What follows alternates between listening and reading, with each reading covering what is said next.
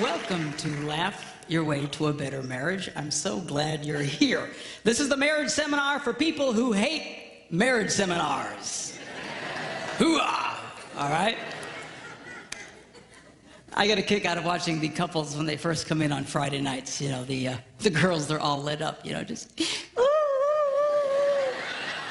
I got him here, I got him here, you know. And the guy's going, oh man, I can't believe, you know, I got here. But it's cool, guys. You can relax. You're going to love it. This is not one of those let's beat up on the men for not being women seminars. Yeah. That's what I'm talking about. And what is it with that anyway? Man, you know, you ask a lot of women to describe their ideal man, and they'll describe another woman.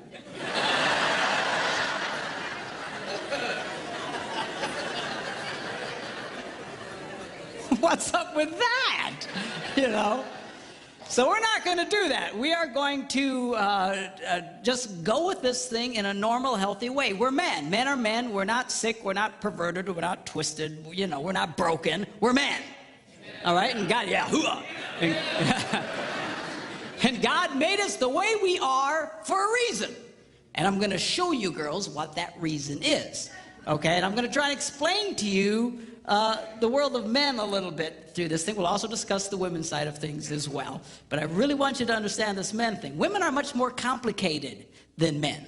Men are very simple. Simple. S-E-X. Simple. All right? So...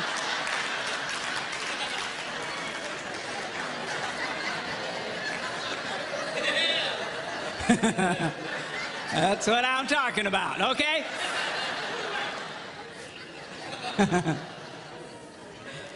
So we're going to have fun. We should have a really, really great time. Now, tonight we're going to do a session called The Tale of Two Brains, hence the two brains. And we're going to be discussing how men and women think very differently from each other.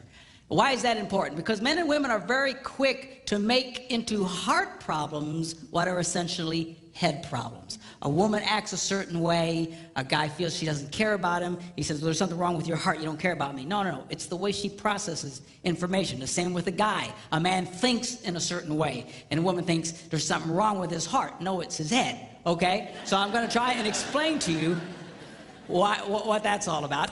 Then tomorrow morning we're going to do a session called Why Does He Do That? Why does she do that? Okay? See, it's one thing to understand men and women in general. It's another one to understand the one you got stuck with. Okay? So I'm going to show you how you can discover specifically what makes your spouse tick. And it's powerful information that will absolutely revolutionize your relationship. All right? Then we're going to do what I call the Yo Mama session. And it's called the #1 key to incredible sex. And boys, if you miss that, there's just something wrong with you, okay? So you gotta check. And then we're gonna end with how to stay married and not kill anybody, okay? All very deep emotional stuff. Now, now a lot of people say, well, what's your background? What's your deal? Well, my background is that I'm a minister. Now, if you're not much of a churchgoer, don't let that make you nervous. Some of my biggest fans are heathens. All right? And this isn't one of those things where we sneak you in and then beat you over the head with a Bible. All right? But I do have a Bible verse I need to show you, okay? Because I found a Bible verse that if you followed the advice from this one Bible verse, you will never, ever, ever have a problem in marriage. How many think that's worth seeing? All right? You follow the advice from this one verse, you'll never have a problem in marriage.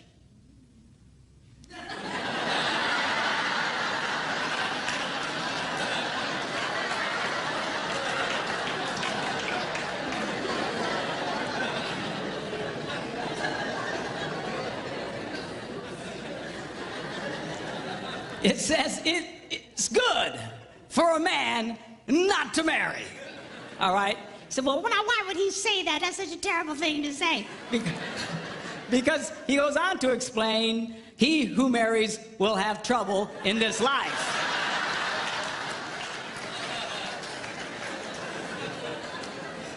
people come up to me, Pastor Mark, something's wrong. I say, what is it? We got trouble in our marriage. I go, no, that's about right. Hey, there ain't nothing wrong. That's pretty normal. Now, you don't hear these verses read at weddings very often. Kind of downplay that. You know? You don't see those on Hallmark cards.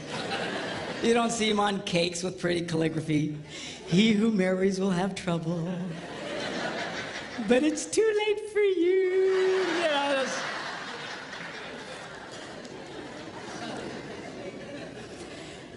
you say, if that's the case, then why get married? Because marriage is absolutely wonderful. It's great. It's fantastic. But it's not that it's without trouble. All right? And I want to show one other verse to you. Now, you don't have the deep theological training that I have, so you might have a hard time understanding this verse. But I'll try and explain it to you. This is found in Proverbs. And it goes like this. Where no oxen are, the manger is clean.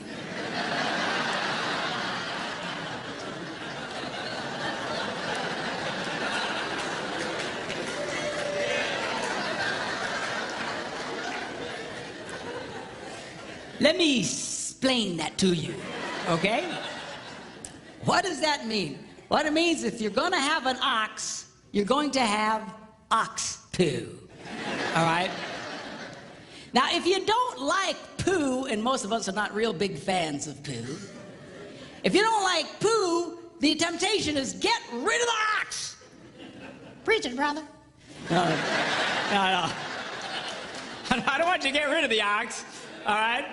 You know? So, well, why would you keep the ox around? Because he goes to the second half of the verse, it says, because much increase comes by the strength of the ox. Well, now there's the catch-22. On the one hand, we all love the benefit of the ox, but nobody likes the poo. And what he's trying to tell us here is you cannot have one without the other. There is no such thing as a poo-free marriage. It just doesn't exist. Unless you shoot the ox, okay? But that leads to other problems.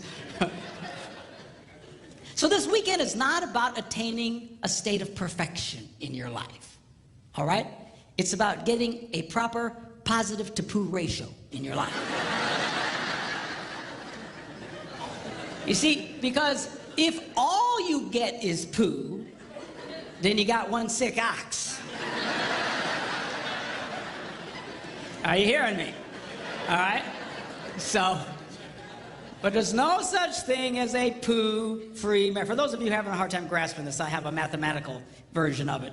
It goes, ox equals poo over positive. Some say positive over poo. But anyway, it's the ratio that we want to get going here, okay? Now, marriage is a wonderful institution. Statistically speaking, we know that married people are healthier than single people. They are actually happier than single people, assuming you're doing this right. Or you can be profoundly unhappy.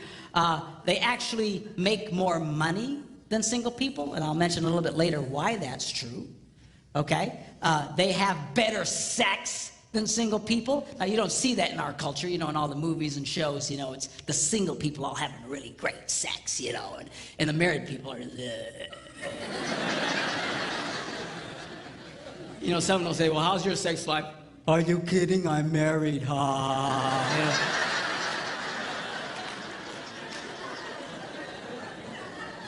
And it's not true, it's a bunch of baloney. Okay? Married people have great sex compared to single people. Single people don't even know what they're doing, for crying out loud. Okay? And statistically speaking, married people live longer than single people. This is particularly true for men. Statistically speaking, one of the most dangerous things a man can do in America today is remain single. It is the equivalent of smoking 2.5 packs of cigarettes a day.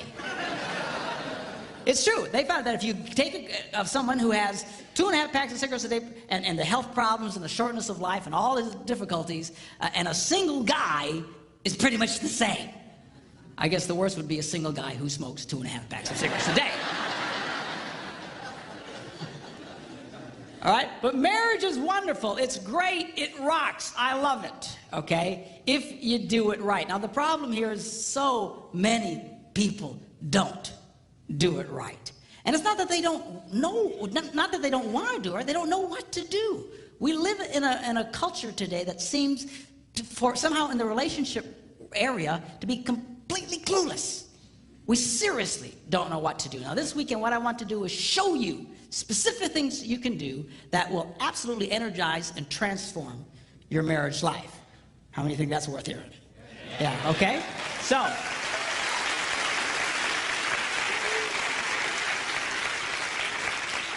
now I want to talk to you about what I call the laws of relational physics. You see, the laws of physics affect everybody, whether you believe them or not. Okay? If I step off this stage, I'm probably, in all likelihood, going to go down. If I start floating around, you might want to freak out and run. But why? Because the laws of physics affect, well, I don't believe that. It doesn't matter what I believe. I'm going down, right? Doesn't matter if I'm a born-again Christian. Doesn't matter if I'm a heathen. Man, I'm going, because it affects everybody. Well, just like that, there are laws of relational physics, and they affect everybody, whether you believe them or not. Now, this might come as a little bit of a shock to those of you who are church people, especially hearing from a minister. But the truth is, you don't have to be a Christian to have a great marriage. I know a lot of heathens that have wonderful marriages. I know a lot of born-again Christians who have horrible marriages. Why is that? They're breaking all the rules. And they assume somehow that the rules don't apply to them, but they do. Here's an example. If you're driving a car 80 miles an hour around a curve that says only 40, and you keep going 80, chances are you're going to get hurt, even if you're listening to a Christian radio station.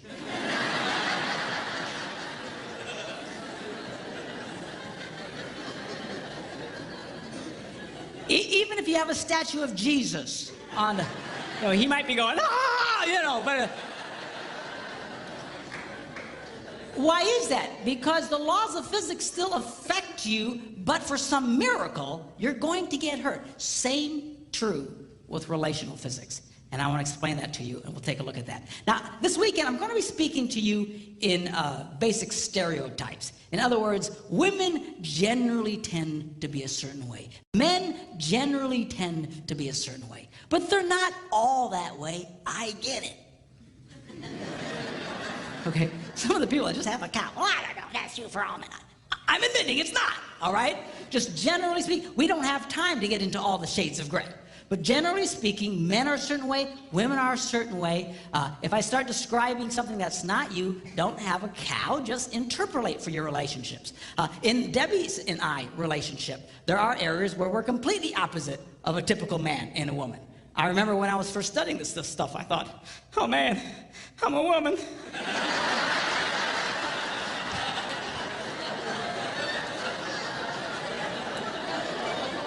So just interpolate.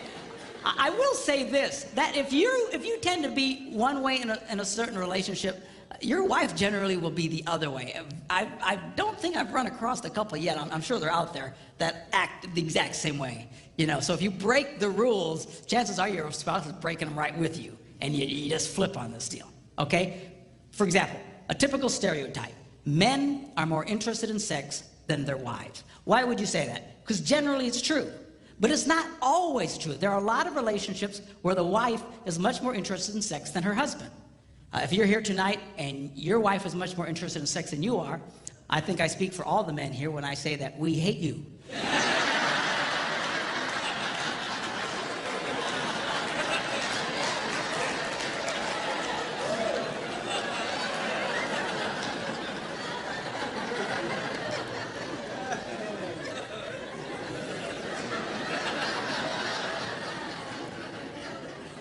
Please don't tell us who you are.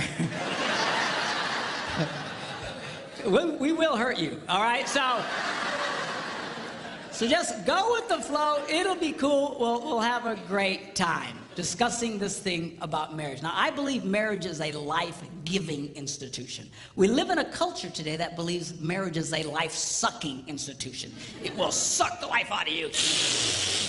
All right? And that's why we say, make sure you're old enough. Make sure you have enough money. Make sure you have enough education. Make sure you've been dating for 37 years first. Make sure that, get all the stuff. Why? You got to get everything together and ready so that when you say I do, you can withstand the, ah!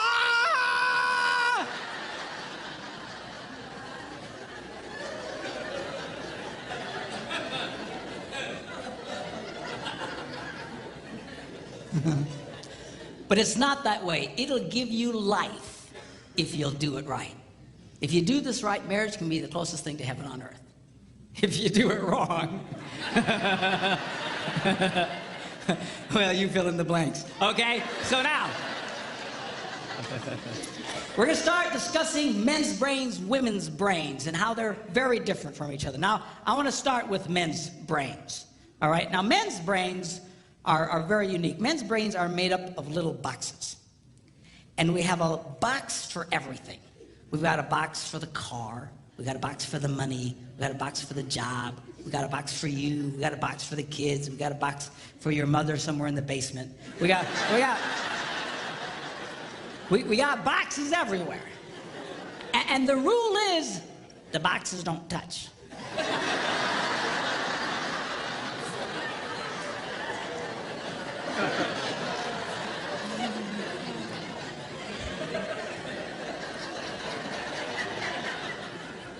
When a man discusses a particular subject, we go to that particular box, we pull that box out, we open the box, we discuss only what is in that box. All right?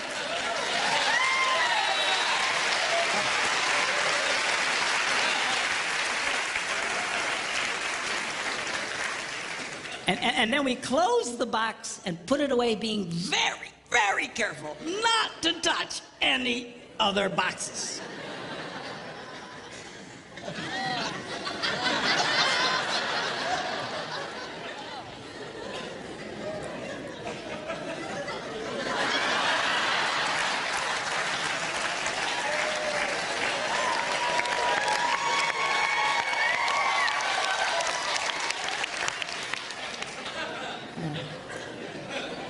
Sorry, my Catholic upbringing got in there for a minute, but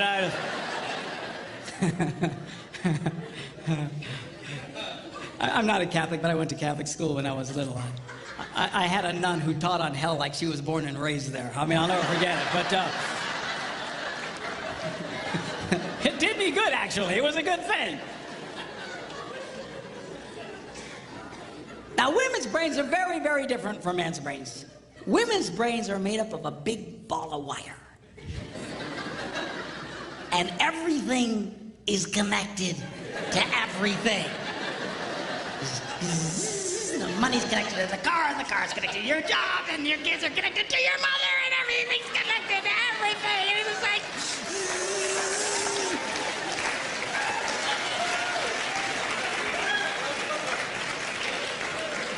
It's like the internet superhighway, okay? And it's all driven by energy that we call emotion. It's just... It's one of the reasons why women tend to remember everything. Because if you take an event and you connect it to an emotion, it burns in your memory and you can remember it forever. The same thing happens for men. It just doesn't happen very often because, quite frankly, we don't care.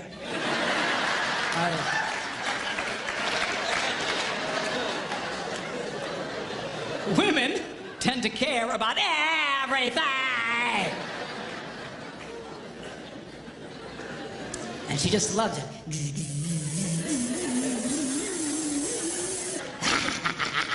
Okay?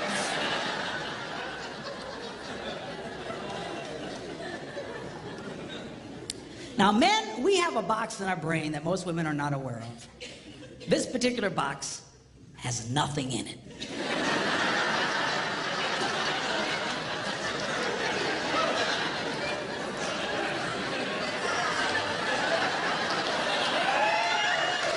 It's true. It's true. In fact, we call it the nothing box. And of all the boxes a man has in his brain, the nothing box is our favorite box.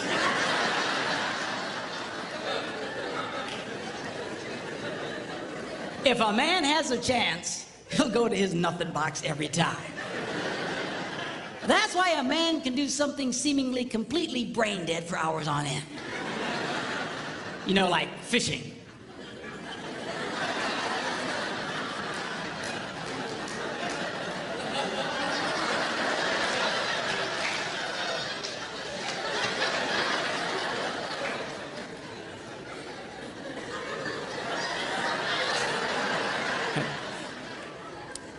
And we love it. That's why a guy can sit in front of a TV and go.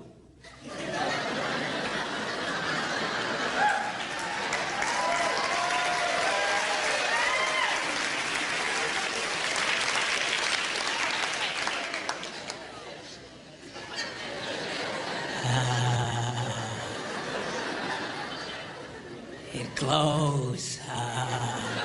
Of course, this drives our wives nuts because they'll come up and say, "Stop that! You can't possibly be watching anything!"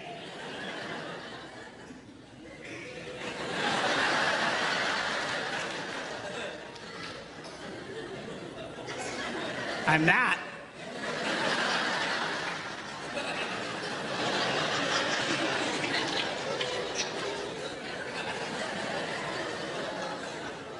Go away.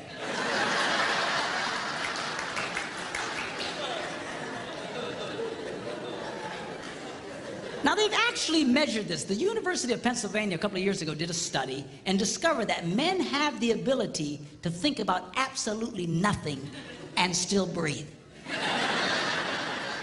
You know, they connected all the wires and stuff like that and watched the brain activity, then all of a sudden, I think he's dead. Huh? You know, women can't do it. They can't do it. Their minds never stop. And they don't understand the nothing box. And it drives them crazy. Because nothing drives a woman more crazy or makes her feel more irritated than to witness a man doing nothing.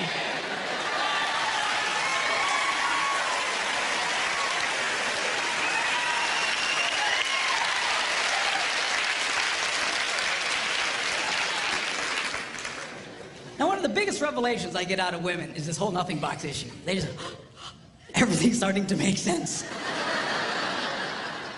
And I've had women say, oh, it's nothing. Well, can I go in his nothing box with him? No! Why not? Because then it's something. Besides, you'll walk in there and go, You know, this place could really use some pictures. Nice little table over here, some flowers. Is it? No! Nothing! Get out! We don't want nothing.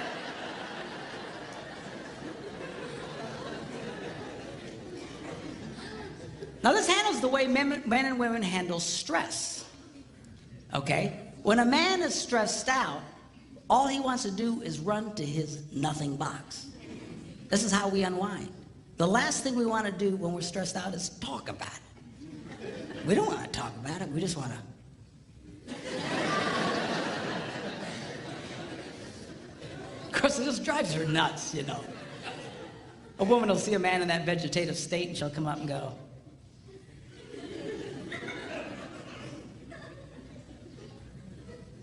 "What you thinking about?"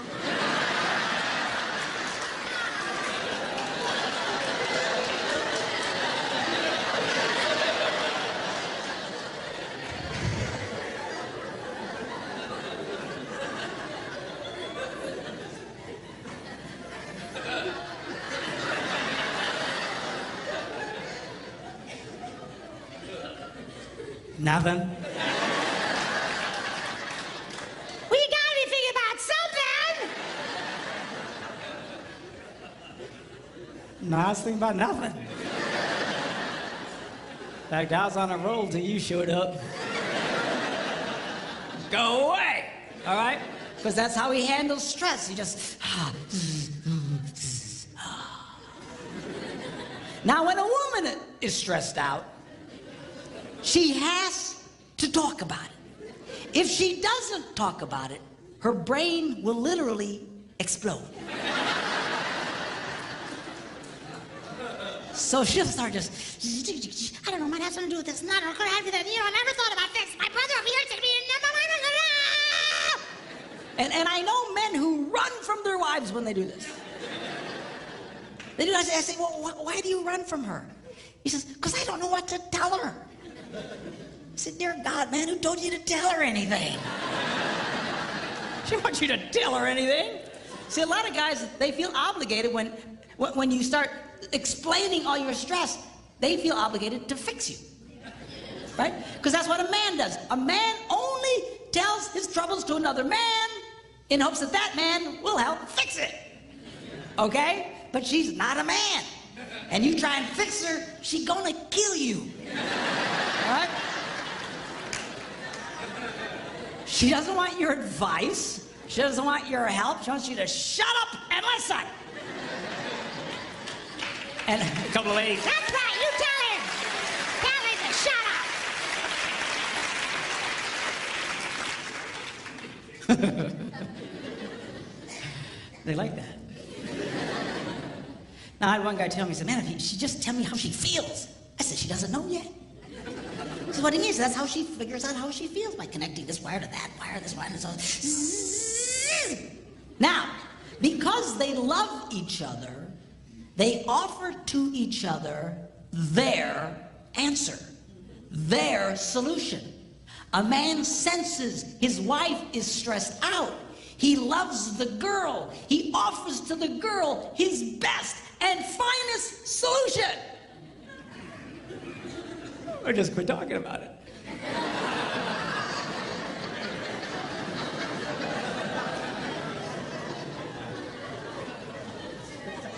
Just quit thinking about it. Yeah.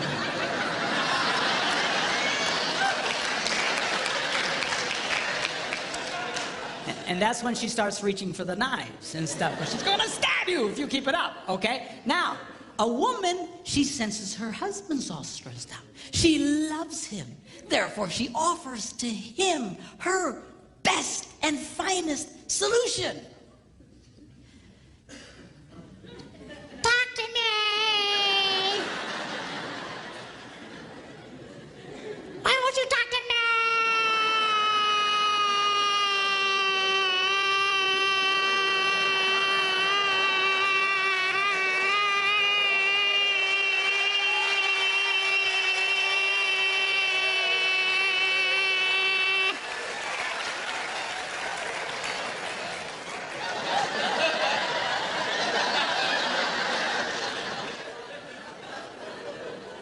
Go away.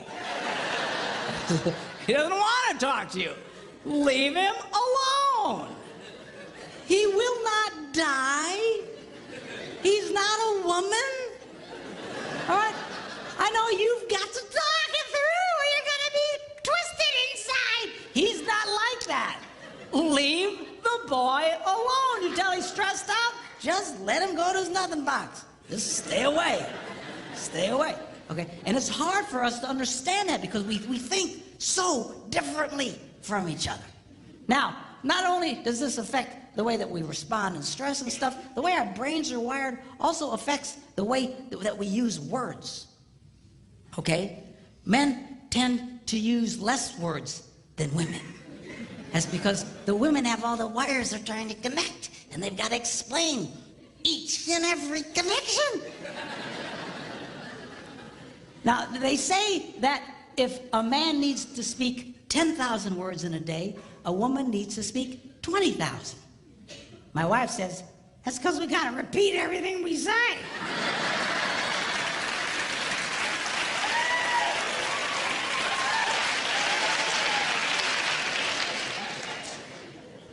To which I responded, huh? Where is my darling redhead? Is she around? Come up, I want you to meet my wife, Debbie. Come on up here and just...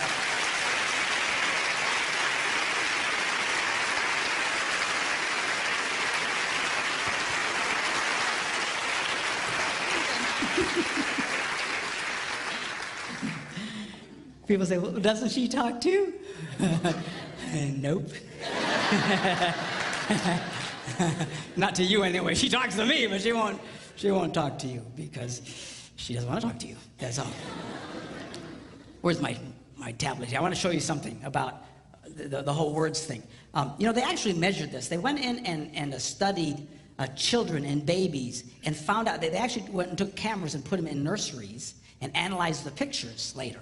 And they noticed the pictures of the little girls. Right from the get-go, their mouths are just going.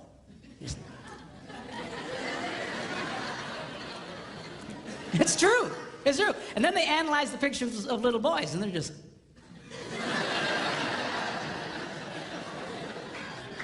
They're still thinking, what was that? I want to go back. I don't get it. Okay? Then they went and they recorded conversations of little boys and girls on playgrounds. And they went back and analyzed them. And they discovered that little girls loved to talk. They were very articulate, loved to use full sentences, just loved to talk. And if they didn't have anybody to talk to, they were perfectly content to talk to nobody. And they were just complete sentences. Then they analyzed the conversations of the little boys, and only about 55% of it was intelligible. Because that's what they were saying. Yes. That's conversation to a man, okay? Now, not only do we use different amounts of words, words can mean different things to men and women. For example,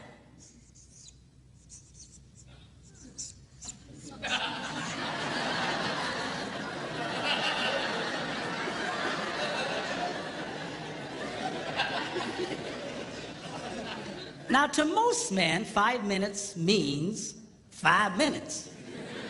To a lot of women, it can be an indefinite period of time. Are you ready yet? 5 more minutes!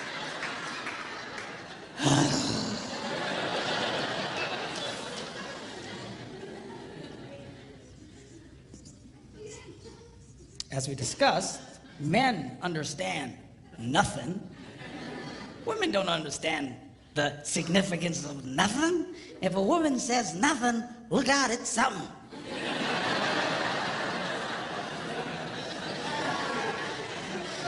Oh, dude, man, I don't know what happened. What happened? I don't know, I asked my wife what she was upset about. What'd she say? Well, she said nothing. Get out of the house, man, run now, get out!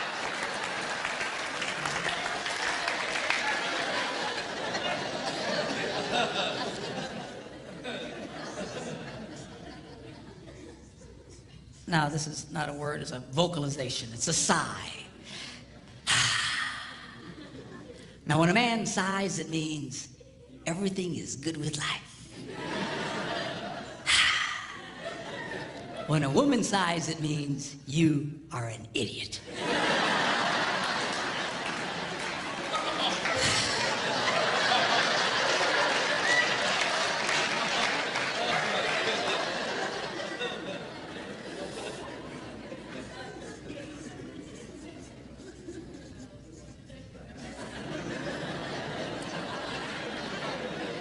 Now, when a man says, go ahead, he's being polite. When a woman says, go ahead, she's giving you the opportunity to explain whatever stupid thing it was you just did. But you need to be very careful in the explanation, because it's very likely to be followed by a sigh.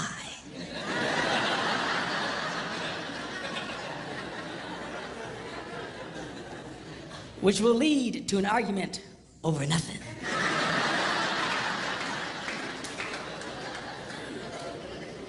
And then you ain't gonna have sex again for at least 5 minutes.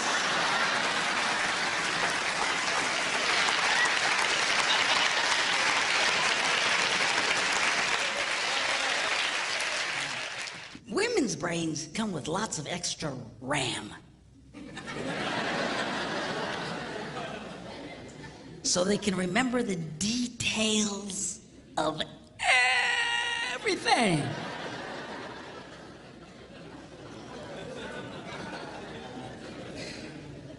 Men's brains come with only the minimum basic requirements to keep us breathing and eating. Okay, that's good. That's why men, a lot of men, we don't hang on to lots of details. They don't stick with us. You know, when an event happens, we just categorize it as an event. All right. Whereas women, it's not just the event, it's all the details connected with an event. You'll run into this when a friend of your family or something will call and you know, she just had a baby. And then you tell your wife, oh, so-and-so's called, they had the baby. And she'll say, well, what was it? And he says, well, it was a baby. Well, what kind of baby? I don't know, it's a baby. What difference does it make? Well, how long was it? Well, I don't know. You know, how long, how tall, how many, you know, how much did it weigh? I don't know, under 20 pounds. Well, you know, just... But there's detail. You know, a woman will come up to a guy and say, how was your day? And then we go to the RAM, and all it's there is that it was a day. And we say, it was fine. And she'll say, well, what happened? And we go to the RAM, and there's nothing there. And we panic. And we go, nothing. But women, they've got all this, you know, that's why when a guy retells a story, it's usually pretty much just a bottom line kind of thing. What happened? This happened, that happened, we're done. When a lot of women share what happened, they relive the event in excruciatingly painful detail. I mean, you are there. Yeah. And it can drive, you know, couples can really fight over this. My wife and I still fight over this one. You know, this just drives us crazy. You know, she just, you know, sweetheart, when your husband asks the question, what did the plumber say? He really doesn't want to know what he said. Well, I said, how you doing? He said, it's fine. I said, it was a pretty nice day. We're having. He said, yeah. He said, got any kids? No, what did he say? Bottom line, you know. Details. Men's brains, women's brains. It also affects not only the words we use and stuff, but also it affects how we listen. You go, yeah. Women listen. But we listen too, we're just different. A lot of women say, you know, men's problems, they got selective listening. You know what that is, right? That's when the wife will say something like, honey, go to the store, lay down the mulch, wash and wax the car, get the kids at school, rent some videos, and finish the rest of the dishes. And then he runs that through his selective filter.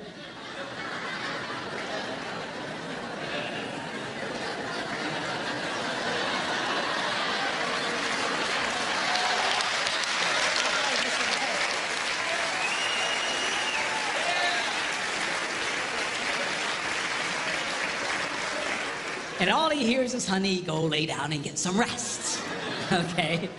But that's not what I'm talking about. What I'm really talking about is the difference between single tasking and multitasking. By and large, again, interpolate for your relationships. Again, not everybody's the same way, but by and large, men are single taskers. We do one thing, and we do it pretty well. Women can handle lots of things. Guys aren't wired that way. That's why it's not a good idea to put a man in charge of more than one kid at a time. You know, we can handle the one. Well, sweetheart, you're doing such a good job with Johnny. Wow. Well, where are the rest of the kids?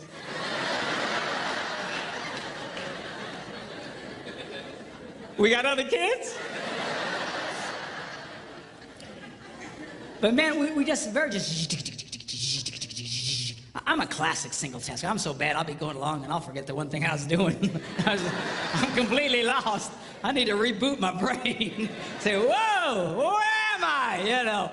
But men, generally speaking, we do it. Now, what we do very well. One of the reasons that men are so good at what they do is because of this ability to completely focus on just one task.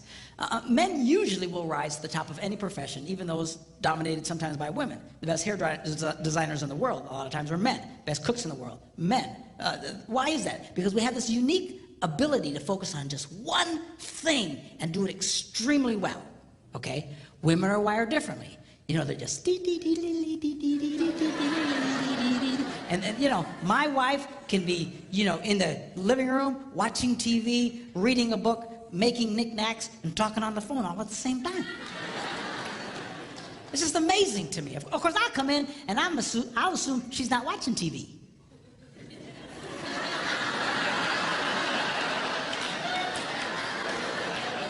Hey! What? I was watching that. How can you be watching that? You're making knickknacks and such. Put it back. You know. We're just. Now this affects the way that we listen, because when a man is doing something, he generally cannot hear anything.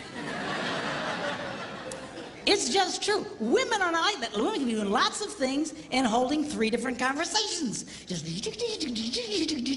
you know, she'll walk into a room and she'll see her husband reading the newspaper. And she assumes, I multitask. Therefore, he must multitask. But he's running the newspaper reading program, and he can only run one program at a time. He's not hearing jack. And this makes women very angry. But you just need to come over and you gotta close the newspaper reading program. You gotta load the Listen to Me program. But you gotta wait a minute, he needs to reboot.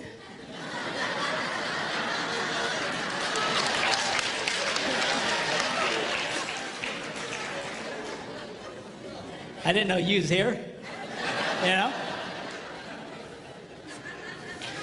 You laugh, but I'm serious, girls.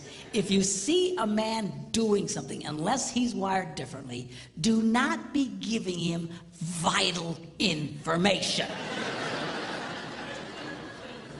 Because this is a train wreck waiting to happen. You'll have this conversation again. When you swear he told you, and he swears you never told him. You know you told him, but in his brain, you never said jack to him.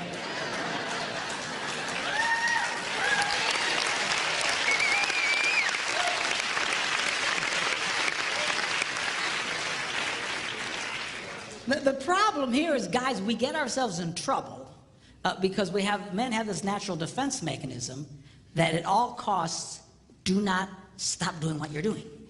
So when someone starts talking to you, we automatically have this defense mechanism that goes, uh-huh. Yep. Uh-huh. Uh-huh. And we keep doing what we're doing, and we're not, and she thinks you're listening to her. But you're not listening. You need to stop you're big boys, stop what you're doing, turn to the girl, and pay attention to her. So it's not all on the ladies. You're big boys, when she starts talking, stop! Listen to the girl, and then let him go back to what he was doing. Sounds fair, right?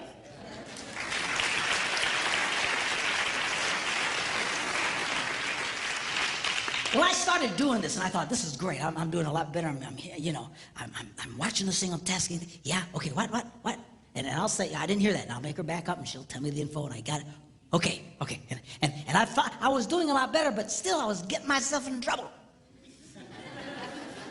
You know, she'd walk up and say, it's 6 o'clock, are you ready? For what? You know, that happened to half you guys tonight, right? We're doing what?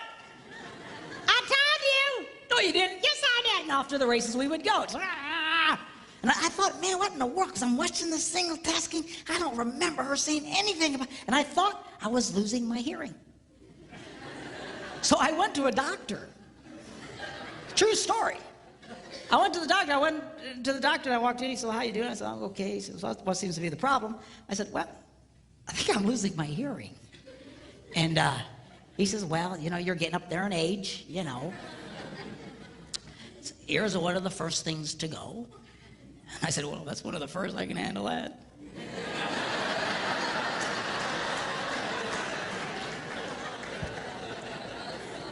We'll talk more about that tomorrow. But, so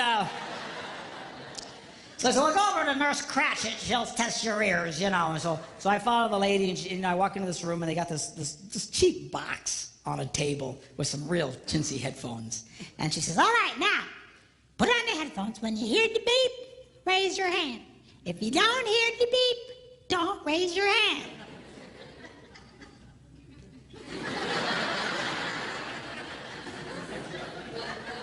Apparently, I look really stupid. So anyway, I turned around and we began. I said,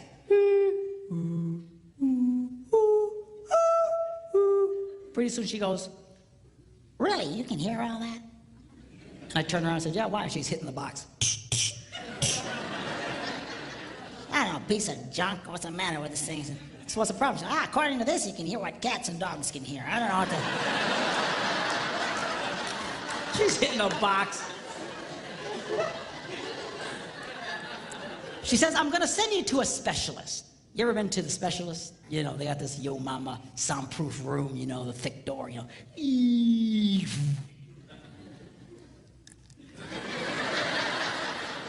know, you got the person, you know, sitting behind the glass, you know, you feel like you're in a people aquarium.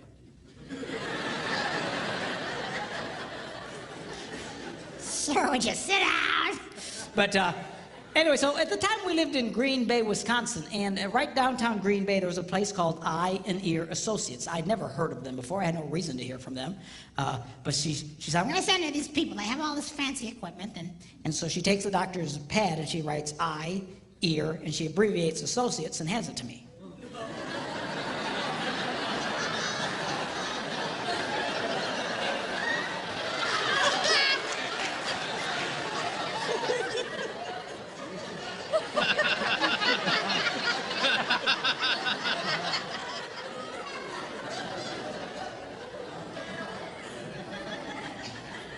I said,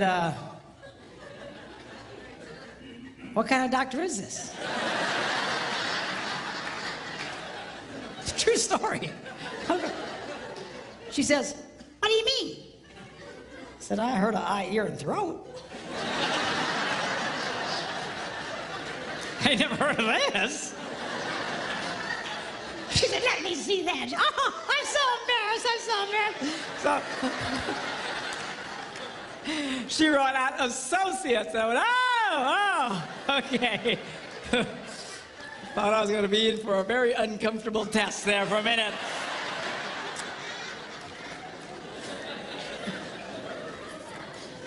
So I go to the eye, ear, and, you know, doctor, and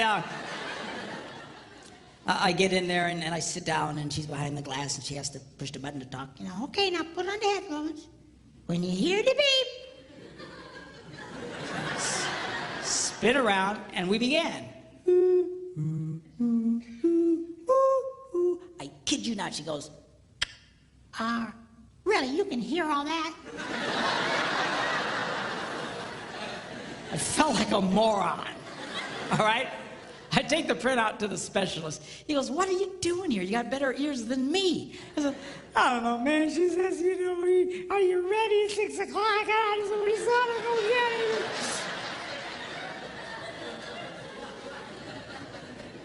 So I go home and I walk in the door and she says, well, what'd the doctor say? She doesn't sound like that, by the way.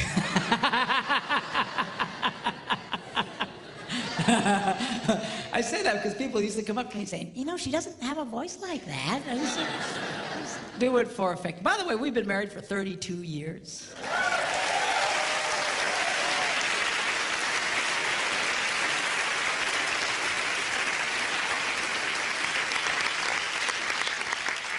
We have 2 grandsons.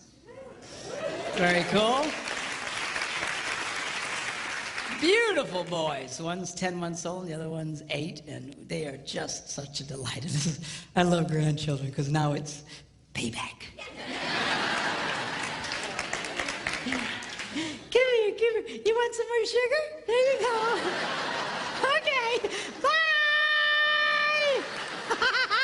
You know.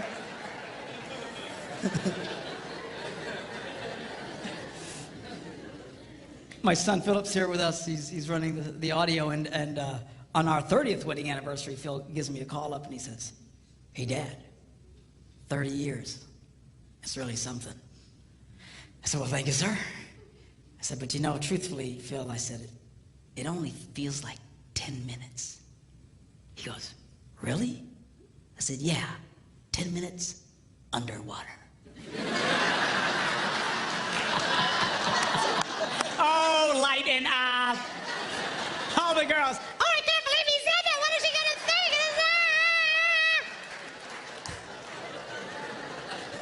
It's just the joke box, all right? Just a joke. So I come back from my ear thing. She said, "Well, what'd they say?" I said, "Well, they said I can hear it. Cats and dogs can hear it." She says, "Well, that's not your problem. Your problem is just don't pay attention." And I thought, but I've been paying attention. I was watching the single tasking thing, and so I thought, I'm gonna do a test. I wanna see how far she gets away before I can't hear her. So the next day we're sitting in the kitchen, and she comes up and she's talking to me, la la la la la la la la la, and I go, uh-huh, and then she walks a little bit further away. She says, la la la la la la la la.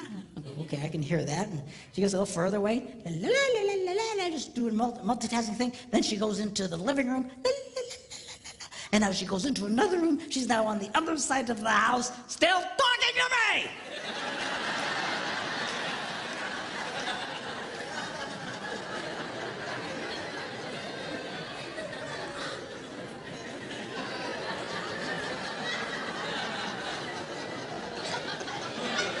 I said, "Hey!" She yells back, "What?" I said, "I'm on the other side of the house." She goes, "You don't listen anyway."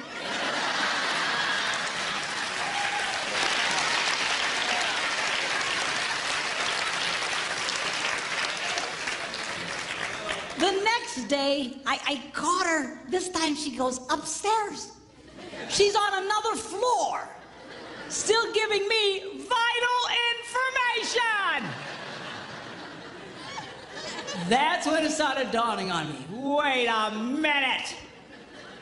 We might single task, but these women so multitask, they just keep doing what they're doing, and whether or not you're in the same area code is irrelevant.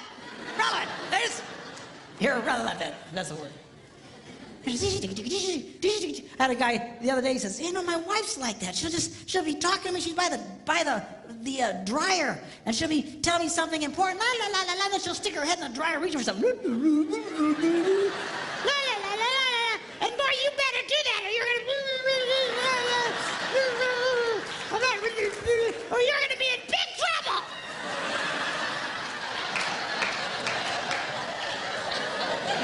She still does that to me.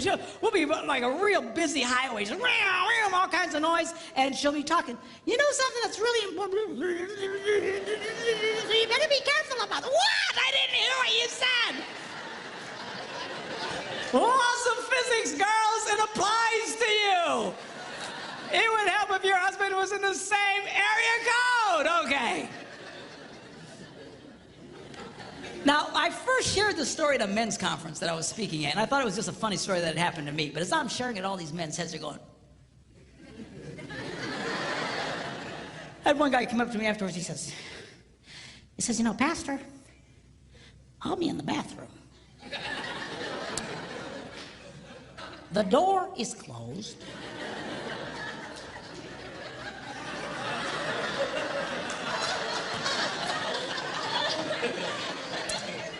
The fan is on.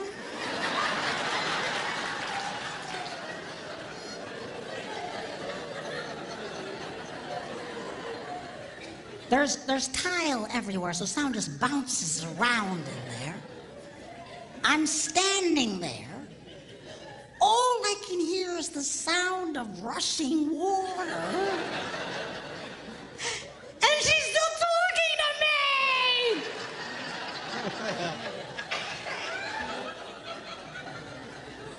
You know, I figured out that's why we miss sometimes, girls. What? What?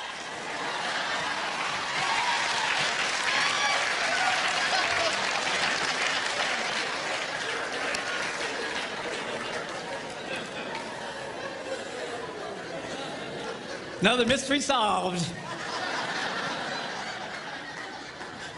Girls, don't be so multitasking that you're doing a gazillion things giving him vital information. All right? And especially if he's doing something. I'm telling you, this simple thing that I'm talking to you creates more arguments and more frustrations in marriages, and we're fighting over nothing. But you know you're really married to a multitasker when during a moment of intimate passion,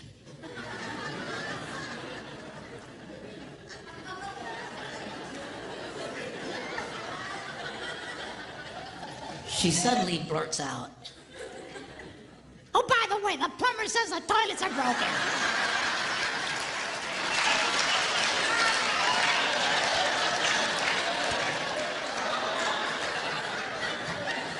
"Focus, woman, focus!"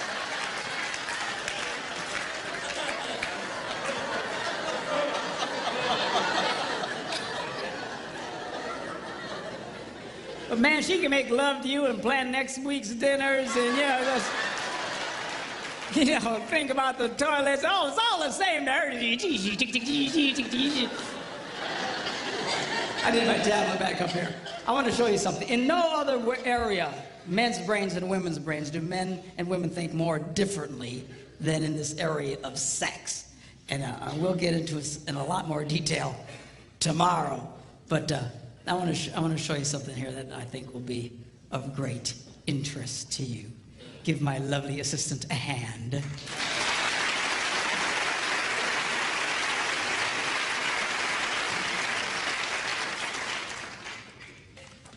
Now, sex is a pretty big issue, particularly for men.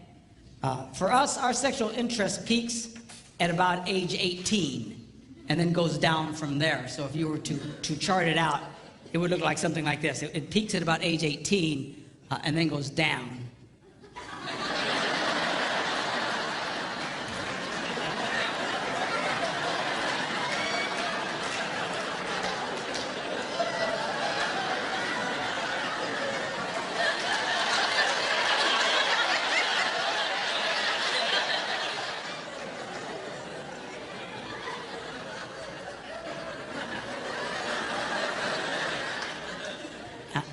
And then you're dead.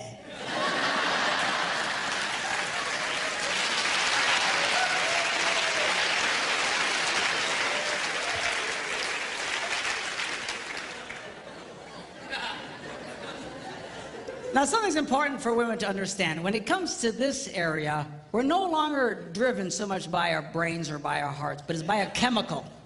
It's called testosterone. And it runs through our blood.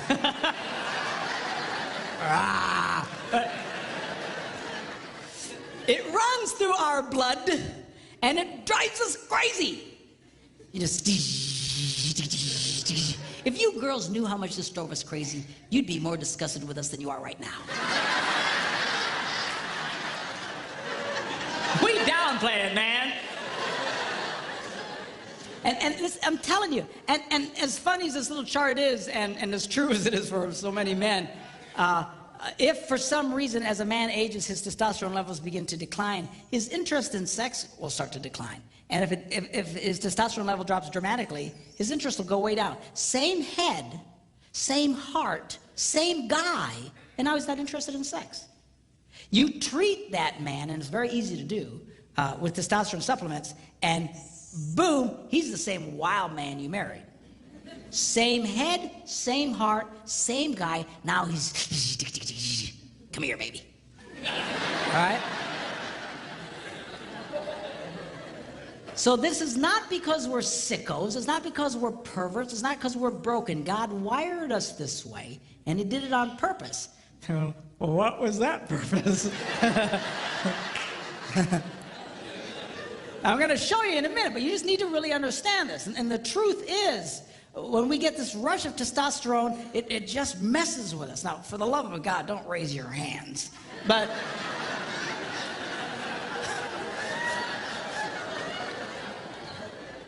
most men will admit that we usually receive a testosterone rush, usually very early in the morning, and for no reason at all. Dun dun dun dun dun dun dun dun dun dun dun dun dun dun. Tin Hut.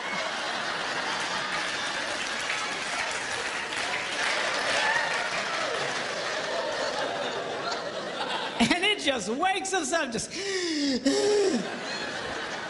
We're not thinking about anything.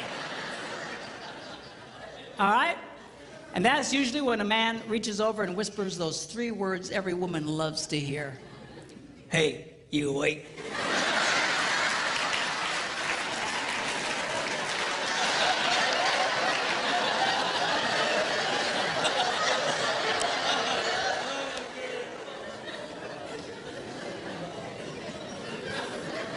We'll be talking more about that tomorrow, okay? All right, so why does God wire men this way? Okay, now to explain this, I need to do an anatomy lesson. Okay, y'all okay? Hang on, Margaret, he's gonna draw pictures. It'll be okay. We'll keep it clean, okay? Now, we'll call this the girl's heart. And in the interest of keeping everything at least PG-13, we will refer to this as the place of happiness.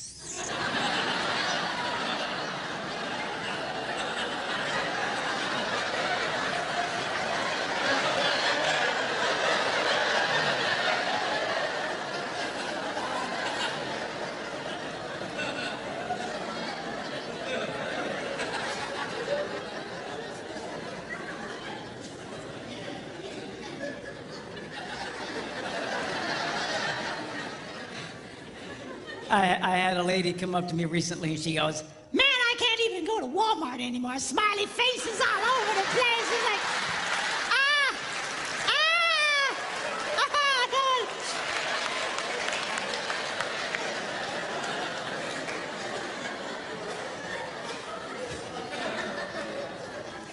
Now, at some fundamental level, this is every man's basic interest in a woman. It's true, it's true. Now, women say, well, that's terrible. There shouldn't be about that. It should be about companionship and fellowship and sharing. Girls, if your husband was interested in companionship, fellowship, and sharing, he'd have gotten a golden retriever.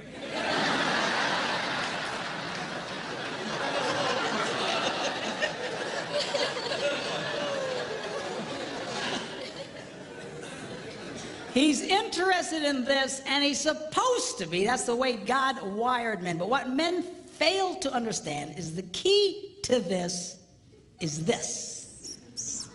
And if a man successfully touches this, she gives him the green light, and now he can touch this.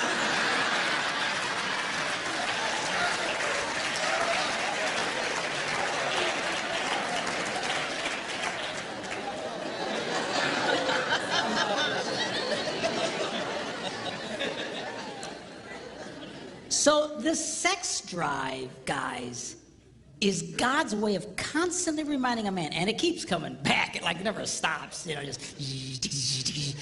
On average, a man will feel the need for sexual release on about every 72 hours. That's every 3 days. Some more, some less.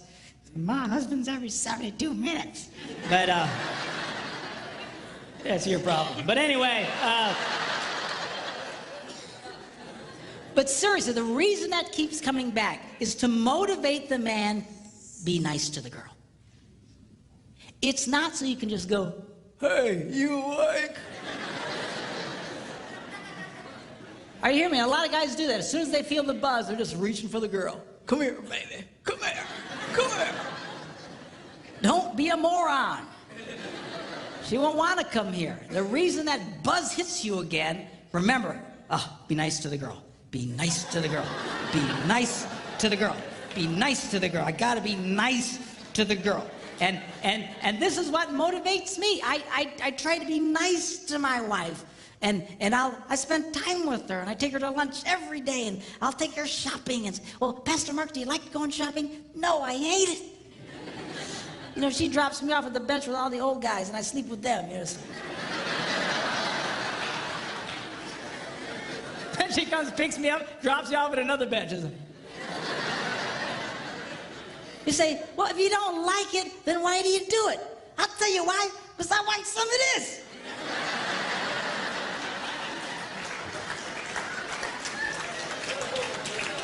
I'm no idiot. You gotta be nice to the girl. You gotta pay attention to the girl. And really, single women, I don't know, how many single women are watching this, but inevitably, there's single women here, and that's great, and a lot will be watching this. But, when a woman gives a man this before marriage, she is a nitwit of astronomical proportions.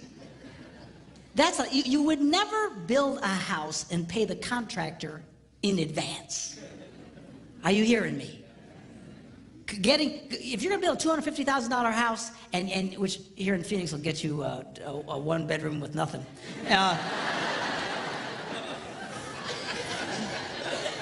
Man, I got a huge condo on a lake in Wisconsin for $250,000, man. I'm telling you, here you got nothing. But anyway, you wouldn't pay the guy in advance and give him, here's the $250,000. Do you know why? The house will never get done on time. He'll never do what he's promised to do. Why? Because it's just the nature of human beings. You pay them as they hit certain marks, certain things they accomplish, you finish it, you give them some more, and then you wait till everything's right, and then you close. Why? Because that's the way people are wired. If you were just to give it to them, you would be a nitwit, a moron. That's what women are doing today. They're coughing this up front, which is every man's basic fundamental interest in a woman. You've already given him everything he wants. And then they sit around and say, well, aren't you gonna marry me? Aren't you gonna spend more time with me? Aren't you gonna... No, he's not. Why won't? Because you're an idiot, that's why. Don't do that. Give him that thing. You make that boy earn it.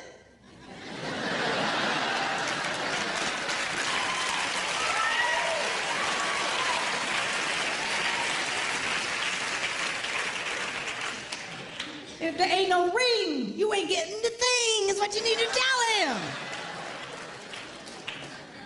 No, seriously, girl, I don't know what. There's something that really happened in the female culture. I think it's because of the women's lib thing, and they think, well, now we can go out and we can be as sexual as men and stuff like that. But they are fighting against their own interests. There are millions of women in America today that are so frustrated they can never get this. They can never get this. You know why? Because they're dumb. I'm serious. I don't mean it in a mean way, but they're doing a dumb thing by just coughing this up to every guy that comes along, thinking this. It doesn't work that way. It doesn't work that way. Now, every woman's basic interest in a man is this. What a lot of women fail to recognize is the key to this is this.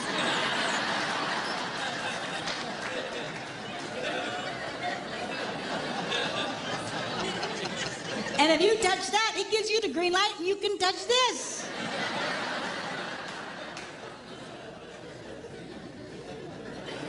So I thought you said women weren't supposed to do that. Outside of marriage, inside of marriage, you got to work it this way. Outside of marriage, you defeat yourself. But inside of marriage, you have to realize this is a very important deal. It is. It's huge.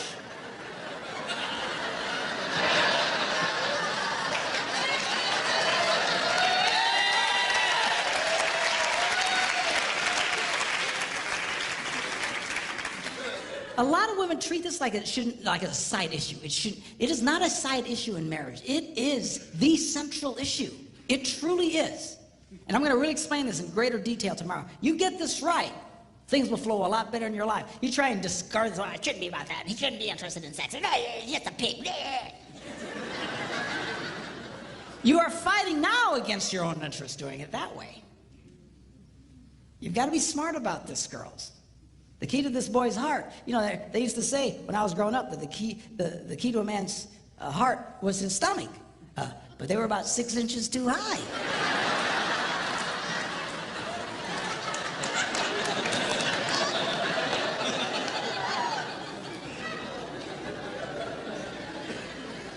And this is important. I got to tell you, girls, if it weren't for this, we probably really wouldn't deal with y'all.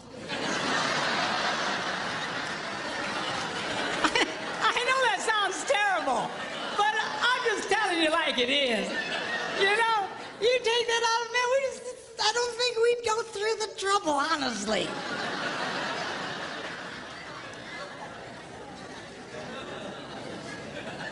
This is a game you got to let him know he can win with you. And we'll talk more about this in detail tomorrow. But the crazy thing about it, see, is the key to what you want, here's the door. And for the guys, for what you want, here's the door. And it is the perfect standoff. It is the ultimate standoff. People say, what was God thinking? People say it to me all the time. What was God? This is exactly what God was thinking. The key to you getting what you want is to give your spouse what they want. Now, it's not easy. And sometimes you'll mess up, but you got to constantly work for this. You can't all of a sudden disregard this. Some guys, they never pay attention to the girl. They're never nice to the girl. And wonder how come they never get any sex. Oh, I never get any sex. How come? Because you're an idiot.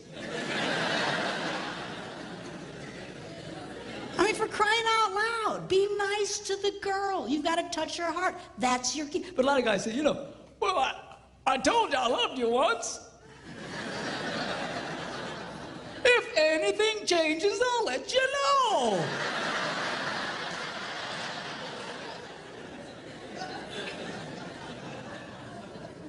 I wonder how come I'm not getting any sex. Well, because you're just blowing it. You're blowing it. And girls, same thing with you. The key to this is this area here. Don't dismiss this. If you guys will flow in this thing, it works and it's great and it's extremely powerful. It is the most powerful thing God ever designed to connect two people. And we'll get into it in a lot more detail tomorrow.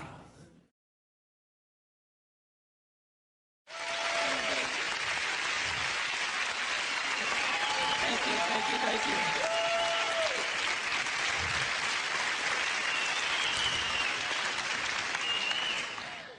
All right. Men's brains, women's brains. Women's brains think, give. They just love to give. They're happiest when they're giving. You get a bunch of women together and they're all giving to each other. Oh, I love your hair. I love your shoes. I love your outfit. Oh, they just love it. Now, men's brains are a little different. Men's brains think, take.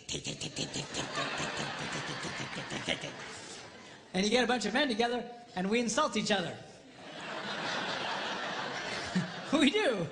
You're fat. You're ugly. You smell. Thanks, man. That's... So if women love to give, and men love to take, which way do you suppose the give and take goes in most relationships? That way. Women think the answer is to give more. If they give more, it will inspire him to give back. Ain't gonna happen. All right? You've got to learn, girls, that if you're going to be truly happy, you're going to have to learn how to take in your relationship. And women are fundamentally very uncomfortable in taking in their relationships. They just love to give. But you'll give yourselves to death. A lot of you just burn yourselves out. It's not unusual to have a woman and her husband come into my office and, she's been married, they've been married for 25 years, and she says, I've given to that man. I have nothing left to give. You ever hear a woman say that? I have nothing left to give. They're burnt because they've just given so much. Then you look at the husband and he goes, I thought we had a good marriage.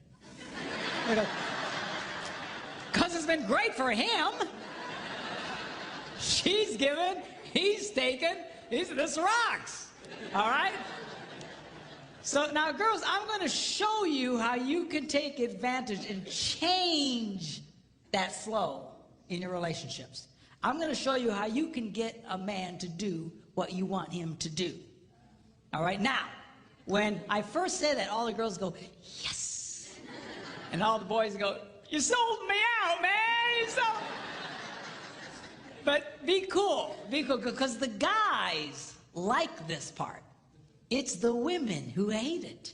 I get more static from women over what I'm about to tell you, because fundamentally, they hate taking in relationships. They think that he should just, just give on his own. You just can't. You know, they're hoping, you know, when I say get a guy to give to them, they're hoping I'll say, bad guy, bad, bad, bad, you need to give more. And that's what a lot of these people do in some of these seminars. They beat up on guys, you need to be more. No, the real key, I mean, I think we've established it doesn't work, okay? The real key is to change the woman's perspective and empower you, because you, in fact, have the power to change this. But a lot of women have been so affected by over-romanticized concepts in marriage that they don't understand this. They really think that if he really loved me, this would all just happen automatically. If he really cared about me, you know, la la la la la la la la la la. A lot of women really struggle with this concept because they tend to live in this false romantic fantasy land.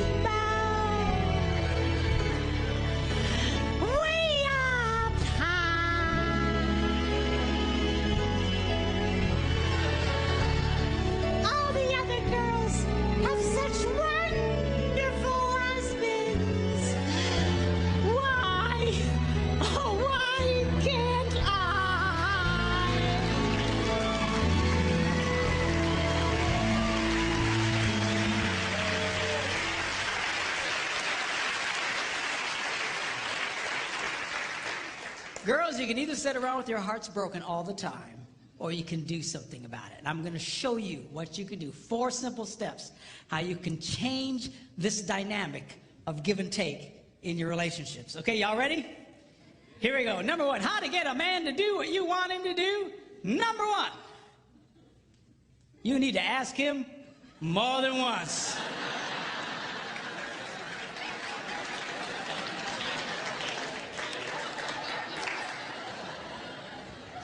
Asking a man to do something once is like never having asked him to do it at all. Why is that? Men are always in such a take mode. We're constantly take. We compete taking. We're in business taking. We're just take. We're just in this take mode. And all of a sudden, his wife will say to him, honey, will you do such and such for me? And his left brain says to his right brain, you hear something?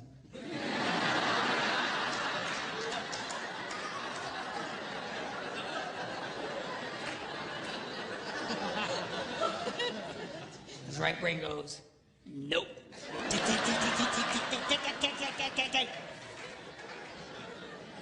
It takes more than once to get through to the boy. Now, a lot of women, you know, they think that, you know, that their husband, they're holding out on them. That we are sitting there intentionally not doing what he asked us to do, just because we're full of hate. But I promise you, when you asked it, it went in one ear, spun around his nothing box, and shot out the other one. And he doesn't remember jack about what you said. Now, when I was first studying this, I thought, you know, this can't possibly be true. This has got to be inaccurate, because I'm married to a woman who has no problem asking me more than once. You know, she said, honey, will you do such and such for me? I go, no. Come on, sweetheart, do this for me. No. Just, come on. She's got the thing, she pats my cheeks. You're such a good husband. Do this thing for me. Okay, you know, and then I do it. So when I was first reading this, they were saying women only like to ask one time. I thought that can't possibly be true. And I remember I was in a church in Green Bay, Wisconsin at the time. I was one of several pastors at a large church there. And I before service started, I thought, you know, I'm going to ask some ladies, because this can't possibly be right. So I quickly came up to a lady. I said, let me ask you a question. She said, yeah. I said, do you have a hard time getting your husband to do stuff for you? She goes, Pastor, you have no idea. She says, I asked that man to paint the ceiling. That was back in October. It's March. He doesn't do it. He walks in every day. I mean, she's just getting mad. Tell me about it, okay? And I said, okay. I get it. But let me ask you a question. Because remember, I want to prove what I just been reading wrong. I said, let me ask you a question. How many times did you ask him to do it? And she stared at me like a dog at a new dish.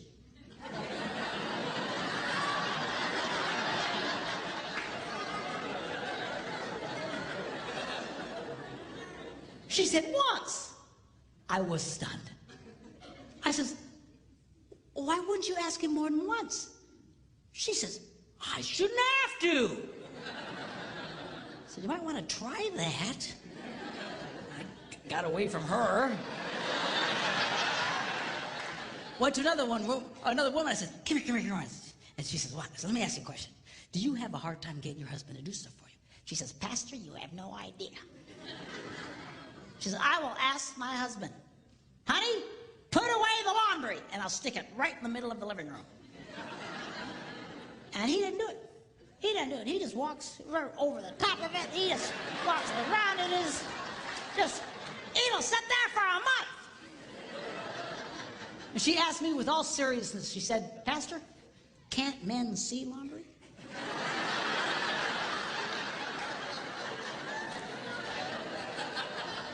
I said, yeah, we can see it. Just doesn't mean a whole lot to us. You know. So anyway, she's just getting angry. Just tell me about it. So I said, okay, yeah, I get it. But let me ask you a question. How many times did you ask him to do it? And that same startled look. Once. I was amazed. I said, once? Why wouldn't you ask more than once? I shouldn't have to. Time was running out, church was going to start, and I grabbed another lady real quick. I said, come here. She says, what? She says, do you have a hard time getting your husband to do stuff for you? She says, Pastor, you have... Apparently I'm a complete idiot because I have no ideas.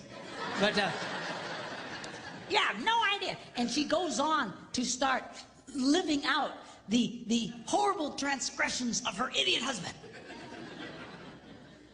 And I asked the same question, okay. But how many times did you ask him to do it? Once. I said, why? Why wouldn't you ask more than once? She said, I shouldn't have to. Ladies, are you listening to me? You have to.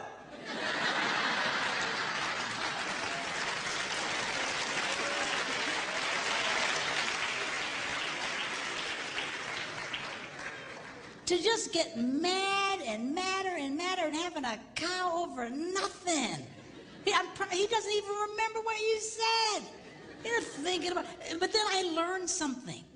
The reason women find this so offensive is because really, they don't want to ask the first time.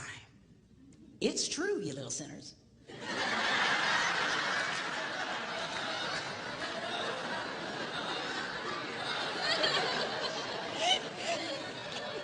Because over the rainbow, if he really loved me, I wouldn't have to ask. Well, come on. Just ask him again. Ask him again. What's the big crime here? You know what it is you resent the fact that he's resistant to do it, because not only do you want him to do it, you want him to want to do it. You do.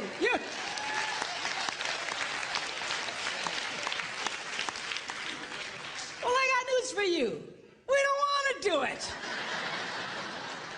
We're never going to want to do it. If we wanted to do it, we'd have done it already. What do you care about the internal motivations of his heart? Stop! So he does it. I'll finally do something my wife wants me to do. I don't want to do it. I don't do it. And she just... Because she's getting something out of me. What's with this? Always analyzing the internal motivations of the guy's heart. I mean, getting yourself all kinds of trouble. I was in Germany some months ago doing some seminars for the troops who were rotating out of Iraq with the army. This one lady tells me, she says, you know what? She says, my husband, if there are dirty dishes in the sink, he cleans them and puts them away.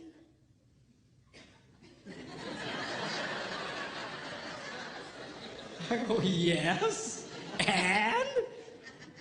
She said, well, I asked him, why do you do that? And he said, because I hate dirty dishes. And she started crying.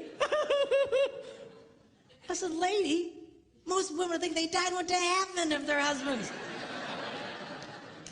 Yeah, but I wanted him to say, oh, I do it because I love you.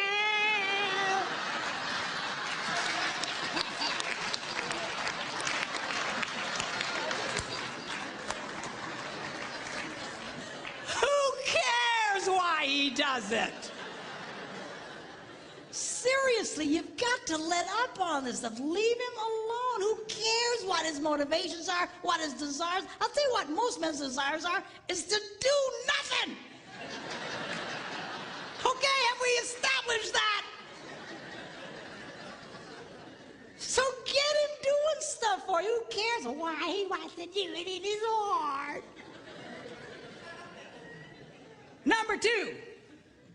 You need to ask him the right way. Now, what does that mean? That means don't insult the boy. A lot of women think they can use insult as a way to motivate a man. Like, what are they smoking? What is... Not gonna work. What's the matter with you? You some kind of idiot. What's like you're a man? Can't you do... What's the matter with you? Can't you pick up the laundry? No, I can't. Don't insult. Do you know why women do that? Because it would work on them. If you insulted a woman, if you embarrassed a woman, she would change. She would do something about it. But you embarrass a guy, you insult a guy, we don't care. We just become more resistant. He's not a woman, okay? Don't insult the boy. Insult is not a motivator for a man, all right? Number 3, you need to train him with positive reinforcement.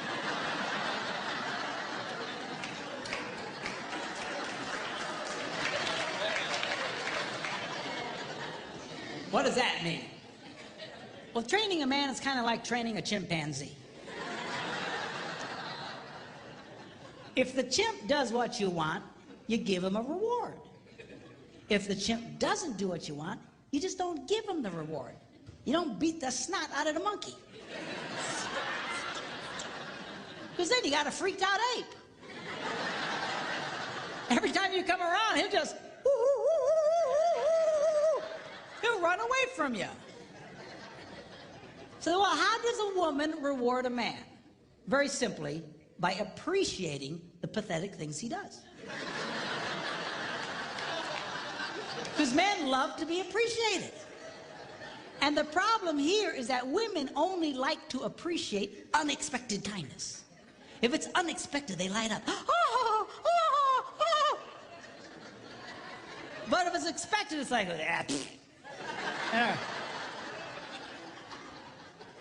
You know, seriously, I mean, that's, in the beginning of your relationship, that's how he got you to fall in love with you in the first place. See, because unexpected, everything he did was, God, seriously, man, that's how you got her to fall in love with you. She knows you're ugly.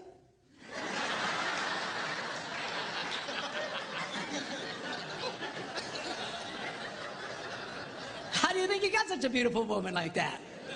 Because you were nice to her and everything was, But after 32 years, it's hard to come up with unexpected, man, I'm telling you. But the more you appreciate the kindnesses that he does, the more he wants to do it. Men respond. Men, I'm telling you, they love to be appreciated. Now, give you an example. I was at home, and I had a dirty dish in my hand. I was up by myself, and I'd actually gotten trained to the point I could put it away in a dishwasher. And I went up to the dishwasher, and I opened it up, but it was full of clean dishes. And that's a moral dilemma to a man.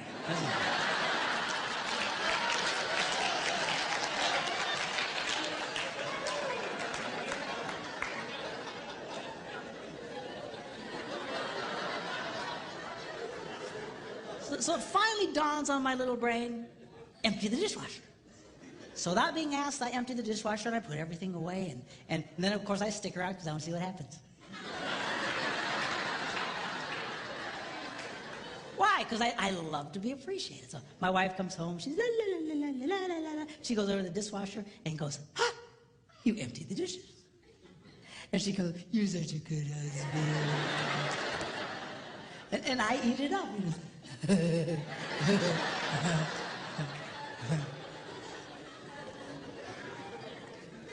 Now, guys, get a clue here. I know it's hard, but she loves unexpected kindness. You need to learn to give her unexpected things, unexpected little things. That's how you can keep a woman crazy in love with you in that way. I told my guys I want to write a book, 365 Unexpected Things a Man Can Do for a Woman.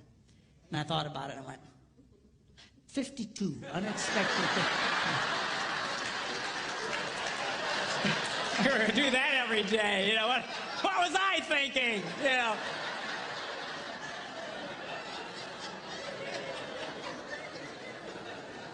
Because they light up, you know. Some time ago when I was first doing this, I couldn't afford to take my wife with me.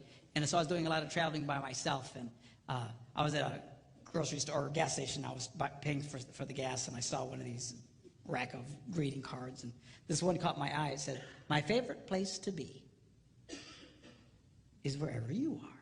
And I thought, oh, I should get that. How much is that?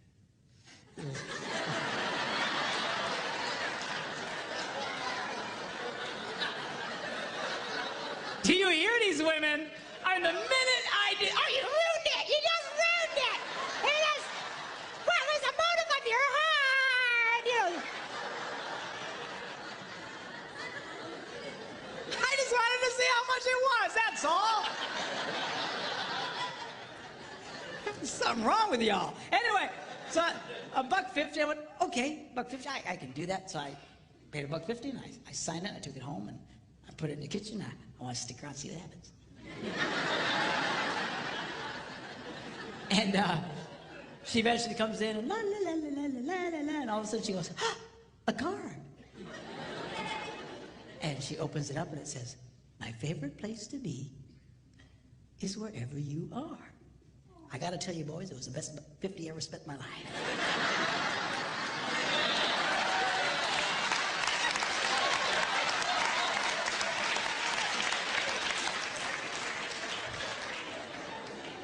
But we'll talk more about that tomorrow. Okay, now. Number 4, barter with him. Now, how does that work? Very simply, you become aware of something he wants to do. You know you got something you want him to do for you, and you just say to him, "Honey, would you like to do this thing you would like to do?"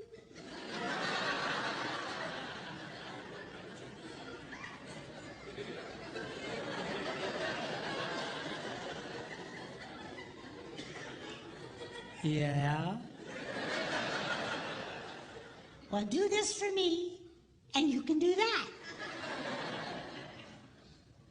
What's the catch?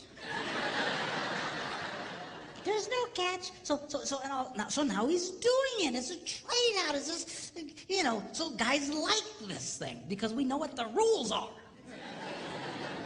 And men are used to bartering. You know, that's why we do what we do in life. That's why we go out and work. I gotta promise you, if they didn't pay us, we probably wouldn't do it.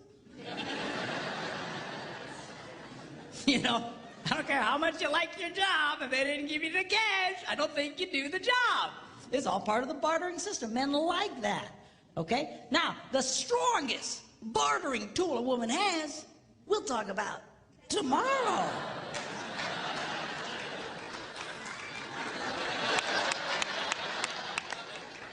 Oh, that's terrible.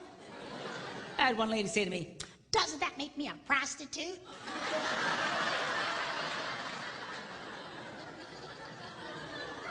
I said, he's your husband, for crying out loud. Women have no idea the power they held over us. They have no idea. I'm telling you, you can get a guy to do almost anything. You just come up to that boy and find something disgusting like cleaning the garage and say, Hey, baby.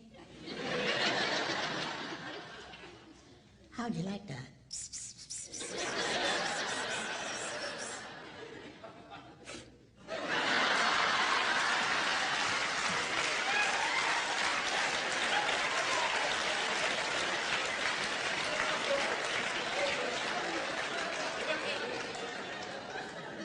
Why, yes, I would. Well, I tell you what, you go clean the garage and then come and find me. Man, you got yourself a motivated boy.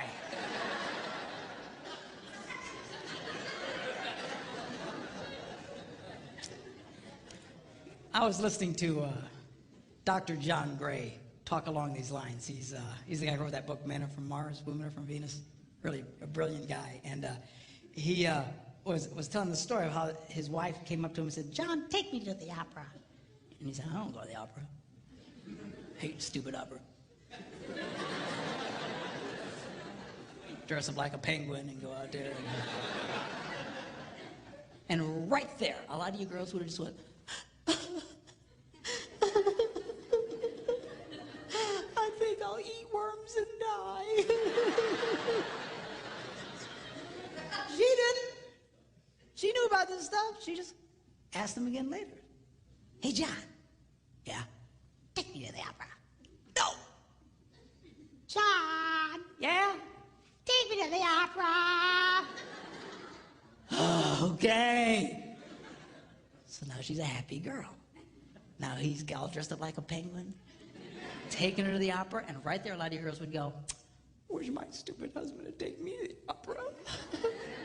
You guys are such seriously, a lot of you girls, you envy other women's husbands because they're always doing things, but you don't understand. Women who get their husbands doing this stuff know exactly what I'm talking about. They do this all the time. You sit out with your heart broken because he won't do these things. You think he should just cosmically do them on his own. I mean, Somewhere over the rainbow. so he takes her to the opera, endures this mind-numbing experience. On the way home, she's holding his hand, just lit up. And he says, when we got home, I pulled into the garage. As soon as the garage door closed, she reached over and grabbed me and made love to me right in the car in the garage.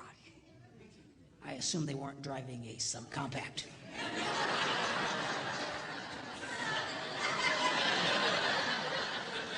You figure it out. Anyway. So anyway, the next morning he gets up early and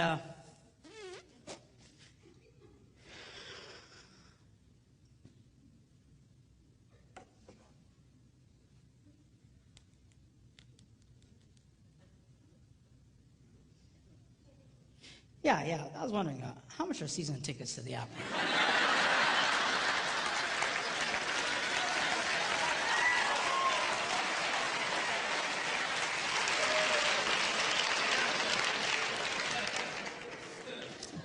Men's brains, women's brains.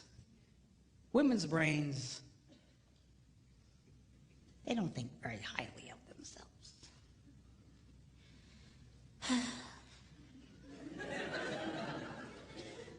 I'm too fat. I'm too tall.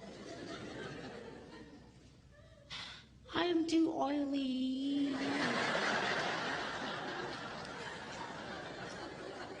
La, la, la, la, la, la.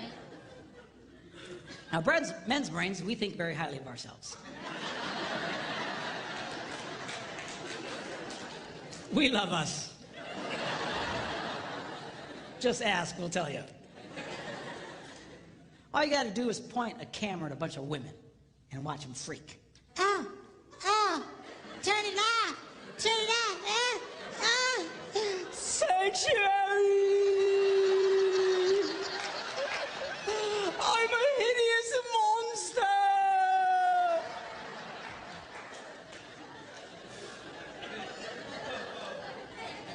Point a camera at a bunch of guys, what do you get?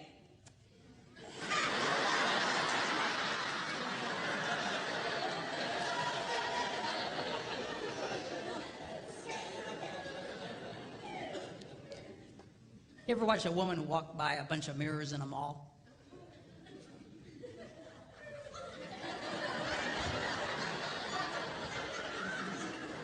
You ever watch a guy?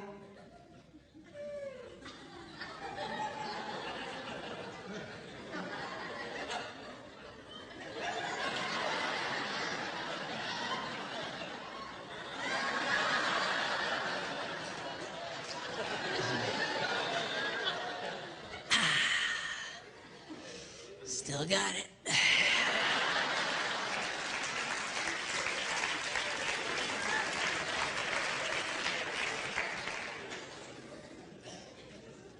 A lot of women they can be such a drag because their husbands try to be nice to them and compliment them and be sweet. Nah, don't say that. Nah, I'm ugly. Nah. And then, you know, why do you do that? Here's a secret. You want him to like you. Why are you pushing him away? And it's, you know, that's such a drag. Ladies, do you know there are 3 billion women in the world who don't look like supermodels, and only 8 who do?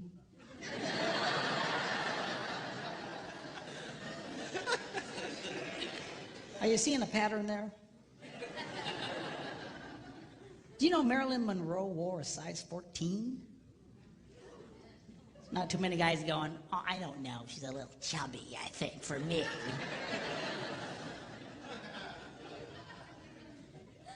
Did you know if Barbie were a real woman, she'd have to walk on all fours?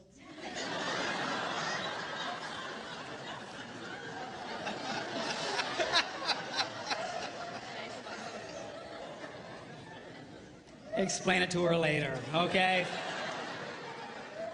I don't understand. Okay. Do you know the models in magazines, they're airbrushed? Do you know what that means? That means even those women don't look like those women. You're constantly staring at these pictures, comparing yourself to these perfect women. Man, I'd get depressed too. Man, my wife would buy one of those women's magazines. They're like this thick. It's like an encyclopedia. 98% of it are just ads. Pictures of other women. Beautiful, gorgeous, airbrushed women.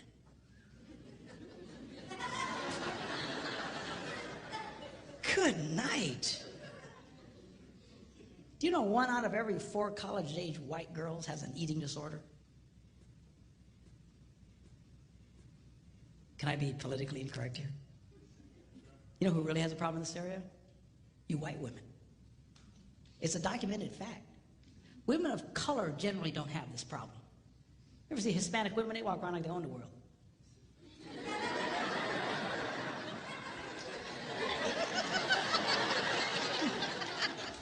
Black women, they care of themselves. What are you looking at?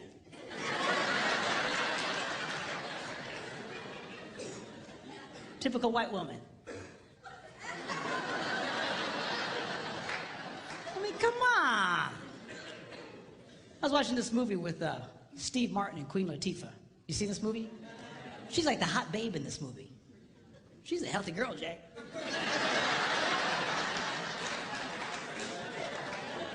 She's all over the place.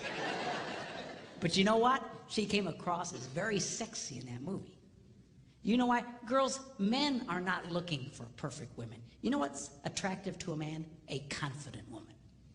When women carry themselves in a confident way like that, it's very attractive to a man. And you just be who you are. Just carry yourself with confidence. So you're not perfect. So what? Nobody's perfect. Even the perfect women aren't perfect. Now, tomorrow, I'm going to be sharing with you when we do our little talk about sex. I'm going to be reading from one of the most amazing books. It's one of the most ancient books about sex. And it's in the Bible. It's called the Song of Songs, or the Song of Solomon. And it's a very sexual book. A lot of people miss it because they're very poetic. They talk about pomegranates and bloom and secret gardens. And people go, man, people sure are into gardening. What's the deal here? You know, just... No, not gardening, okay? It's about sex. We're going to look at that tomorrow. But tonight, I want to just take a quick look at halfway through this book. He describes this woman that he's absolutely crazy about. I want you to see his description of her. He says this. He says, how beautiful your sandaled feet, O prince's daughter. So apparently she had great feet. Your graceful legs are like jewels, the work of a craftsman's hand. So she had great feet, great legs. Your navel is a rounded goblet. So she's got great feet, great legs, but she's got an outie.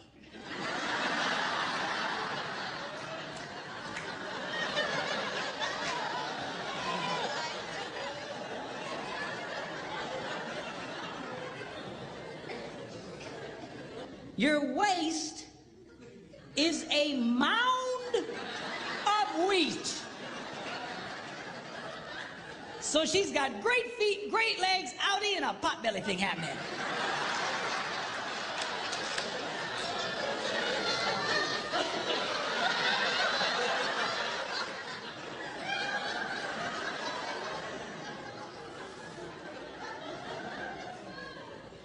Your two little itty bitty breasts are like two little itty bitty fawns. So she's got great feet, great legs, outie, pot belly, and little boobs.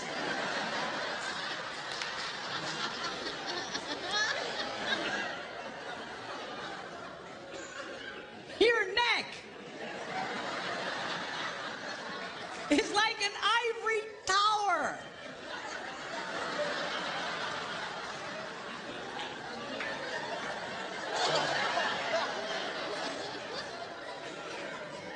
So she's got great feet, great legs, outie, potbelly, little boobs, and a big neck.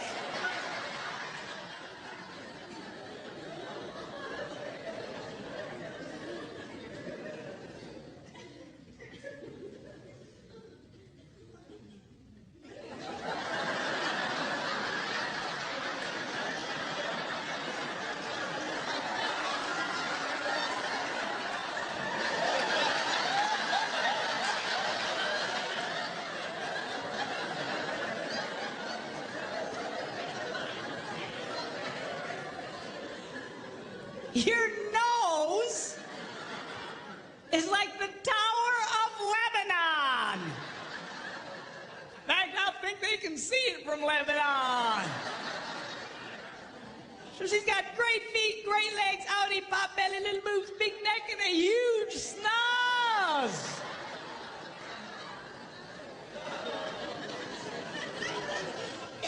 What does he say about her? He goes, oh, how beautiful you are. And how pleasing, oh love, with your delights. He was crazy about this woman. Men's brains, women's brains. Give, give, give, take, take, take, give, give, take, take, take, give, give, give, take, take, take. By the way, on this area of give and take, a lot of women have really been, and I'm speaking particularly of Christian organizations and Christian women's clubs. You know, they have these Christian women's retreats and stuff. I call them estrogen fests. And they're wonderful. They're great if you're a woman, I guess. But you know, a lot of you, I know what they're trying to say, but a lot of you have really gotten bad information, or at least faulty information. This is what's being said in a lot of these. What they're saying is unconditional love demands an unconditional relationship. Unconditional love demands an unconditional relationship. You should do anything for this man. You should just put out for this man. If you want sex, no matter what, just give it to him. Just la la la la la la la la. It all sounds spiritual and it all sounds wonderful. The only problem is it is patently false. Unconditional love demands a conditional relationship. The Bible is nothing if it is not a one big gigantic list of conditions. Are you hearing me? Well, doesn't God just love everybody? Yeah. Whosoever, God so loved the world that he gave his only begotten son that what? Whosoever believes. Conditional. You actually have to do something. Yes. You want God to get close to you? You know what the Bible says? What do you have to do? You have conditions. You have to, the whole thing is unconditional. I'm sorry. Yeah. An unconditional relationship will destroy your marriage. It will destroy any relationship. An unconditional relationship with a child will create a hellion. An unconditional relationship with a teenager, he'll destroy himself and take everybody he can with him. It is not healthy. It is not good. It is not holy. It sounds right, but it is not right. You girls need to get comfortable with this idea of taking in your relationships. Putting some conditions. Now, the stronger the relationship, the stronger the conditions can be. You need to be careful. All right? And I know I'm putting a lot of weight on the girls tonight. I'll beat up on the guys tomorrow. But, you know, the stronger the relationship, the stronger the condition. You got to be careful. It's kind of like, you know, if I play hide and seek with my grandsons, you know, you hide behind something, you know, that they can still see you. All right, come and find me. And they'll, you know, you know, you don't play hide and seek with a 2-year-old and run into the basement and hide under boxes. Because he won't get it. He just, you know, so you got to watch the conditions. In a healthy relationship, you can have higher and stronger conditions.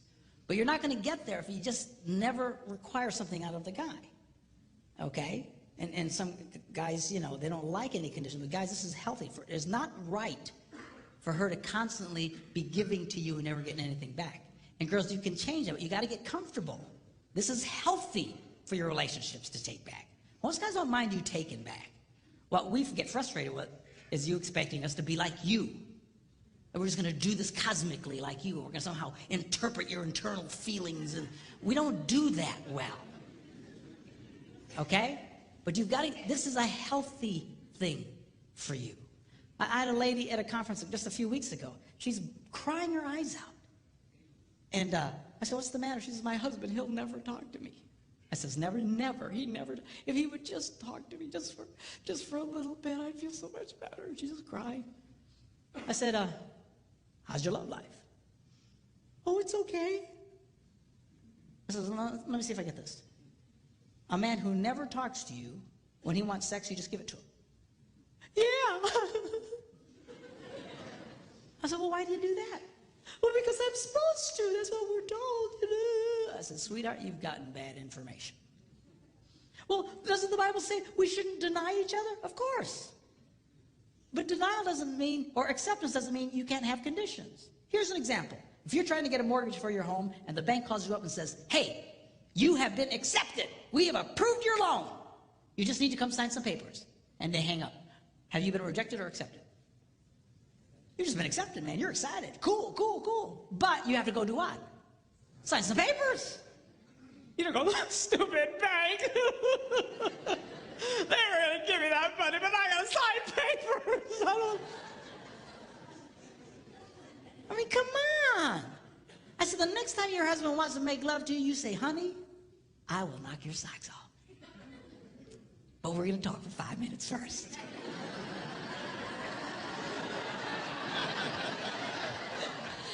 That's fine. That's healthy. You can do that? Yeah, you can do that. And most guys don't mind. You know, again, get us in that position. Start taking back from us. But again, you got to be careful. You got to be careful. If your relationship's real weak, you can't be demanding real heavy things. The heavier the start of the relationship, the tougher you can be. Here's an example. My wife, we have a very good relationship. All summer long, she's been telling me to kill the spiders in the house and in the garage and the outside around the house. We live near water, and spiders love water, and there's spiders everywhere. And I went and bought the poison and stuff to kill them, but I didn't feel like doing it.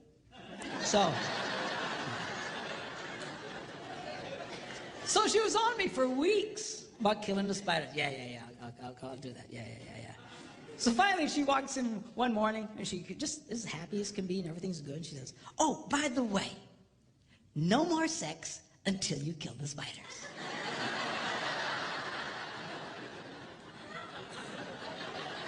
And she walked away.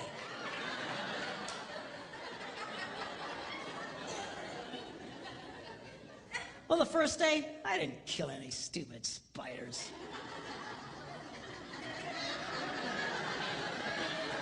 Second day, I didn't kill any stupid spiders. Third day, I'm killing every spider within miles of the place. I was killing die, you stupid spiders! I sprayed our house, I sprayed the neighbors' houses, man, I sprayed every...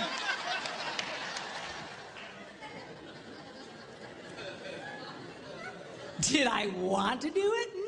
No. Did she care? Nope. And she's getting stuff out of the boy.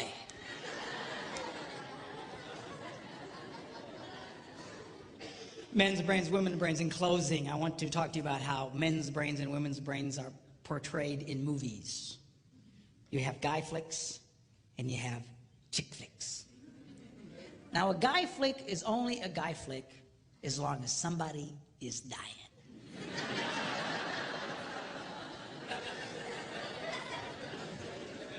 And the more horribly they die, the more we love it. You know, some guy gets his head chopped off, we go, oh, yes!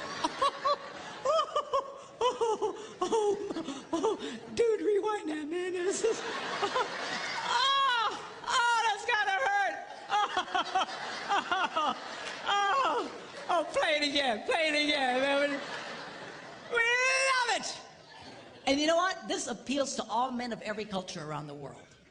There is something that God put in the heart of every man that just lights up at the idea of living your adventures and conquering your adversaries and going for your dreams.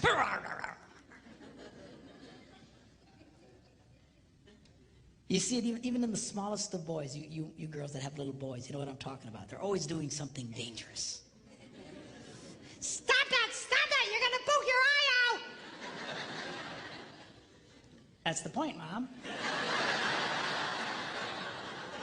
If you can't lose an eye, what's the point of playing?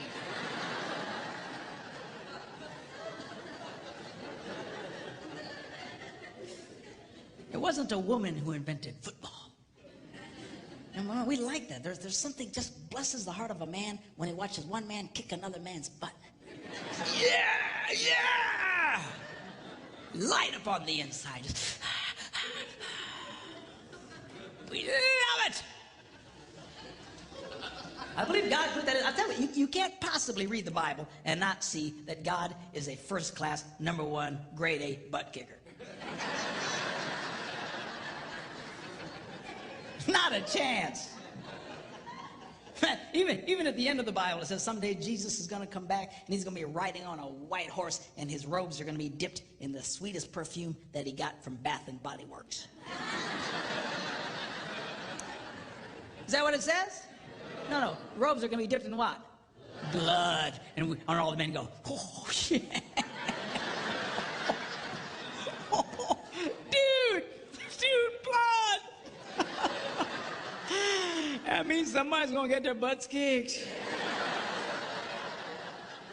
We love it. Now, women's movies, chick flicks, are a little different. Chick flicks are about connecting the wires.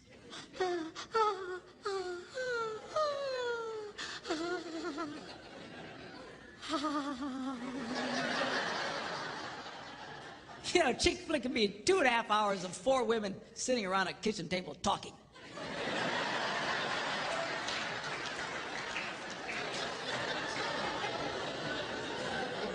And she'll be watching it going,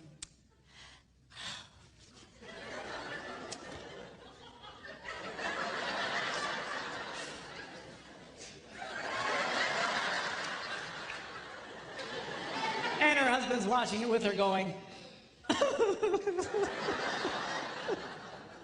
want to kill myself.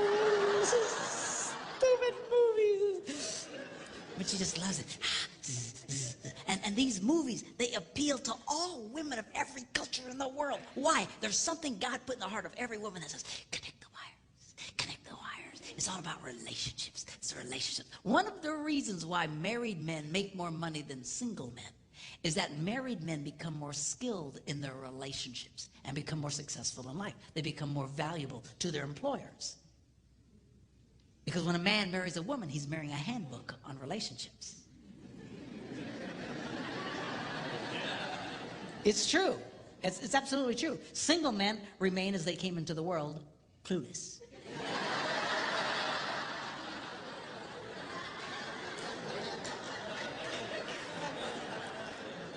Married men get feedback and they start learning, but you got to listen to her. No, we don't like listening to you. I got to be honest with you. Yeah. I'll come up with some great plan and my wife will say, Better not do that. "Oh, woman, what are you talking about?" I'm telling you, it's a bad idea. Oh, ah!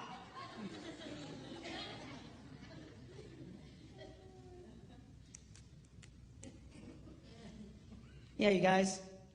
Yeah, we better not do that. Yeah. I just feel it in my spirit.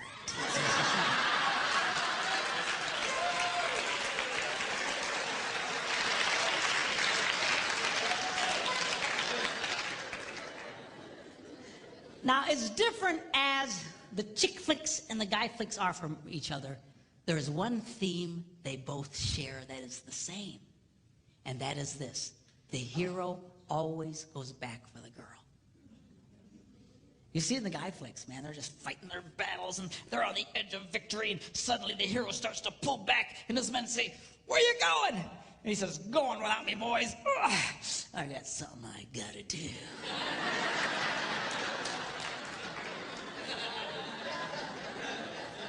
And at great risk to himself, he goes back for the girl and he rescues the girl. And guys watch that on the screen and we go, yeah. Women have the same theme. The boy always comes back for her. I was watching this chick flick, Jerry Maguire. Have you seen this one? And in this movie, they'd broken up, and finally he wins the big contract, and he realizes it doesn't mean anything because he doesn't have her.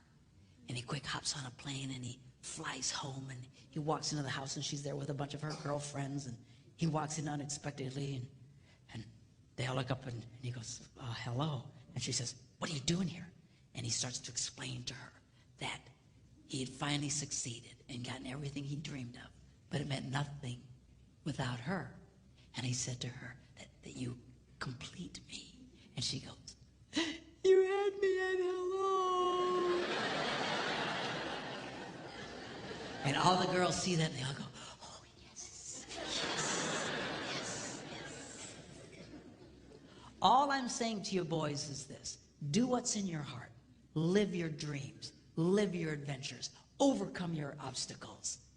Do what you gotta do. Just don't forget about the girl. I've never met a man who was a financial success and who had lost his family who ever said to me, "You know, it was worth it." It's never worth it. Don't be like Adam. You remember Adam in the Garden of Eden? Women say, "Where would you be without women?" I say, "Garden of Eden." But,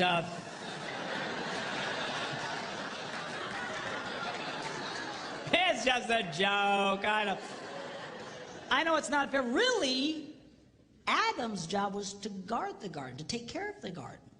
He fell down on the job. When that serpent came around, he should have kicked that thing out on its butt. I don't know if serpents had butts, but they don't now. When God takes care of you, man, I'm telling you, lose your butt altogether.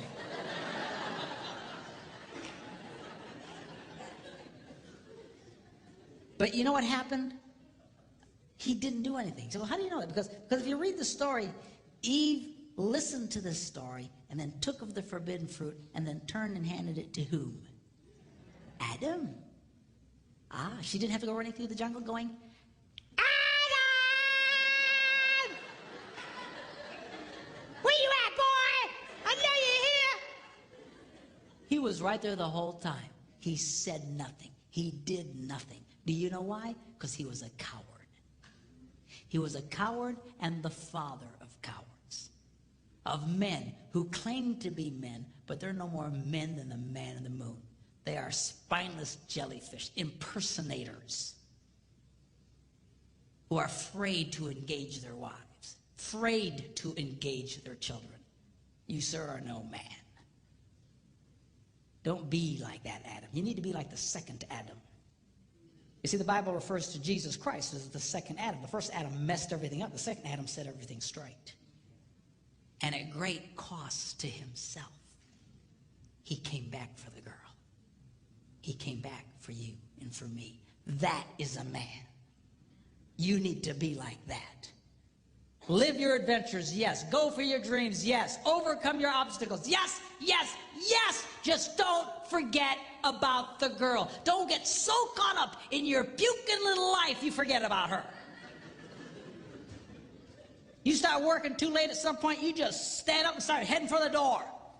All the guys will say, hey, where are you going? Just say, go on without me, boys. I got something I gotta do.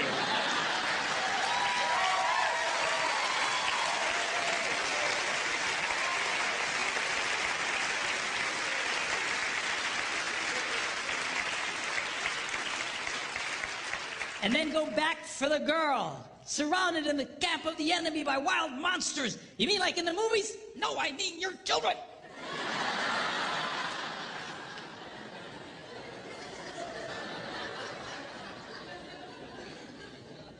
All I'm saying to you is do what's in your heart. It's in the heart of every man here, and it's in the heart of every woman here. Don't forget about her. Don't neglect her.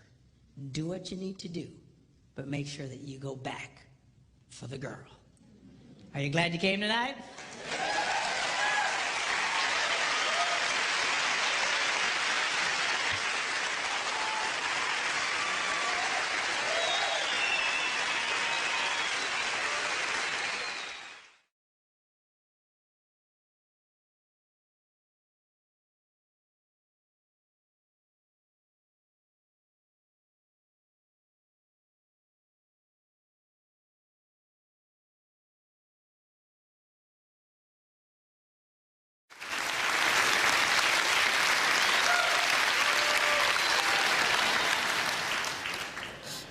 It is our differences that attract us to each other, and then they drive us crazy. And a lot of the struggle that happens in relationships is fundamentally trying to get you to be like me. Why can't you be like me? Why can't you be more like me? Why can't you think and act and respond like me? Because he ain't you, that's why. All right? And we start really fighting fundamentally who they are. It is the craziest thing. There's something wrong with all of us. I don't know what it is. But we feel that difference and we go, oh, there's something really special about that person. Yeah, you know what it is? They're the exact opposite of you. You finally found someone who's just the flip side of the coin and you go, oh, yes, yes, yes. And there's that sense of completeness, you know, because, you know, together you guys make a good person. All right? But because we're all a little unbalanced. We need that person to balance us out. But then we get married and, oh, man, it just starts driving us crazy. Now, what I've discovered is most couples don't understand what those differences are. They know there's something there, but they don't really get it. And we start fighting against fundamentally what the other person loves the most about life. Because what they love the most about life is usually not what we love the most about life. And couples have a real hard time expressing these feelings and these emotions and finding a way of clarifying just exactly who they are on the inside. And we've developed a program that helps couples to do this. It's called The Flag Page. And it was written by a good friend of mine, Larry Bellotta, a brilliant man who discovered the key to helping people succeed is showing them what's right about them, not what's wrong with them. So much of our efforts to help people starts with the premise, well, let's find out what's wrong with you. A lot of couples counseling is, let's focus on what's wrong with you. Now, I don't know how many of you are aware of this, and if you're a counselor or something here, you know, and you have a different result, don't get mad at me or throw anything. But the truth of the matter is, most people are not aware of it, but most counseling fails miserably. By and large, they have an 80% plus failure rate. Can you imagine going to a doctor where 80% of the people came out dead?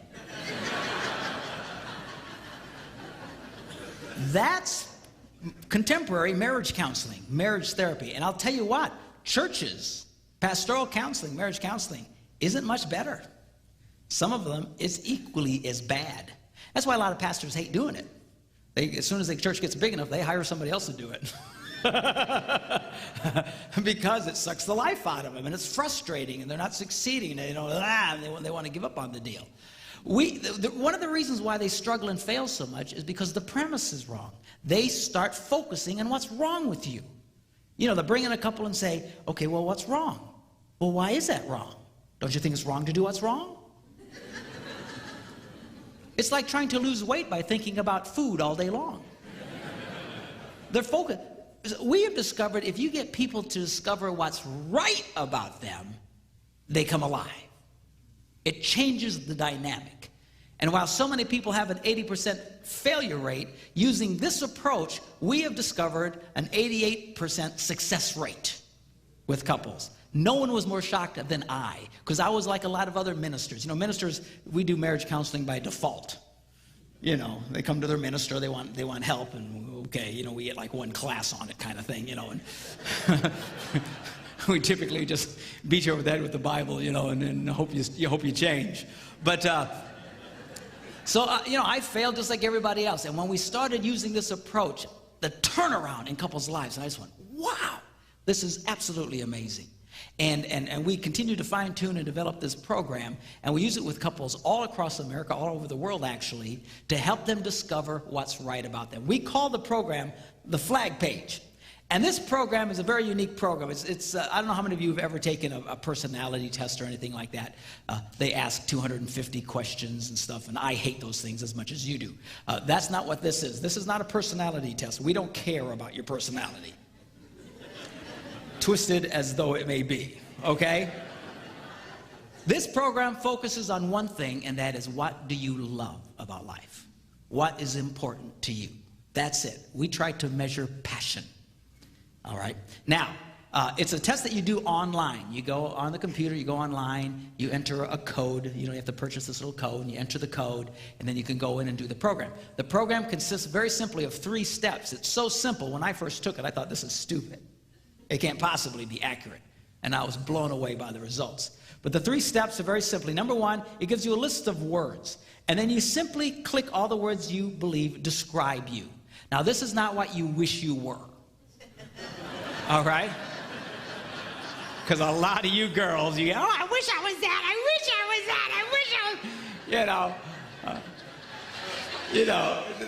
was... you'll just look like somebody else is all it is, okay? You'll look like what you wish. We don't care about that. Don't think in those terms. This isn't what you wish you were. This isn't what your mama told you had to be, okay? This is, yes, that describes me, yes or no. Boom. You pick the ones, you click a button, you go to step 2. You rate on a scale of 1 to 10 how specific words make you feel. 10 makes me feel great, 1 not so good, 5 in the middle, whatever.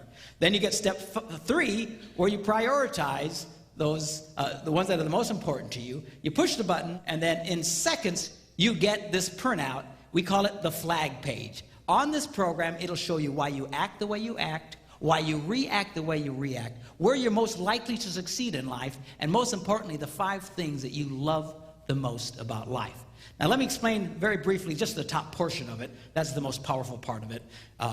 And we're going to start with this area in the corner here that shows these pictures. What we do, the first thing this thing does is breaks you into 4 temperament categories. Control, fun, perfect, peace. We call them countries.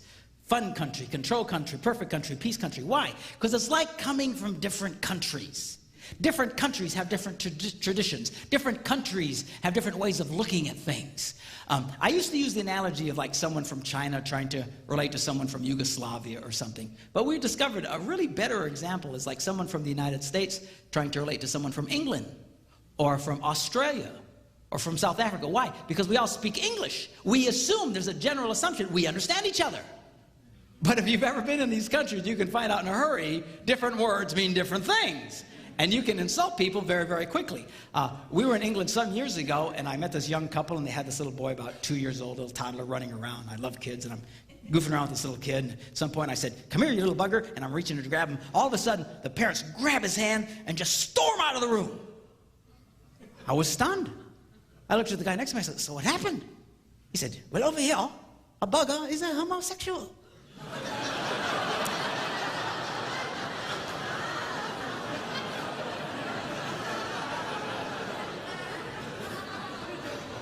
Well, that's not what I meant, okay?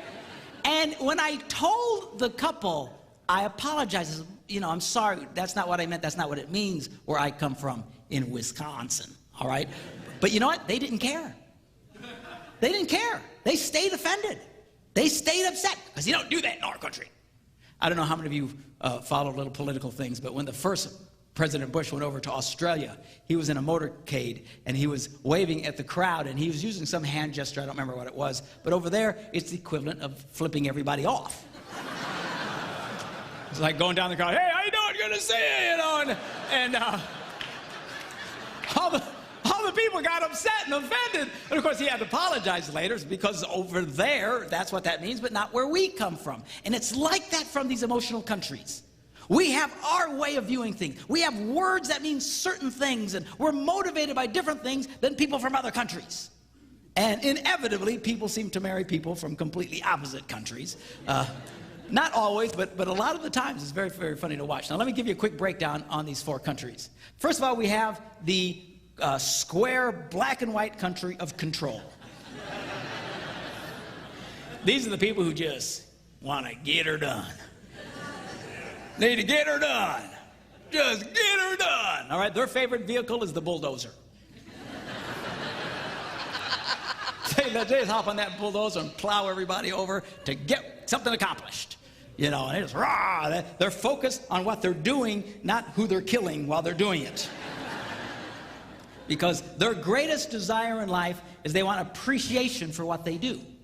They want appreciation for it. I want you to appreciate me. I told you last night how men like to be appreciated. Men like this really want to be appreciated. But there's women like this too. They want appreciation for what they do. Now, these people generally, depending on how passionate they are about it, they're so strong about it that the last thing in the world you want to do is appreciate them.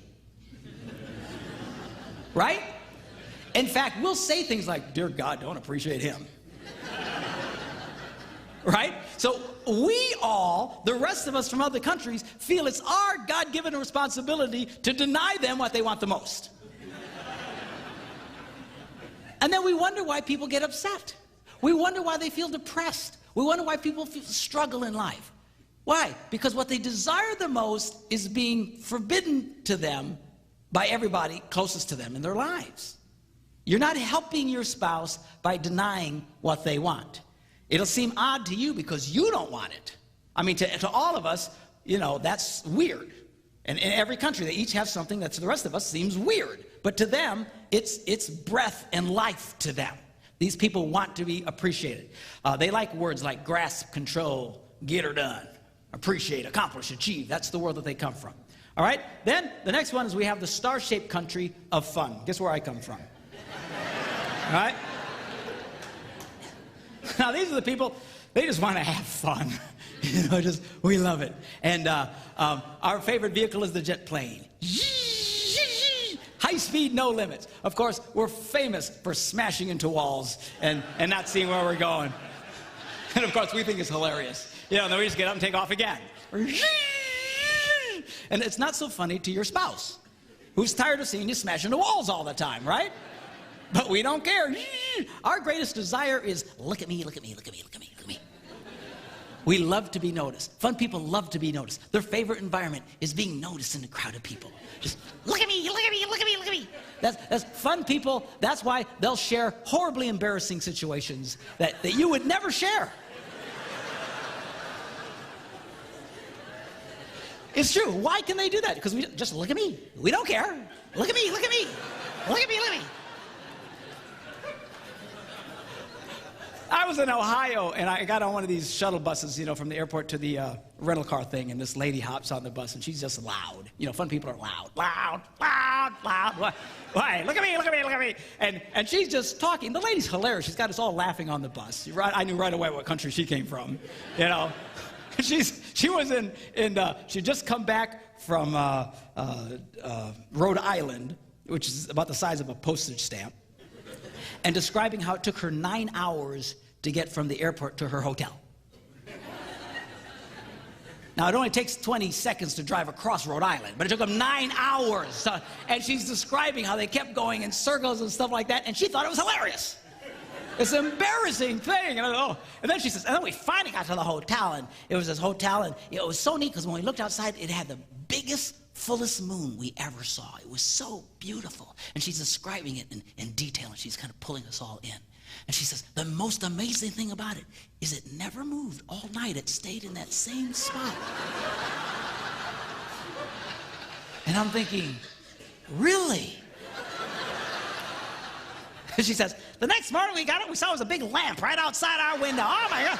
Oh, I felt so stupid. You know, it was...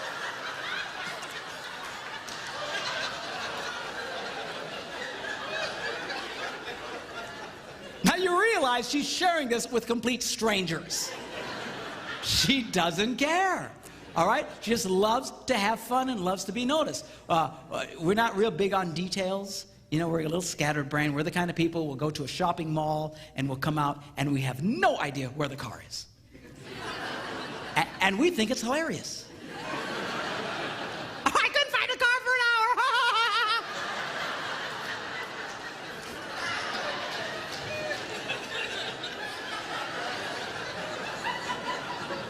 And of course, your spouse is not nearly as entertained by this. Highly irritated, okay? And what do? These people, they want to be noticed. All you fun people, what have you heard all your life from people? Oh, God, don't notice them. Don't encourage them. Don't encourage them. So everybody closest to you works the hardest to deny you what you want the most. And if they succeed, you will be depressed. You will be frustrated. You will not be happy if they win. There's this constant war between the countries here. Now look at the words they like to use. Really, happy, good time, funny, great, ha ha ha. Now, we get a lot of people from Fun Country coming to my event because it's called Laugh Your Way to a Better Marriage. And just the title alone, they're in. Ha ha, okay, let's go. Ha ha, I love it, I love it. And what are they doing? They're trying to sell everybody by using their words. So if they're married to a control person, they're coming up saying, oh, come on, you need to come. It'll be really fun. It'll be really great. Oh, that's such a blast. But you're speaking Swahili to this guy. See? Because there's not one word you said that appeals to him at all. No, come on, it'll be really fun, it'll be really fun, it'll be really fun. We all like using our own language. And then we can't even begin to comprehend why the phrase really fun doesn't motivate you to come. All right? If you really wanted to succeed with Mr. Control or Mrs. Control, you would use their language. You would say, honey, you know, we ought to go to this thing because we'll be able to achieve more in our marriage, we'll be able to accomplish more, we'll be able to get more done, and we'll succeed more in our relationship. Now you're talking his language. Do you see the difference? But we don't want to do that. We don't even care what the other language is. We just want to use our language. And it gets us in trouble. So this is important to try and understand. Then we have the people from the diamond-shaped, hard, perfect world of perfect. And these are the people, they just want to get it right. It's just details, details, details. They view the world under a magnifying glass, you know. And they're always looking for flaws. And their way of saying, I love you, is let me tell you what's wrong with you. You know what I'm talking?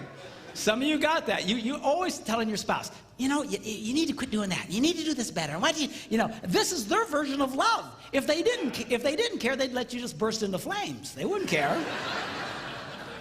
You're about to drive over a cliff, they don't know you, they don't care, just see you.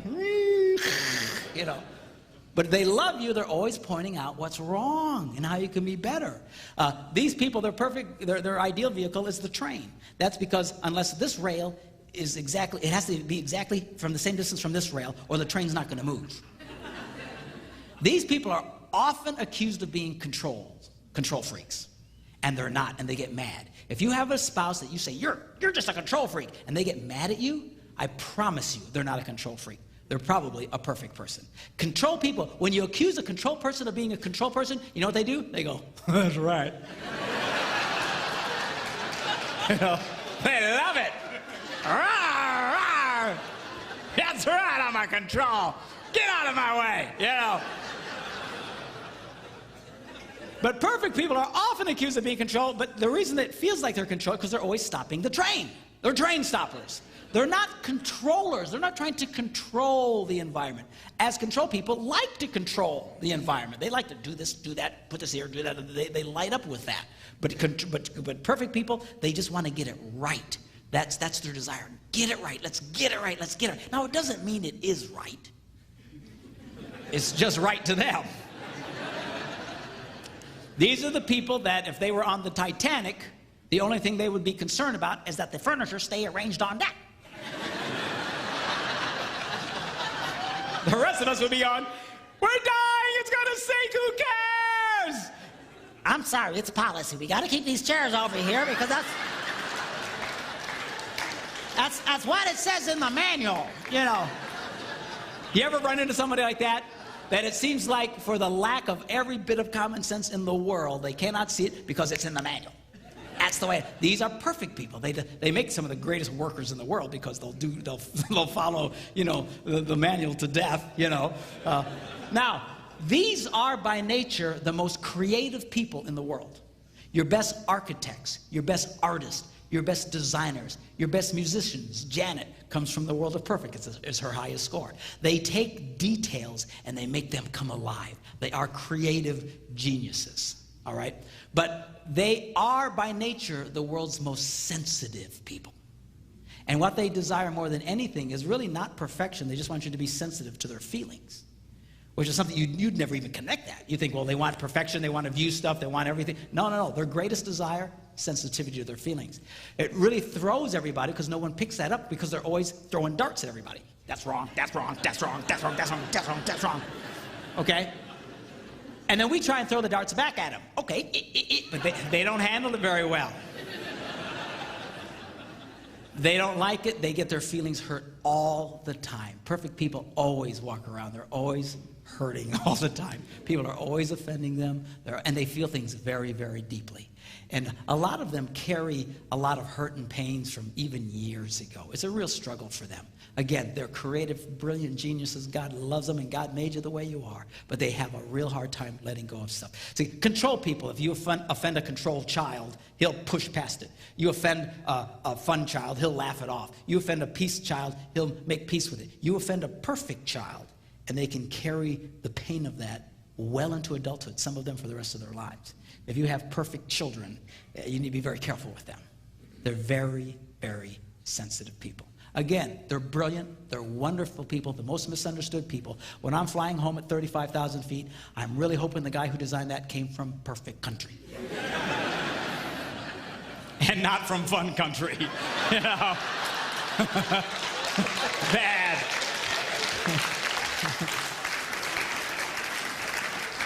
Because all we care about is that it looked cool. And if it blows up, we go, oh man, did you see that?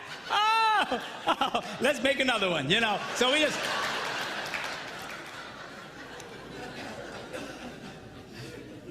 They like words like ideal, right, details, feel, that sort of thing.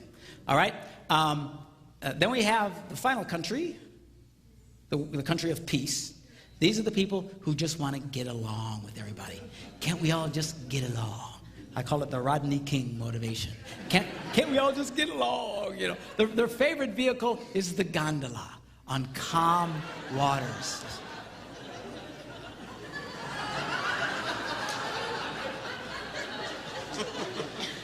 They hate emotional waves. They just hate it.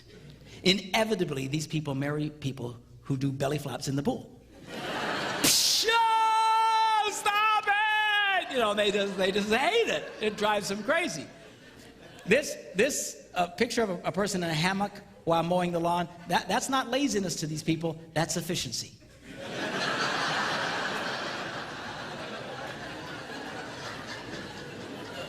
Stay calm. Just stay calm. They like words like no hassle, the easy way, relax, low maintenance, smart. They just like doing things, with as little discomfort as possible. Now, these people's greatest desire, the control and fun are the easiest to recognize what their desire is. Perfect and peace is harder. Perfect, I explained to you, but peace people, what their greatest desire is for you to respect who they are. That's what they really want. The problem is, these are the easiest people in the world to disrespect. It is because they're so nice. And they're so placid and so bendable. They're just... And when anybody from the other countries run into a peace person, we immediately think, here's a chance for a convert.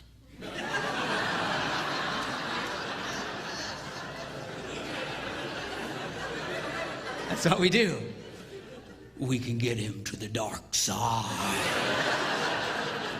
Follow the dark side. Because we think, because they're so nice, they really need what we have. And we can bring them to our side. So control people, they'll come to a peace person and say, you need to get more done in your life. And a peace person will go, okay. And a fun person will say, you need to be more excited about life. And they'll go, okay. And a perfect person says, you need to get it right. And they'll go, yes, you're right.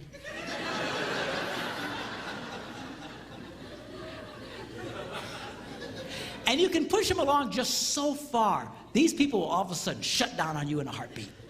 And the reason, and it'll shock you to say, what happened? It's because at some point you start disrespecting them and you start insulting them.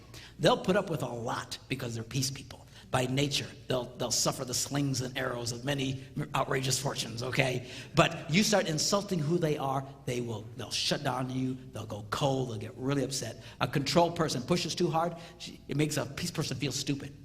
You make a peace person starting to feel stupid, they'll really get upset with you. A fun person can make them feel like a dud. You make them feel like a dud, they'll shut down.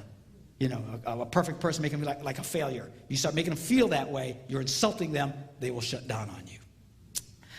If war breaks out between the other three countries, these people all hide.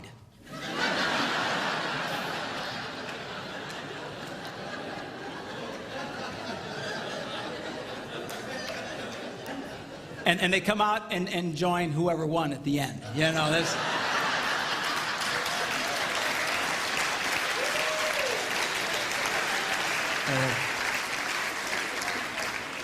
which makes the other two want to kill him, okay?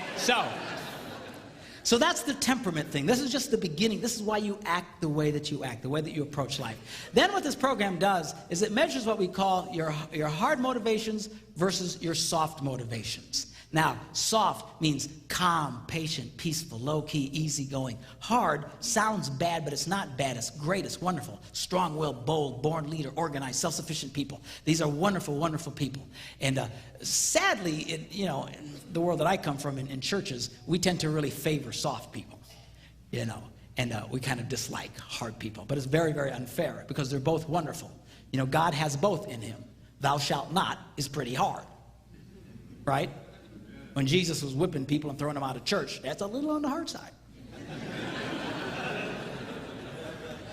All right, but then he also was compassionate and forgave people even their most outrageous offenses. And that was his soft side. So, while God is perfect, we have varying degrees of all this. And this program actually measures this in you. And it's very, very interesting. And then we'll stop with this part of it. But this is what we call the flag, hence the name Flag Page. And this shows you your top 5 motivations, the 5 things you love the most about life. And we do them in order of importance to you. And this is really significant because oftentimes couples not only fail to appreciate what the other person loves, but they criticize it in them. And when you start criticizing what the other person loves the most about life, it really causes a great deal of pain. And you start tearing at their heart. We have a phrase that says, don't step on my flag, And the problem is, we all appreciate the things that we love the most. When we see your spouse's flag, you don't get nearly as excited about it. You get thrilled by your own, but you look at theirs and go, oh, that's too bad.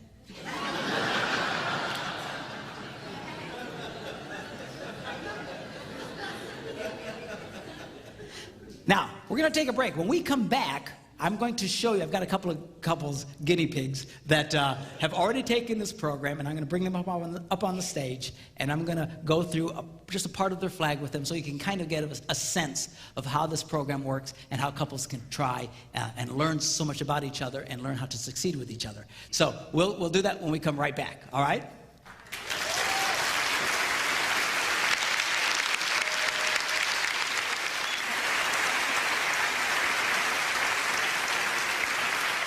Okay, we have with us now Keith and Dana Stasser, is that? Stacer, okay. And we're going to look at the Stacers. They're my next guinea pigs here. Okay, so we look at Keith. His is a fun guy. He likes being up here. Look at me, okay? Look at this, 188. This boy's on drugs, man. I'm telling you.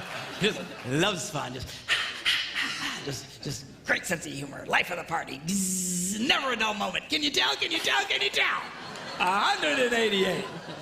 Okay. 78, perfect. Fun, perfect people. We call these people the world's greatest entertainers, or the most creative people. You know, they have fun, but they get it right. And they get it right, and they have fun.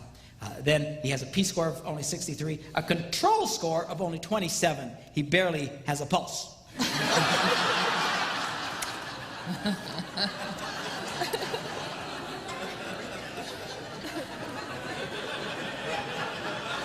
Who just happens to be married to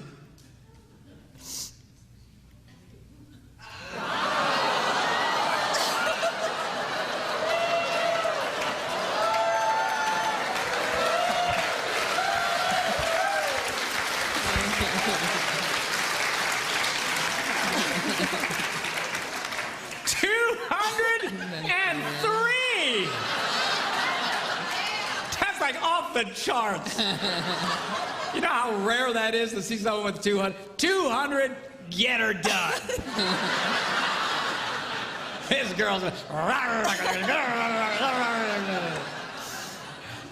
so Mr. 23 Control is married to Mrs. 203 Control. What a shock! I can't believe it, you know. Oh, I'm gonna cry. Now, her next highest one is peace. So she's what we call a control peace woman, peace control woman. We call these people the world's greatest managers. Why? They get stuff done, but they get along with people. They get along with people, but they get stuff done. And that's her world. That's the world that she moves in. Okay? Now, whoops, wrong button. Keith, we measure here his hard and soft. Look at the difference here. 89. He's very high on the soft side, very low on the hard side. Here's a guy who's very much a soft-hearted guy, desires to be very relational. That's a huge jump, 89. Usually, and I don't know Keith, but usually guys like this, if you force them to go into the hard side, you don't like the result. These are the guys, they get upset, they go psycho on you.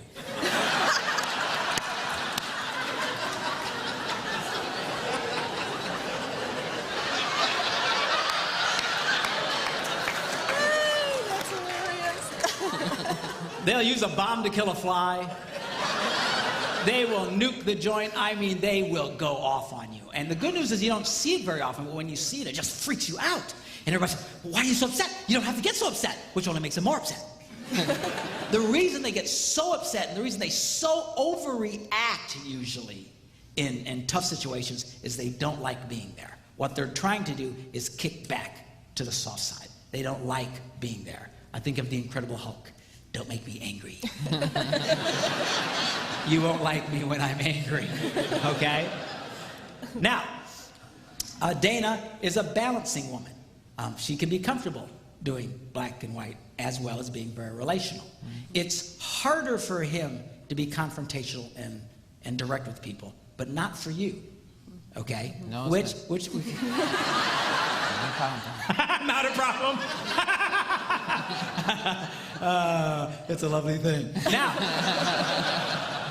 the reason that can mess with you, and I don't know you guys, but a lot of couples, they can feel bad about that because our culture approves of hard men, like the first guy that was here, and soft women. We don't particularly care for tough women and soft men. And a lot of times they can feel like there's something wrong. There's nothing wrong with you. This is exactly who God made you to be, and it's fine. You might find yourself in a situation where you'll be saying to him, why can't you tell the kids no? Why can't you call that guy and say that? Why can't you be a man? Or whatever words you want to use. The thing is, it's because he doesn't like that. If it's confrontational, if it's hard, he will let you take over really quickly. And that's fine. There's nothing wrong with this. In fact, a woman who's a big control, tons of confidence, quick to action, she just, there's nothing wrong with that. It's great. And a lot of times in churches, we criticize strong women, particularly women who by nature are quick to make decisions, quick, and to lead, and especially in tough situations. And we think, you're usurping authority. Baloney. They're not usurping authority. See, we misunderstand that in this nation, in this Western culture, because we think authority is tied to what you do. Whoever does the most has the authority. Wrong. In Eastern culture, they understand authority is not based on what you do, it's based on who you are. See, they have kings and that sort of thing. We fought wars to get rid of kings, but they have kings and stuff. And whether a king is a great king or a bum is irrelevant. He's still the king. They understand that.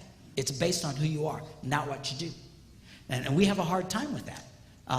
Even in Eastern religious culture, a lot of their worship songs celebrate the Christ and the inherent Godhead that was in Jesus, and they celebrate Christ for who he is. In Western culture, our songs are all about, let's celebrate Jesus for what he's done. See, everything's about doing here. And we misunderstand. We think because a woman's doing a lot, she's taking. No, that has nothing to do with authority. Best example of that in the Old Testament is when you read the story about Joseph in Egypt. The Pharaoh put him in charge of everything. Joseph made every decision about everything. He called all the shots in Egypt. The Bible says there was not one thing that Joseph was not in charge for and responsible for. If you came into Egypt, you'd have swore Joseph was the Pharaoh. But was Joseph the Pharaoh? Never. Never. Never at one time. The people even think he was the Pharaoh. Why? Because they got it. I don't know what the Pharaoh did. Sit around eating bonbons all day long. I have no idea. But it was irrelevant. What you do does not make you the king.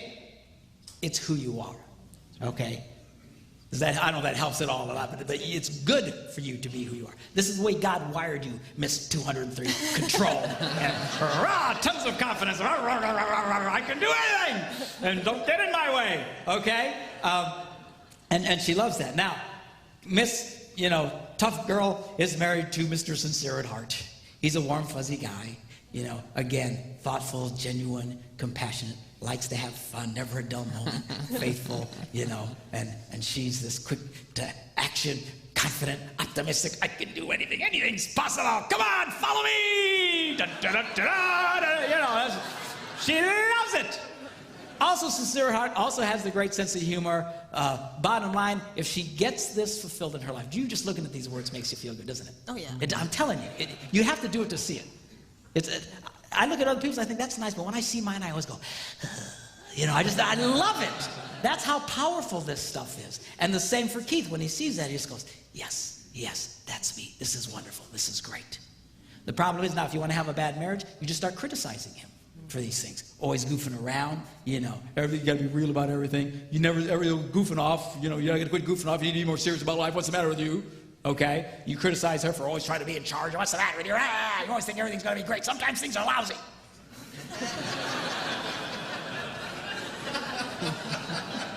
You need to be more real. What's the matter with you? And when you do that now, see, you could say that to me, it wouldn't hurt me. Because I don't have any of this. I just go, all right, I can work on that. You do that to her, now you're tearing at her heart.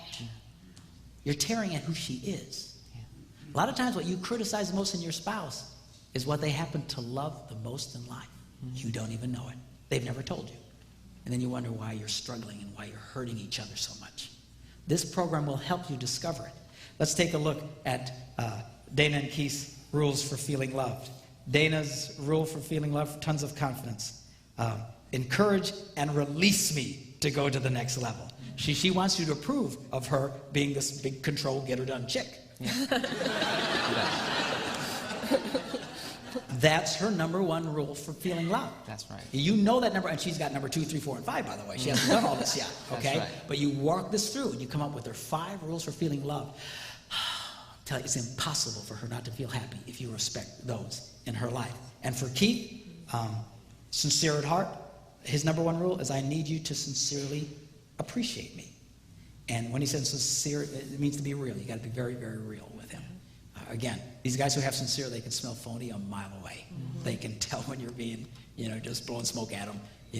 The more real you are with him and you appreciate him, the more he'll come to life. And again, he also has 2, 3, 4, and 5. And again, you get these 5 rules in their lives, and these people will come to life, and they will succeed at a level. And check it out, neither one of them has to change. And they can be completely happy. I believe you could stick virtually any 2 people in the world together. This is not eharmony.com, okay? We do not care about that. This isn't trying to find, why are we the most alike? It doesn't matter if you have exactly the same stuff or you're totally different. Bottom line is if you will respect, honor, and encourage each other, just these 5 things. Stop and think about that. You do this program, I can show you 5 things. If you will do those 5 things, you will have a happy wife. Take it to the bank. You do these 5 things, I can show you how you can have an absolutely thrilled and encouraged, happy man in your life. But a lot of us don't even know what they are. We never talk about it. That's the power of this program.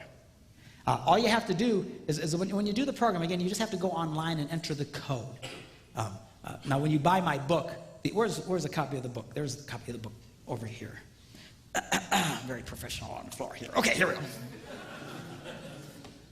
Here's a copy of my book.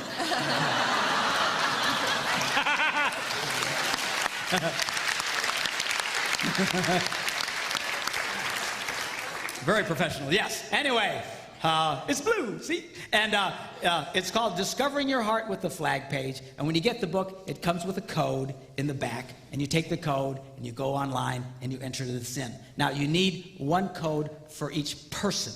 So if you want to get the book and you want one for your spouse, you'll have to buy the code. The codes are only $10. They're very affordable. And it's certain for $10, man, to find out what you can find in this thing is absolutely life-changing. And I'll tell you who this is really great for, teenagers. Yeah. Nobody's more confused about who they are in life than a teenager. And unlike an adult who wants you to understand them, teenagers don't want you to understand them. It's true. They're blowing smoke all the time trying to confuse you. You get this program and you'll find out.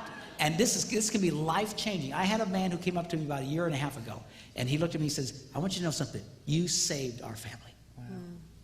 I said, what do you mean?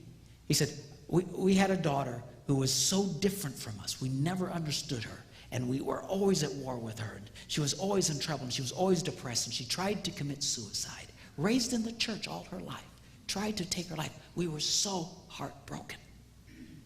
He said, we heard about this program and your book, and he says, we did this with her. And we came up with her 5 rules to feel loved. And when I saw her 5 rules to feel loved, he says, I wept. Because I realized I had been breaking all 5 of those all the time. And he says, and sincerely, Pastor, he says, I never knew it. I never knew. But when I saw that, I determined I'm going to start respecting what this young girl needs. He said the change in her was dramatic. And it is. When you start giving people what they truly need in life, the change is powerful and dramatic. He says the turnaround in her attitude changed. She was up and positive. She's in school today. She's even thinking about going into the ministry. That was the power of understanding her heart and recognizing who she is. There's lots of reasons why we struggle with this today. Lots of psychological and sociological reasons that I talk a little bit about in the book, but it doesn't matter. Who cares why we're where we're at? You and I don't have the power to change our culture. Just so that you know, our culture, the way it is today, has given people, we've given birth to entire generations now who are completely clueless about who they are. It wasn't like that for a very, very long time throughout history, but it is that way now. This program will help you to center on the inside, understand who you are, who God made you to be. And I'll tell you who really was impacted by this program and fell in love with it big time was me. Because all my life I had been criticized for doing and being who I was. Are you kidding? A pastor? You know what's on my A box? Good on stage. fun, loves people, inspiration. You know, I love to make people laugh. And the static I got all my life, you can't do that. You can't get up in the pulpit and start goofing around like that. What's the matter with you? You don't always got to be in front of people. You need to be more humble.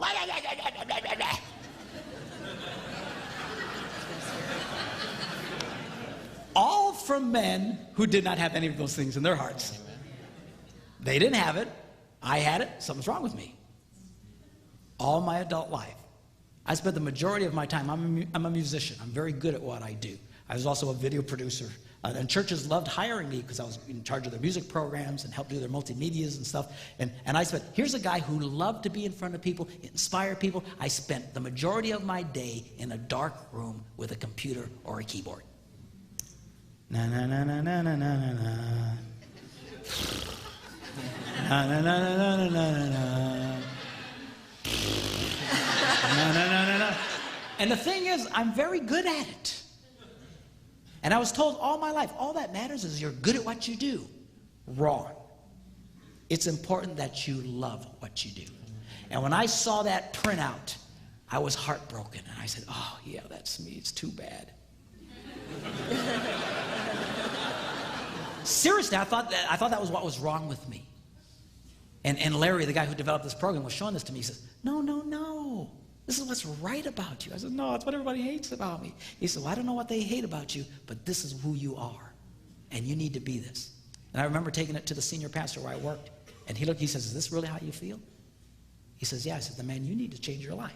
And he helped me launch into what I'm doing today. And now I'm touching millions of people's lives, doing all the stuff everybody told me I couldn't do.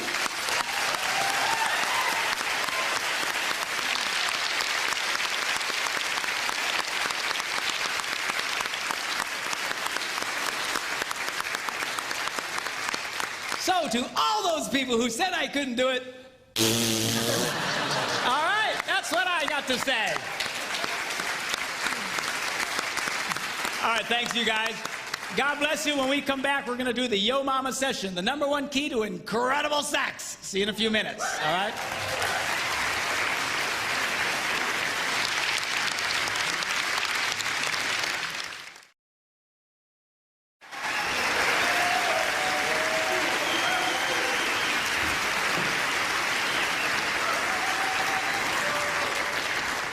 Okay, now we're going to do the Yo Mama session, the #1 key to incredible sex. And I just want to set this up a little bit for you guys so you can kind of understand where I'm coming from. In addition to some of the things that I do, being a minister and a relationship speaker and a musician and whatever, I'm also a pilot. And if I were to try and tell you how to go from my home airport in Stevens Point, Wisconsin, to Green Bay. Ooh, we got a Green Bay person there. They say, Pastor, how do you get there? I'd say, well, you pretty much would fly a heading of 090. Actually, technically, it's a little more north of that, but for our example, that's fine.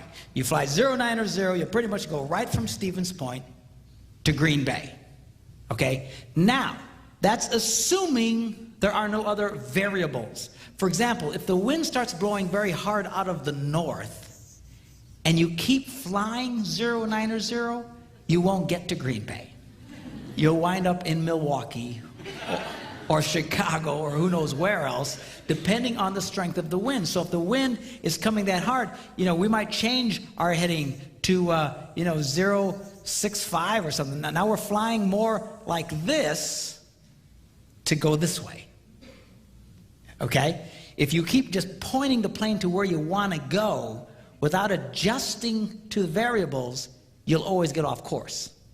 So it seems kind of odd, but a lot of times you're flying in weird angles so you can go straight. Now, what I'm going to share with you when I talk about sexual issues here is how to get from point A to point B. But it depends on your variables, and everybody has them. All right? And it's impossible for me to cover all of that in this session. I'll try and do the best that I can. But you're going to have to use your own best wisdom, your best judgment, common sense to understand why something I might share may not exactly help you get to where you need to get because of your past or whatever the deal is. And then you adjust accordingly. And if you're really stuck, give us a call. Call our office. We would love to help you.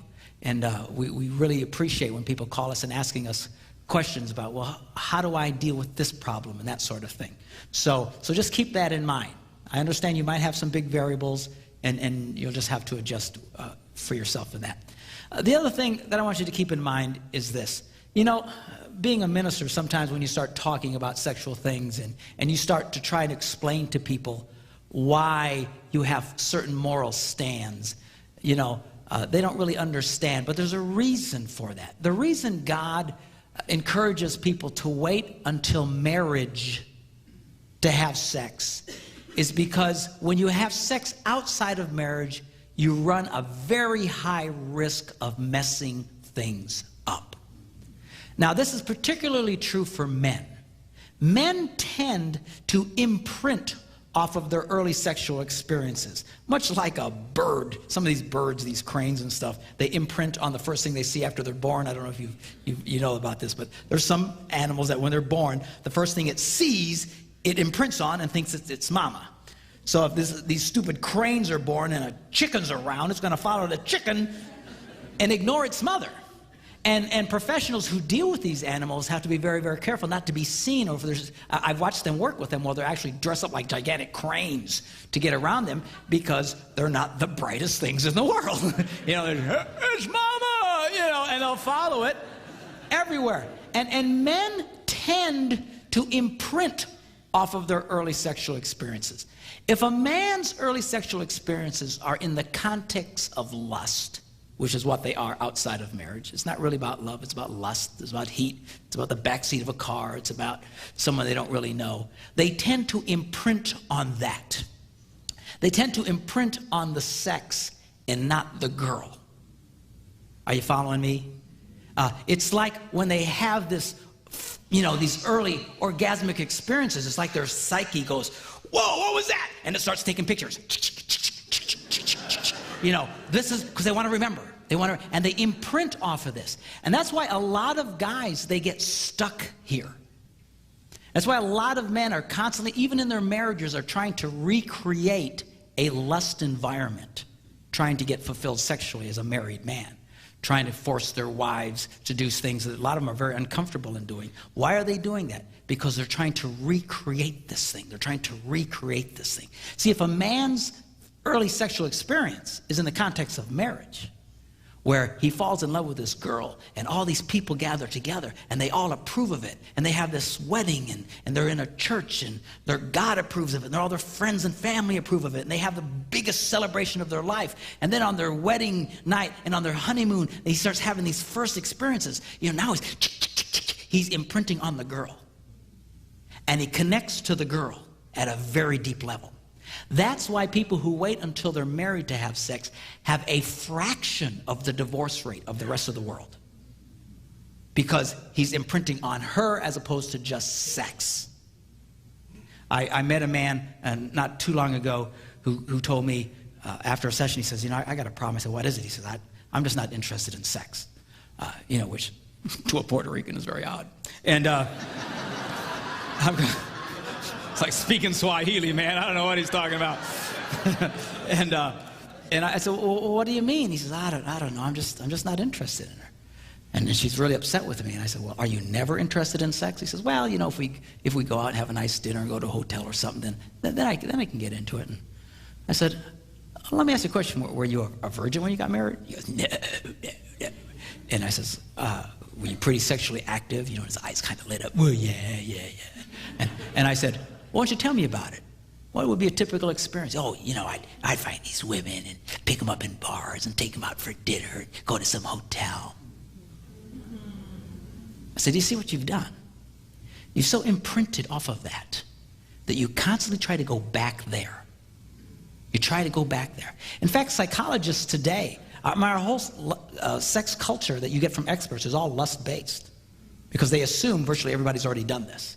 So they try and encourage people to keep recreating and keep fantasizing and keep imagining and all this other kind of stuff. And it can be very, very destructive. And men can have a really hard time really truly connecting with their wives. Can you get past that? Yes, you can. And I'm going to show you how. But you just got to understand it's going to be different for you than for everybody else. Same was true with women. They also imprint, but they imprint in a different way. It's not so much on the sex as so much what happens after the sex. And when women have sex outside of marriage, nothing happens after sex. There's no connection. There's no follow-up. They imprint on that sex equals nothing. Sex means nothing. That's why so many married women have such negative attitudes about sex. What I was talking about last night, how this is such a key thing, they don't even comprehend it because they have learned falsely that sex means nothing. If a woman waits until her wedding night and sees how that is how she connects with this guy, she understands this means everything. This is a key. This is a very fundamental thing. Particularly, you feel very bad for women who've been sexually molested, because not only does it mean anything, their whole experience was forced on them, and that so has such an impact. Those early experiences are so important. It's not like God is embarrassed about sex. God is not a prude. He's seen you naked. He can handle it. It would really freak me out, but he can handle it. Some people say, yeah, you shouldn't have sex before marriage. Yeah, it's just puritanical nonsense. No, no, no, no. This stuff has a huge impact on people that a lot of you will struggle with this for the rest of your life. I'm going to show you how to help you with the struggle, which is not what you want to hear. You want to hear how you just fix it and it'll all go away.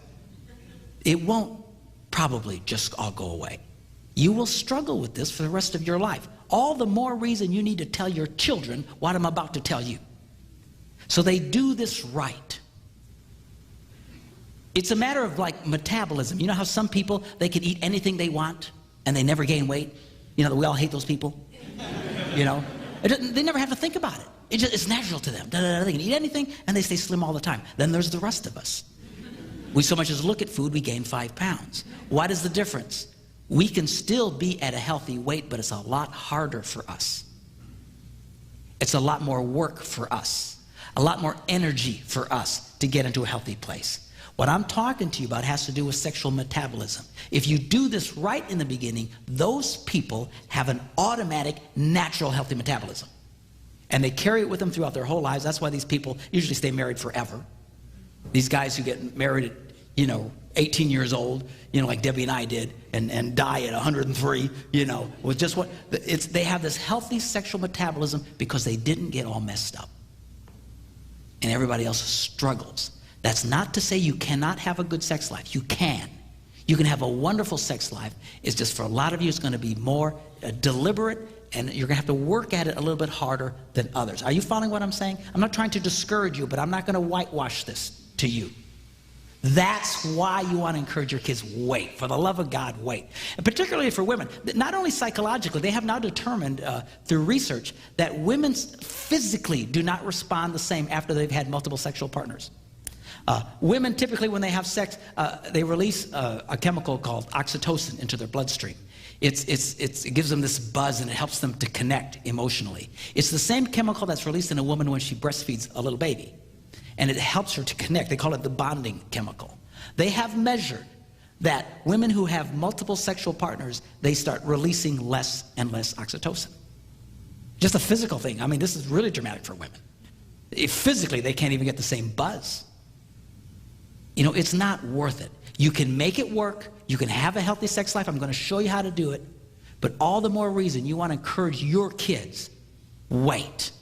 Do this right. Don't tell them sex is wrong. Sex is wrong. Man, I tell my kids sex rocks. Man, sign me up, Jack. I like this. All right? But do it the right way. If you don't do it the right way, they can struggle. Some of you are struggling now. Some of you will struggle for the rest of your lives. You can get it right. Just your metabolism is going to be different. It'll take more energy, and that's okay. Are you hearing me? Don't get discouraged. You can still do it. It'll just be different than if you would have waited. I wish to God we'd all waited.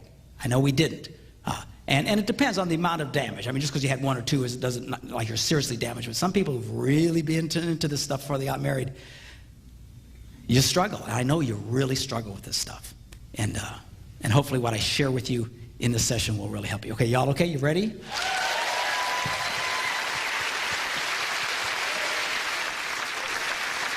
Now what we're going to do is we are going to focus on the woman. You say, why is that? Because she's a lot more complicated than you.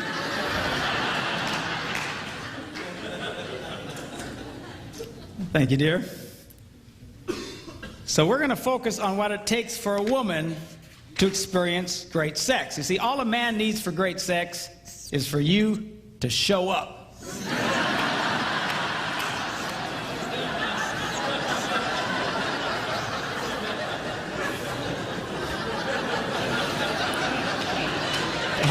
All we need is oxygen.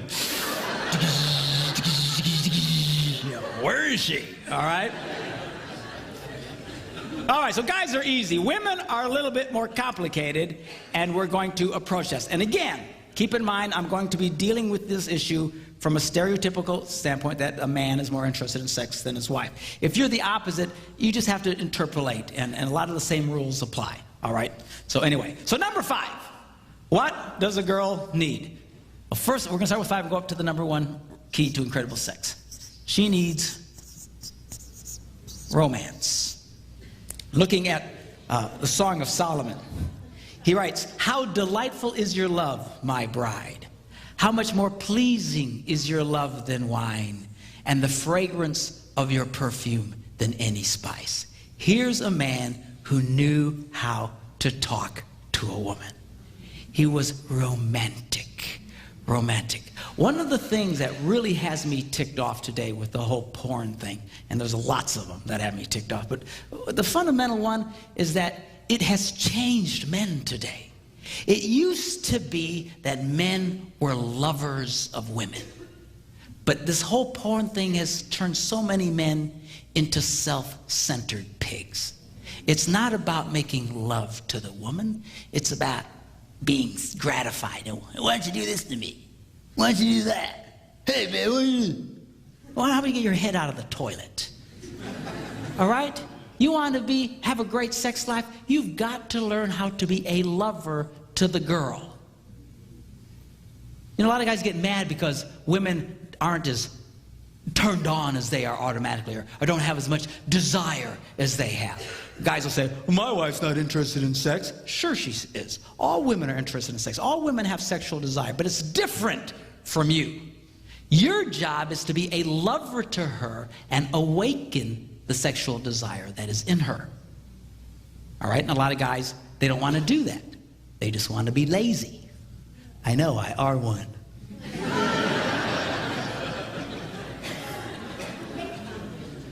The guy should focus on the girl. It should be the man's goal to bring his wife to orgasm. You know, and you usually can tell by the way she responds, the little oohs and the ahs, and some of y'all it's yee-haw!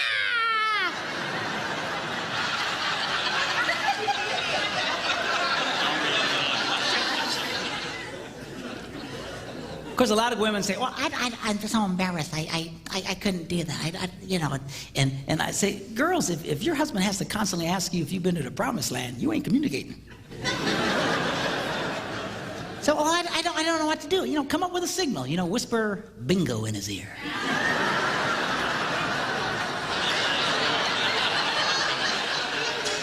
It makes for great code later. You can talk around the kids. They have no idea what you're talking about. Hey, baby, you up for some bingo later? Yeah, I can do some bingo, you know. Your kids will say, man, you ever see mom and dad play bingo? What's with the bingo thing, you know?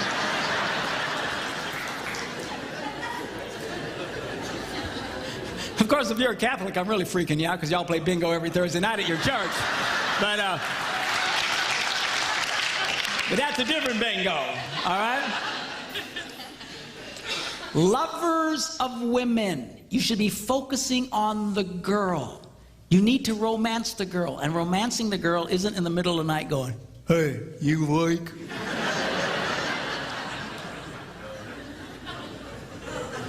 Say, well, I'm interested then. Well, you know, look, if your wife likes you waking her up in the dead of sleep, then go for it. I don't care. the minute you feel turned on, you don't have to be immediately gratified. All that's doing is God reminding you, be nice to the girl. Be nice to the girl. Be nice to the girl. All right? And then that should kick you into your romantic mode, not your, hey, come here, baby.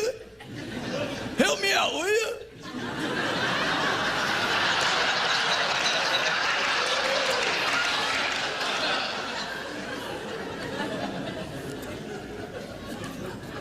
It is your job to be a lover to the girl. And I'll tell you what, this whole desire thing really has a lot of couples stressed out. Because we've always heard, all of our lives and all the books and all the sex education, this is how it works. Desire leads to arousal, which leads to sex. Right? We've all heard that. Great. Only one problem with that. It's not true for millions of people, particularly women. There's some guys, this works for them too, and they really struggle because I'm a man, I should be this way, but a lot of people, they're not. A lot of women exhibit little to no desire at all. And then they feel badly about themselves because they think, well, I should. I should. Who told you you should?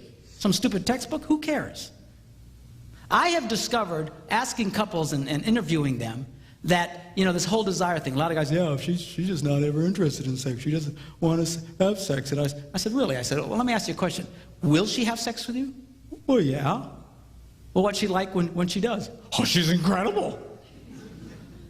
In fact, I've actually come to the point, I don't have any data to support this, but just, from the couples I've talked to, but I've come to believe that some of the most sexual people on the planet exhibit little to no desire at all up front. In fact, a lot of women who are incredible sexual animals only feel like doing it when they're doing it. They don't lead with this big desire thing in front. Now stop and think how that changes your view of yourself. Because right now, if you think, well, gee, I never feel that much, there's something wrong with me, and then you develop a negative attitude about sex. See? And a lot of guys get angry at their wives because, well, she never initiates it. She never wants. Well, who cares? Who cares? I promise you, in my house, I am the initiator.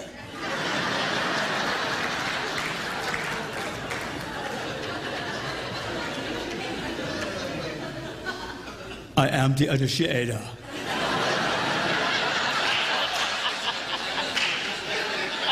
I will initiate, and then I'll be back.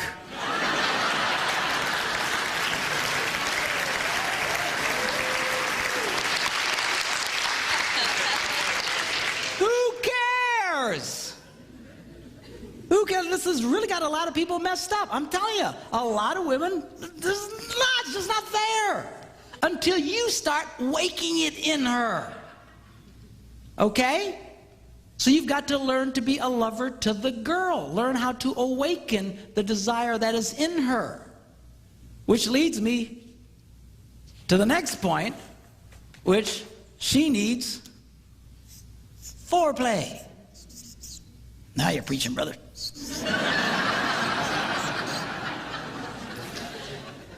And let me say this to you.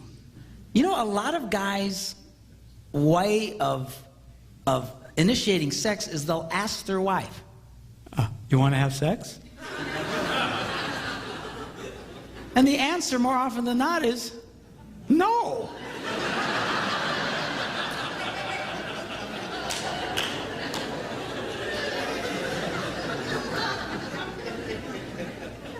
Why would you ask a question that's most likely to be responded with a no? I never ask my wife if she wants to have sex. Never. I just go for it. Because I am the initiator. You may not feel like it now, but you will when I'm finished.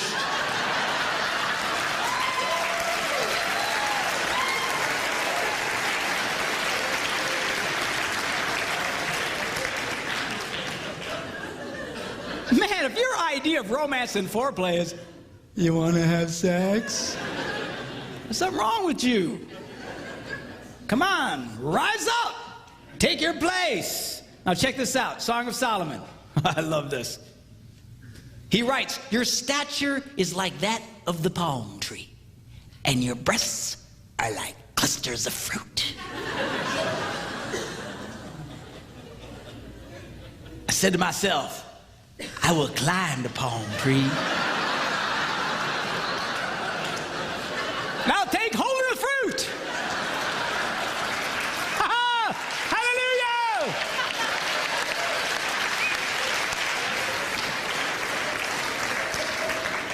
Now the problem here is most guys don't want to take the time to climb the palm tree. They just want to hop in a cherry picker and swing in and grab the coconuts. Hey, baby, come on. You want to have sex? You awake? Come on. Stop that. You've got to learn how to climb the palm tree. You got to learn how to touch the girl, how to romance the girl. And you need to be romantic. You got to mix it up. Don't be so puking predictable. A lot of you guys, the minute you touch her, she knows what's coming. Why does she act like that? Because you're so obvious. You're so predictable. Women are not interested in a formula. Men are by nature formulaic. You do this, you do that, you get that. You do this, you do that, you get that. You do this, you do that, you do that. All right? And she's not, you do that every time with her. She just, get away from me. You need to mix it up. Got to learn how to climb the palm tree. You really want great foreplay? Turn it into a 24-hour deal. I call it slow roasting your woman.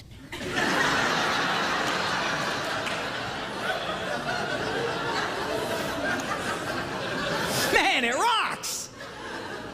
Don't be in such a hurry. Kiss the girl, leave her alone.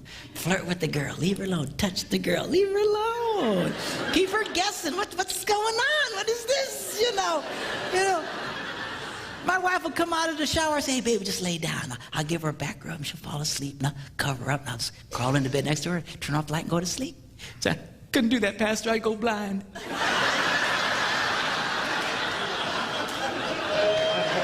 You won't go blind. You've got to learn how to climb the palm tree. Take it a time. Don't worry about this desire thing. You see, I'm waiting for her to have all this desire out in front. Stop. You're going to be a very old man before you have sex again.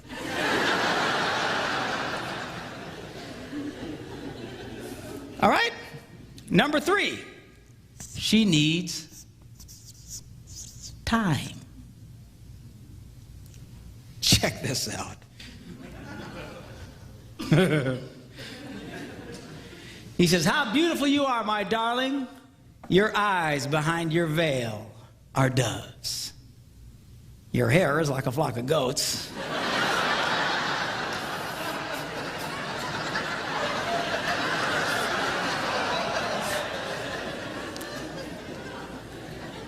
Not my choice of words, but apparently 4,000 years ago, this was hot talk.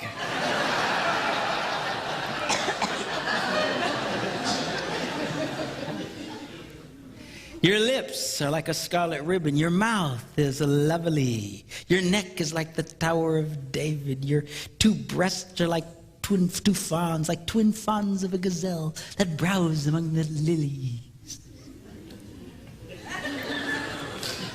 And check this out. He says, until the dawn breaks and the shadows flee. In other words, all night long. This dude had to be in his 20s, man, I'm telling you.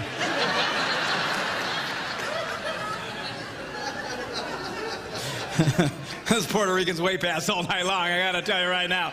But all night long. What's he gonna do all night long? He says, I will go to the mountain of myrrh and to the hill of incense. Where exactly is that, Pastor?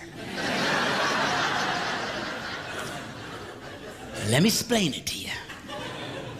If you look in the back of your Bible where they have all those nice maps of the Holy Land and stuff, you can look as hard as you want. You won't find Myrrh Mountain anywhere. So, well, where is it? And I'll think it through. Talks about her hair, and her eyes, and her nose, and her lips, and her neck, and her breasts. Ends up at Myrrh Mountain. Where do you think it is?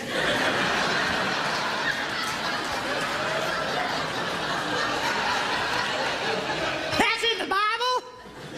Yes, it is. And the wild thing is he's there all night long. Which brings me to a very delicate subject. And for the love of God, don't raise your hands or point out anyone. But this is a problem for a lot of guys. I was watching this TV show once. My wife was in the hospital, and I was in the hospital with her, and we're just kind of killing time watching TV and flipping through the channels and all these daytime shows and different chick shows, talk shows, and we hit this one, and the lady says, "Today we're going to be discussing why women have a difficult time achieving orgasm." I said, "Okay, I'm in."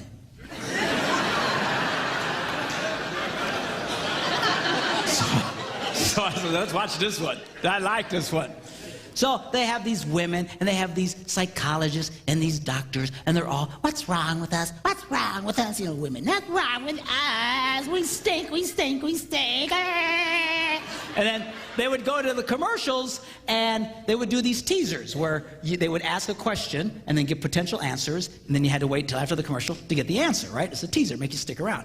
Well, about halfway through the show, they asked this one question. What is the average length of a man's sexual experience? A, 2 minutes, B, 10 minutes, C, 20 minutes. And it went to commercial.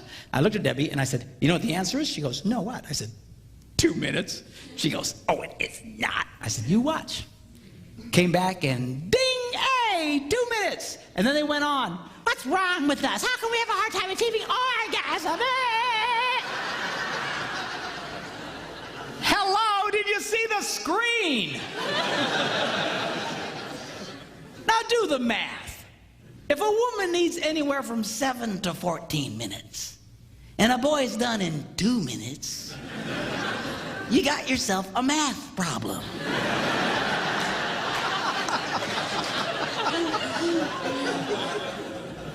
And the worst part of it is,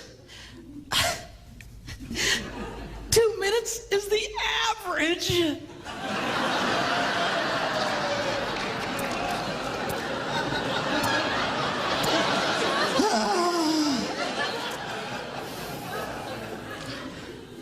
Now, guys, you can do better than the 2-minute drill. There's all kinds of things you can do. There's all kinds of books. There's all kinds of helps. There's exercises you can do. And I don't like exercising, but this stuff I can do. You know, that where you can get past this 2-minute drill problem. Now, ladies, you have to understand the number one element to enable a man to beat the 2-minute drill is regular, consistent sex. Yeah, that's what I'm talking about.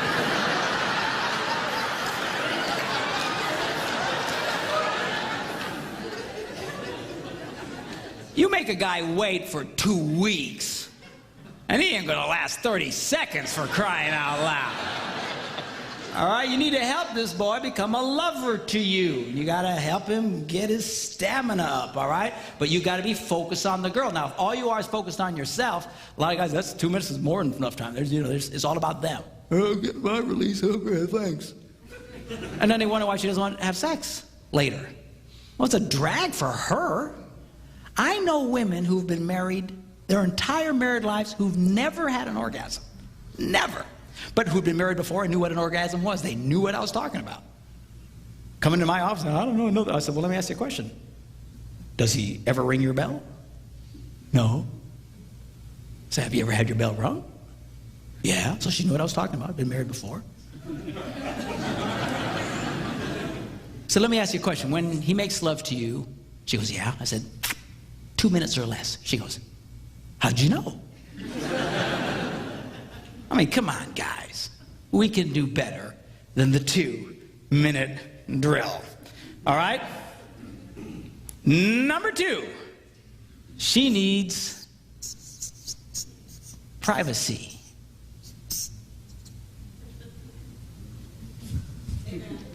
Amen.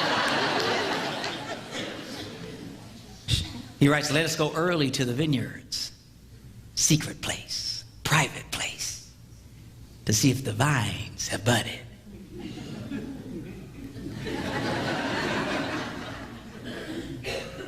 If their blossoms have opened, if the pomegranates are in bloom. People sure are into gardening.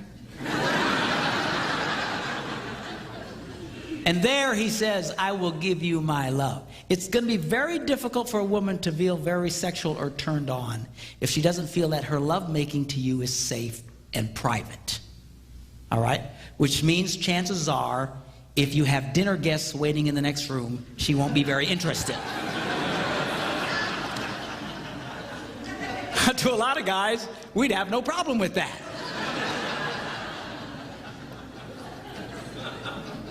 Make yourselves at home. There's Doritos in the cupboard. We'll be with you in a little bit.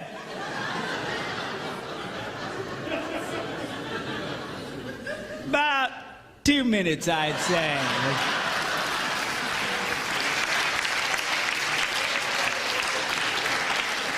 She's not going to be interested in that, you nitwit. That's why for a lot of women, just having children makes it difficult for them to feel very sexual. I call children the anti-sex. Because they're always around, it's always around, and it's hard for them to feel very sexual. You got to work with her on that. And ladies, you know, there's locks on your doors, use them, you know. You can't just neglect the sexual needs of your husband until they're 18. Don't worry, honey, they'll be gone eventually.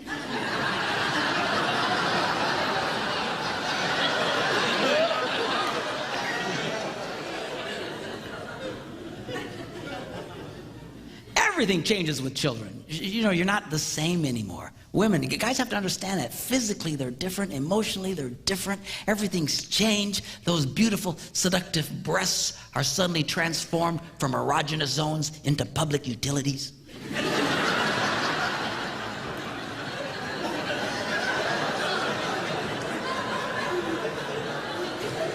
And guys, she's being touched all day long.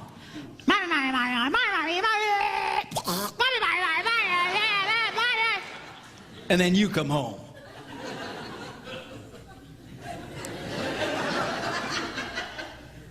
Hey, baby.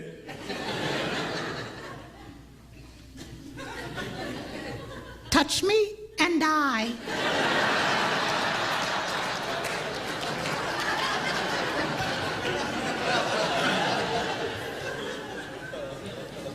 You know, you hang a couple of monkeys from your testicles all day long. See how you feel at the end of the day.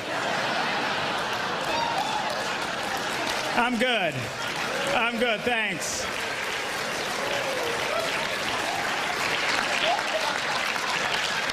I'm okay, thank you. Thanks for asking. I'm good.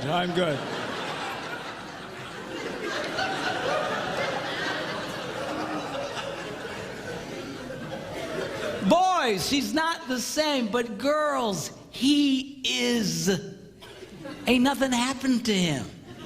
He's still the same wild man you married. And a lot of couples, they really mess up at this point in their marriages. That's why a lot of marriages only make it to about the 5 to 7 year mark. Just long enough for the rugrats to come in, upset the apple cart, and you fail to make the proper adjustments. And it destroys the relationship. Ladies, you cannot get so engrossed in being mommies that you forget about the sexual needs of your husband. So, but Johnny needs me. I'll tell you what Johnny needs. He needs a father. And if you keep it up, he's not going to have one. It's not worth it. And girls, you have to be really careful about rejecting your husband sexually.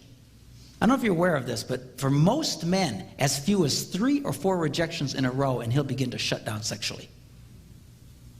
If you have a husband who argues with you about sex, consider yourself blessed by God. Because at least you keep it on the front table. But a lot of guys, they just shut down. I have women in conferences like this who come up to me, tears running down their faces, saying, I did that to my husband, now he won't touch me. It's not worth it. Why do you think all the jokes on TV are about the young sexually frustrated man, but the older sexually frustrated woman? Because she comes back to life, see? You're going to come back to where you were, but now he won't care about you anymore. He won't feel safe to be the initiator anymore. And it's going to, you say, well, what do we do? Everything, you know, it rarely ever goes back to the way it was. You might have to turn into the initiator. I mean, it's not worth it. You younger ones, watch yourselves during this time. I understand you're tired. And guys, get a clue. The girl is exhausted. Give her a break. Let her rest. They just did a survey on USA Today weekend, this weekend. I don't know if you saw it. But they said, what were men's number one interests? It was sex, food, and sleep.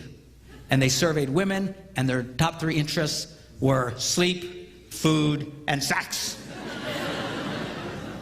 I mean, you're being traded in for a cheeseburger, Jack. You know what I'm saying?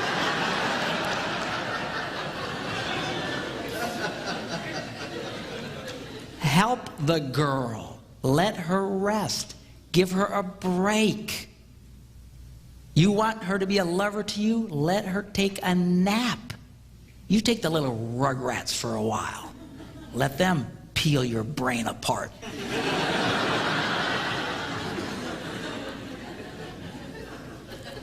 All right? And all of this now leads us to the number one key to incredible sex, which I will give to you right after this break.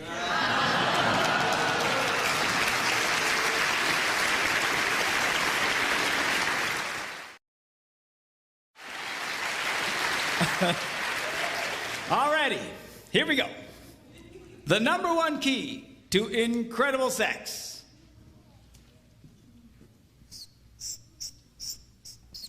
Exclusivity. I can't spell. Exclusivity. When one man focuses just on one woman. Looking at the Song of Solomon. Now she writes and says, I belong to my lover, and his desire is for me. Something incredible happens when a man focuses on just one woman. Now, this is radical what I'm telling you, because our culture today says the key to great sex is lust. The more you fantasize, the more you check out the hot babes, the more you're looking at pornography on the internet and say, oh, the better your sex life will be. But they are lying to you. Our culture has completely lost its mind in this area. And all the experts talk about, yes, the key to incredible sex is to fantasize and to masturbate. And who is this woman? I can't imagine her having sex. It's just like, ugh.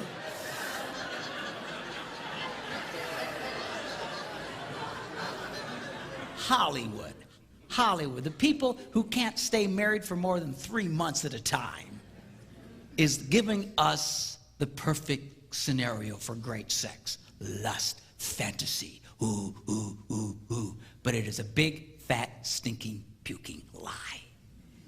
It doesn't work. You say, well, you're just against it because you're a preacher. No, no, no. I do not oppose lust on moral grounds. I could preach you to hell and back if you wanted. But I don't have to. It doesn't work. At least if it worked, it would make some degree of sense, but it does not, and no one challenges it today. You ever read that story of the emperor's new clothes? How everybody went around and told the emperor how great he looked, and oh, he's just walking around in his underwear, and everybody, oh, you're great. And some little kid finally says, you know, he's naked. I feel like that little kid. All the experts today, they keep repeating the same lie over and over and over and over again, and everyone just, oh yes, the emperor's clothes are magnificent. Oh yes, lust and pornography and masturbation. Oh, this is fantastic sex when you do this. But it doesn't work. And the proof is in the pudding. People say, oh, what's your proof? By proof is you guys who do it. Let me ask you guys who sit around in the dark and check out the hot babes on the internet and sit around and yank on your wanger.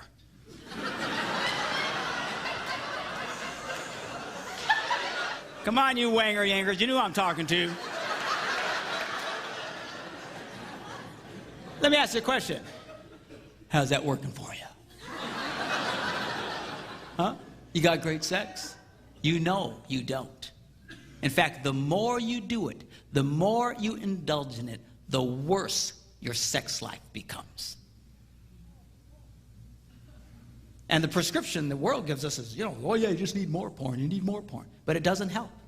It keeps making it worse. It is destroying people's lives. In Hollywood, they just don't get it. All these experts. I was watching this one show, you've seen the show Family Feud? This one week they had soap opera stars on. And I'll hand it to these people. They look great, but they were as dumb as a box of rocks. And they asked them this one question and said, 100 people surveyed, what can you do to improve your romantic life? And they come up to the first team and say, okay, I need an answer. And they're, oh, yeah, okay. And they come to the first person, and he says, what's your answer? What can you do to improve your romantic life? He goes, have an affair.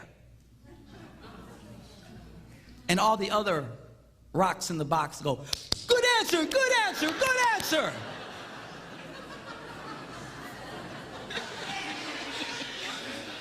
Have an affair. How can you be so stupid and still breathe?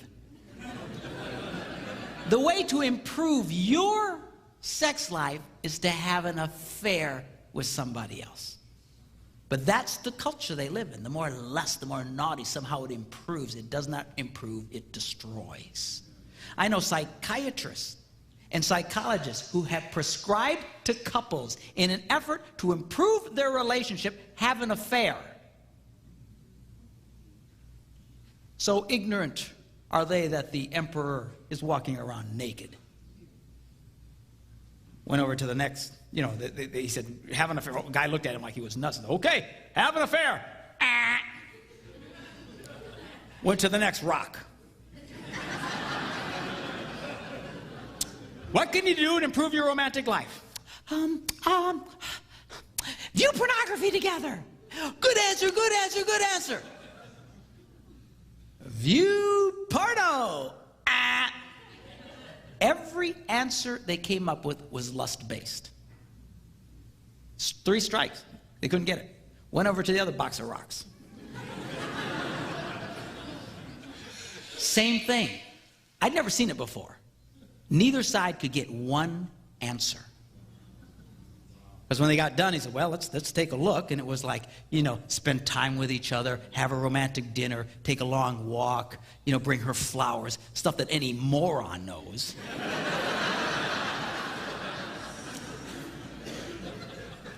But these people don't get it. They don't get it. Oh, yeah, that's great. Look, the world's answer to great sex, their formula is number 1, fantasize. Oh, yeah, that's a good idea. Ignore the real woman in your life and focus on one who would never give you the time of day. Oh, yeah, let's do that. Let's pretend. Let's live in a fantasy world. We are trading in real women for fantasies. How can we be so stupid? And this is becoming a real problem. And you know who's beginning to notice it? A lot of people way off on the liberal left are starting to notice it. They're starting to write about it. They're starting to realize there is a problem. Men are becoming more and more diminished sexually and are becoming unable to perform because they have so overstimulated themselves with pornography. It is destroying them. I've met women who've told me that their husbands prefer pornography and masturbation to actually making love to them. I had a woman in my office, and she's a 20-something-year-old, good-looking woman, like Hoochie Mama, okay? So, I didn't think pastors noticed that sort of thing. hey, I may be sanctified, but I'm not petrified. All right?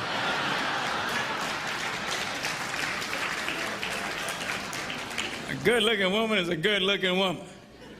And she tells me sitting there, she says, my husband hasn't touched my vagina in over a year. Not interested.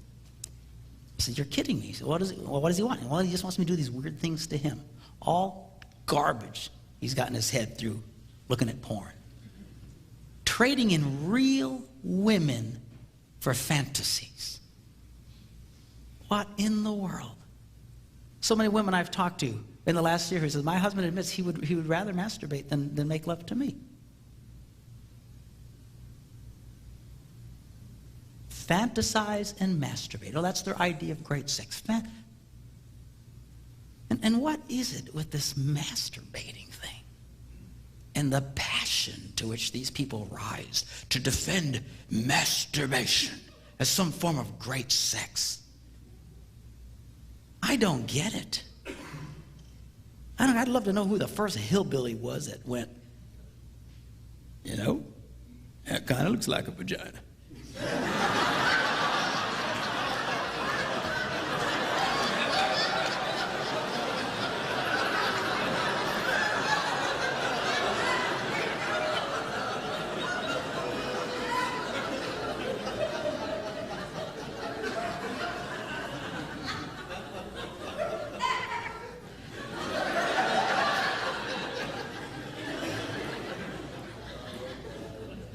And this is starting to destroy a lot of men's sex lives.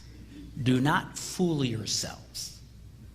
There is no way in the world you can keep doing that over and over and over again and not retrain your body. Everybody knows this. When it comes to anything physical, athletes know this. They train, they do the same repetitive action over and over again in order to train their bodies so their bodies will respond in a certain way. Athletes do this. Whether it's tennis or football or whatever, they train over and over again so that without thinking about it, their body reacts in a certain way. The military knows that you train young men to react in a certain way. They do the same drills over and over and over and over again. Why? Because you train your body so that without thinking, you act in a certain way. How in the name of God, our culture is teaching our young people from the age of 13 to start masturbating 2, 3, 5, some of them 7 times a day, thinking that it will not retrain them. The truth of the matter is there are a lot of men today who are no longer able to function with a woman. And I hear this all the time in these seminars. Guys who come to me, women who come to me, who tell me their husbands cannot perform. There are a lot of men today who cannot perform with a woman. I had a guy call our office. He says, I can have sex with my wife for hours. Nothing ever happens. Incapable of achieving an orgasm.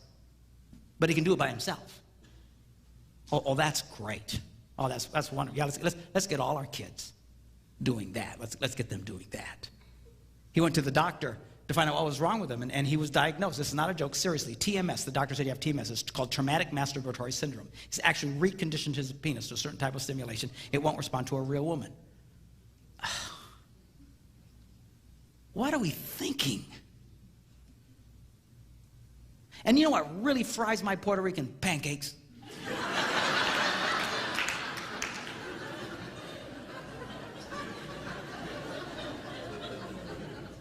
Is when they say, well, this is how you can achieve orgasm. You masturbate until you achieve orgasm. And they tie the words masturbation and orgasm together. They are crazy. You cannot achieve an orgasm through masturbation. You can ejaculate, you can have something physically happen to you, but it is not an orgasm. An orgasm is when you're making love to a woman and you reach your peak and endorphins are released into your bloodstream and every cell in your body stands up and grabs the hand of the cell next to it and goes, hallelujah!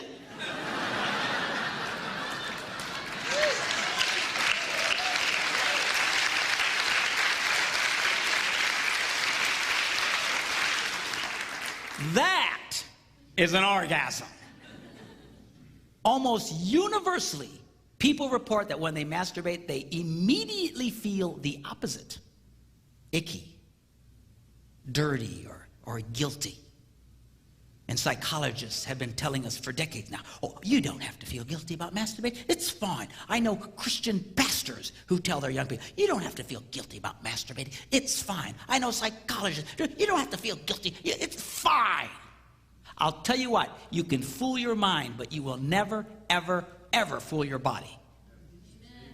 And there are a lot of men today, I believe, who have never achieved an orgasm. They ejaculate. That's all they do. They've so trained their...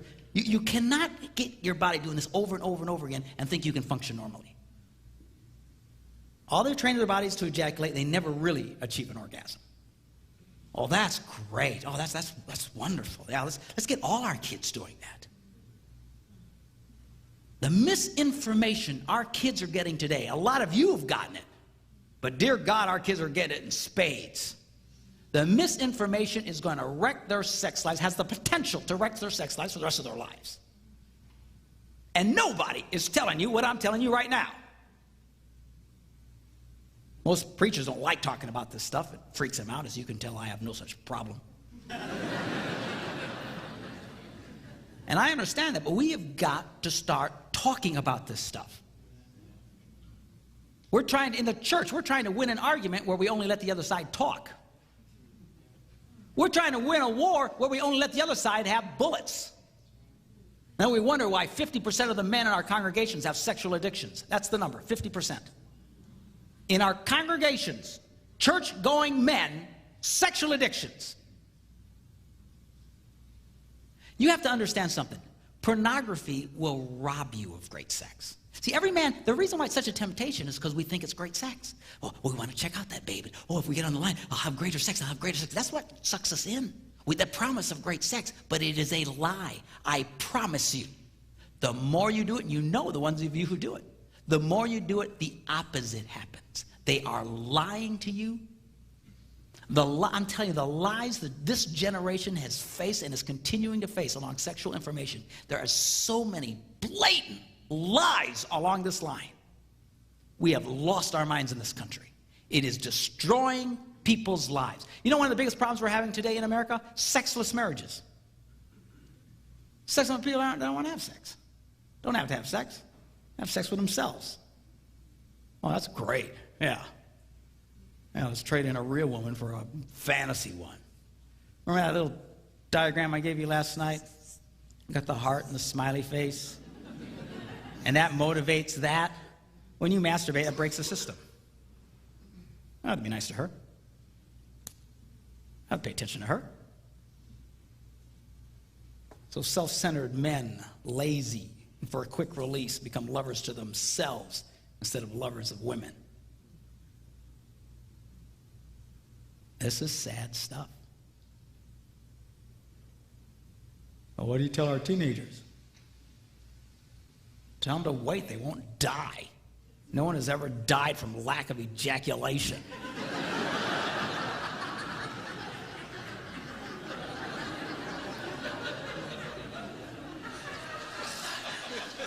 And there's a lot of misinformation about that. People talk about this condition called blue ball. And not to try to gross you out, but that's, well, I have women, well, what about my son? Won't they get blue ball if they don't mess? No, they won't.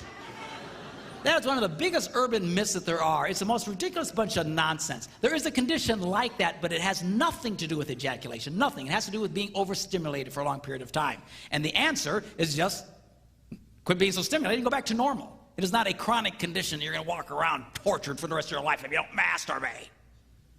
There's never been a morgue anywhere in the world where on the toad said, cause of death, failure to ejaculate.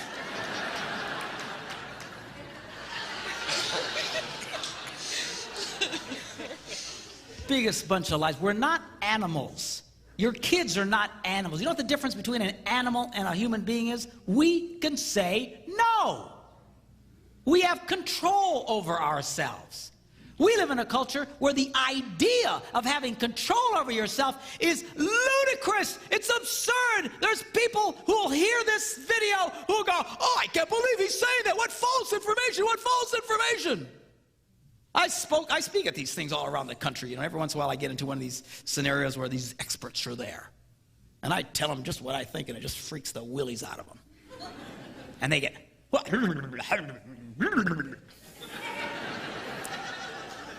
where's your proof? You gotta have proof. Where's your proof? I'll give you my proof. You know, and it's so ignorant. Like, we need to prove this? We need to prove this? Some things are so obvious. It's like trying to prove, well, where's your proof that oxygen is good for your lungs? So I attempt to prove it to them. Let's start with our scientific explanation, shall we?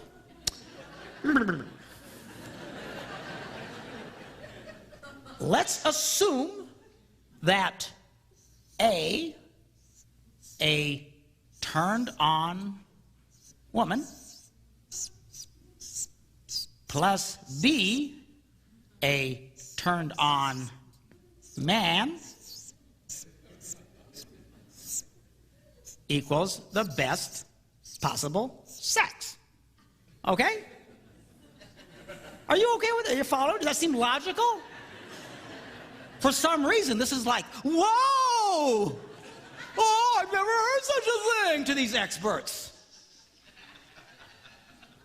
I mean, come on. If you don't have a turned-on man, kind of hard to have really great sex.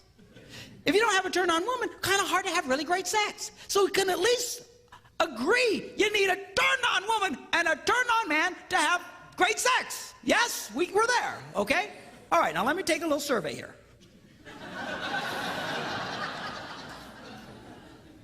About pornography. Ladies, if you, and you have to remember, these experts, these therapists, these nitwits I call, actually use this stuff in therapeutic ways. It's prescriptive. Pornography is prescriptive. This will improve your sex lives. So let me ask you, ladies, if you knew your husband had just been watching pornography and wanted to use you to satisfy himself while thinking about that other woman, how many of you that would make you feel very sexual and turned on? Let me see your hands.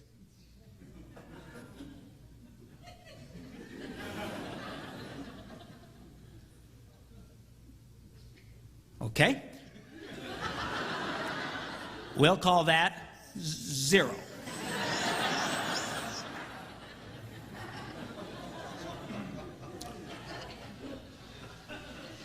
I presented this to some people. Said, "Well, you can't do that. You're not going to ask women if they're turned on. They'll never raise their hand. That will never work. This is improper." Okay. Let me change the question.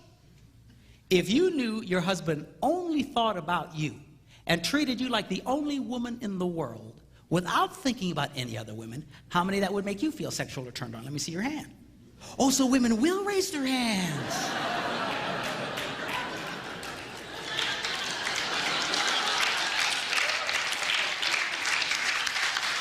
All right, come on. All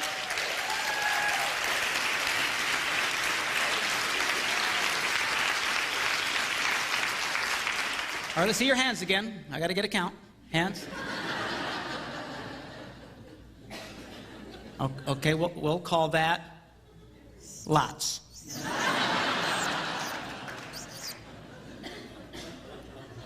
Now, for our formula, for these experts who need... All right, I have checked with some of the greatest mathematical minds in the country, some graduates of MIT, and have determined, after repeated and at length discussions, that lots is greater than 0.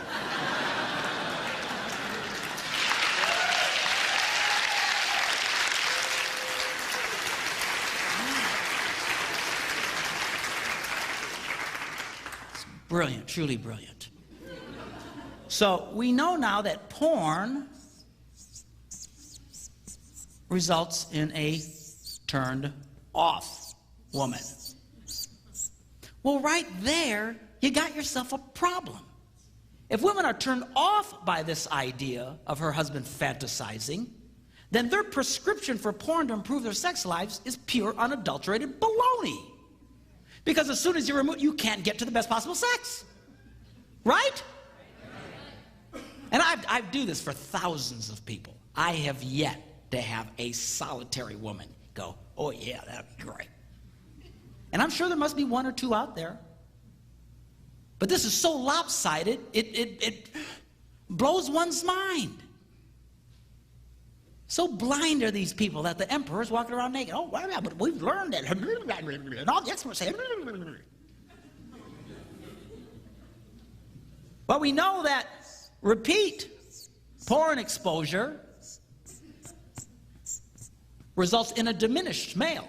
And I'm telling you, these people are starting to notice this. We're getting writings of people in secular magazines, liberal magazines, who are complaining, you know, hey, men are not able to perform. This is impacting men physically. They're not able to perform as a result of this stuff. I know of men, I know of ministers who, while they're making love to their wives, insist on having a dirty magazine open next to them so they can stay stimulated while making love to their wives.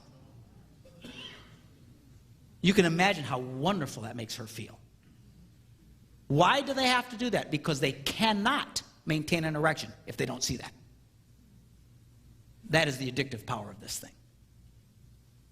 And these people think this is good sex? This is great sex? So we know that repeat porn exposure results in a diminished male. Well, what's the scientific sign for a diminished male? If this is a scientific sign for a normal male, this would be the scientific sign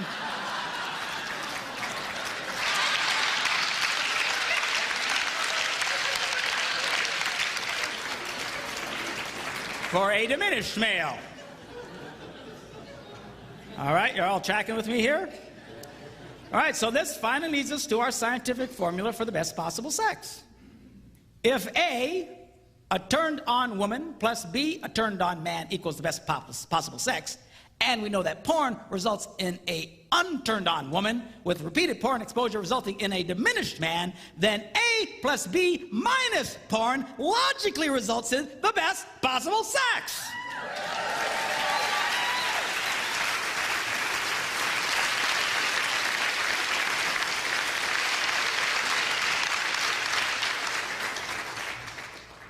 Which means that these experts' information has to be based on broken science.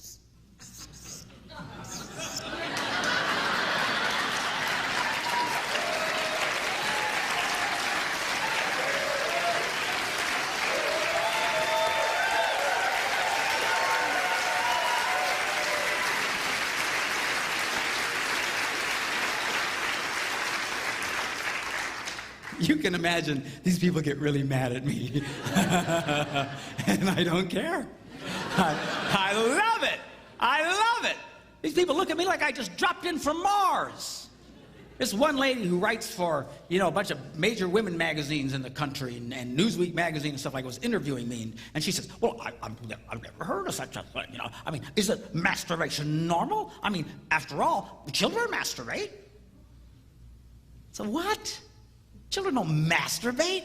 She says, well, they touch themselves. So, well, I touch myself.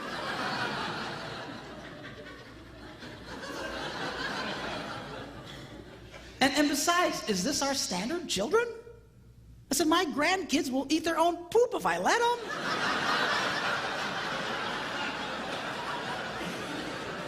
Does that mean we should all eat poop? These people do not think, I'm telling you, they're the most intellectually dishonest people in the world when it comes to this issue. You know why? Because they're all addicted to this nonsense. And you know, I need more porn, I need more porn, I need more fantasies. And because of this imprinting that I talked about you at the beginning, these men have so imprinted, they've got to constantly react and relive pornographic or naughty scenarios in their minds so they can enjoy sex. And if you've been there, I'm telling you, you need to break yourself of that. You need to refocus. You need to take out the camera and start taking some new pictures. You make love to that girl, forget about that other stuff. Quit trying to relive garbage in your head. It won't give you great sex. It will rob you. I promise you, the key to great sex is focusing on just one woman. You see, lust is like eating snack food all day long. It'll ruin your appetite for the real thing. Your mama was right. Snacking will ruin your appetite. You out there checking out that babe, checking out that babe, checking out the magazine, checking out porn. It's going to wreck your appetite for the real thing. You just try it. Try it for 30 days. Anybody can do anything for 30 days. For 30 days, do not look at another woman. Don't fantasize about another woman. Don't look at some stupid magazine or pornography. You just focus on that girl and see what happens to you. She will just come alive to you. And you to her, she can sense when she's the only girl in the world to you. It will rock. You'll have the best sex of your life, I promise you, or your money back.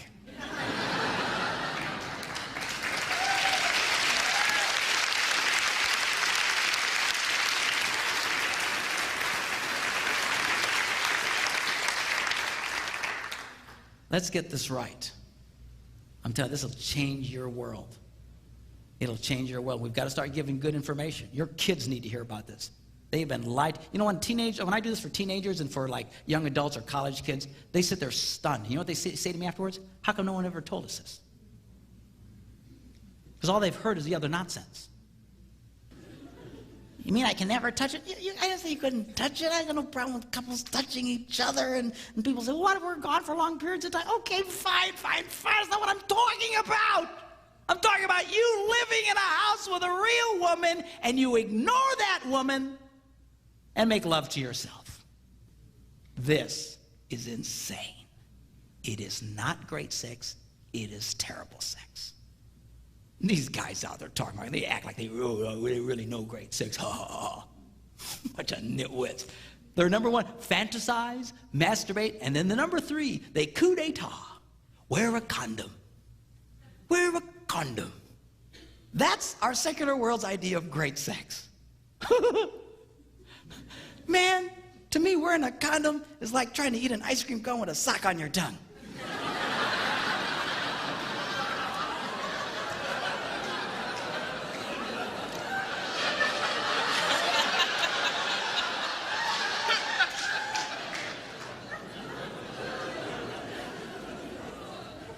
Man, if you want to practice birth control, use something else than a condom, man, don't you? If you can't tell the difference between real sex and a condom, we need to have a telethon for you, man. Raise money for a cure. That's it. And boy, that gets these experts really angry. When I say that, they get so angry. Oh, you're giving dangerous information. You're getting dangerous information. No. For the record, camera one, for the record, let me state, if you're going to have sex outside of marriage, by all means, wear a condom. If I were you, I'd wear 2 or 3.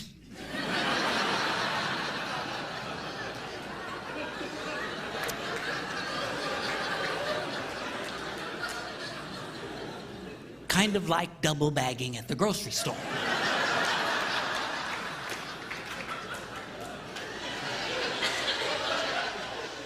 But do not delude yourself. Do not fool yourself. That is not great sex. You want great sex? Get married. The beautiful thing about being married is I don't have to wear a stupid condom.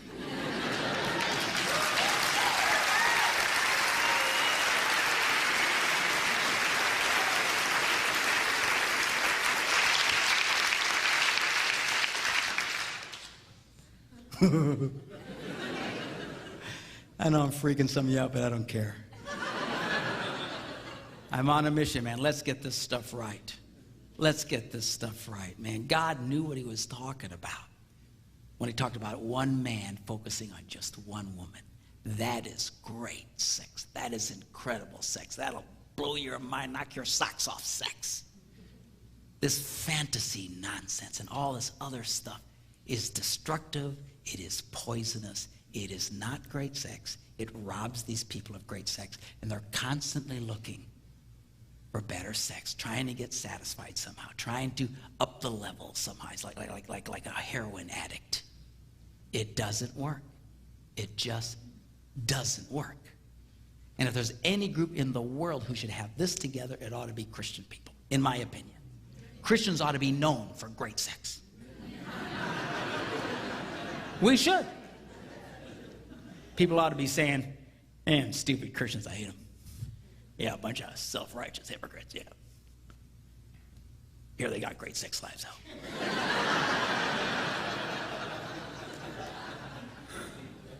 Really? What time do you suppose their services are?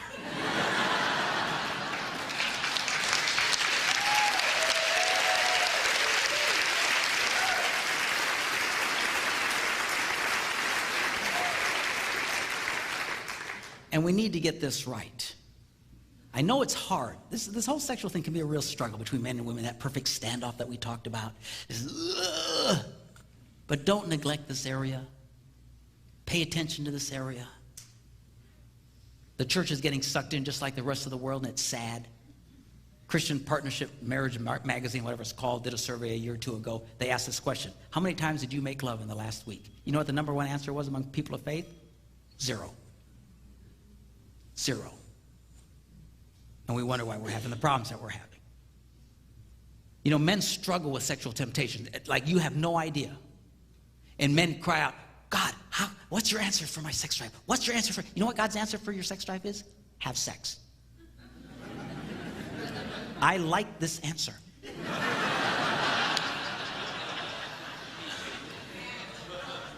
Girls, you need to be there for him.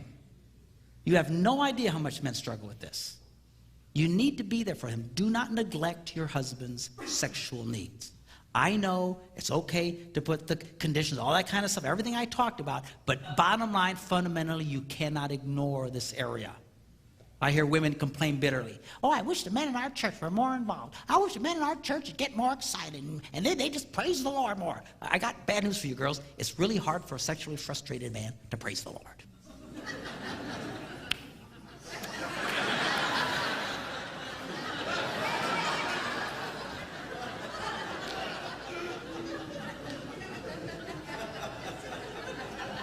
You want your husband praising the Lord tomorrow morning? You put a smile on that boy's face tonight. What I'm talking about.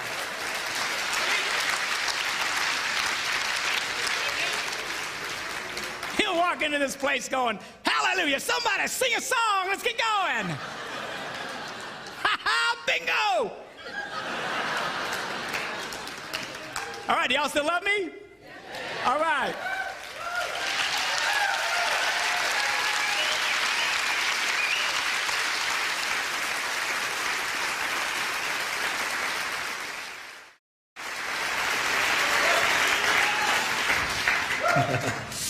I like you people. All right, final session. How to stay married and not kill your spouse. All right, we're going to take a look at what it takes to do that. But before we do, I want to take you to heaven and put you on a committee. And we're going to go back 4,000 years in time to the time of King David. Now, King David had 5 wives. Why any man would do that to himself is beyond understanding. But he had 5 of them. And now we need to decide on our committee which one of these women is going to be the mother of the next king of Israel. He's going to be King Solomon, the wisest man that ever lived. This was during this was during Israel's golden age. It was the best time Israel ever had it. It was glorious. You talk about a run on the stock market. I mean, prosperity, no wars. It was fantastic because this king was so incredible. Who is going to be the mama of this king and then become the great-great-great-grandmother of the Lord Jesus Christ himself? Kind of an important decision, right? Now, ladies, you would think wife number 1, right? She should have dibs. She was there first. But we know it wasn't her because David got mad at her and quit having sex with her, which is easy to do if you have 4 more in the wings.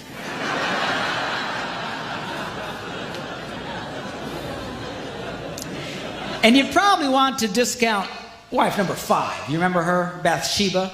The only reason she's there is because of lust, lying, adultery, and murder. King David saw her taking a bath.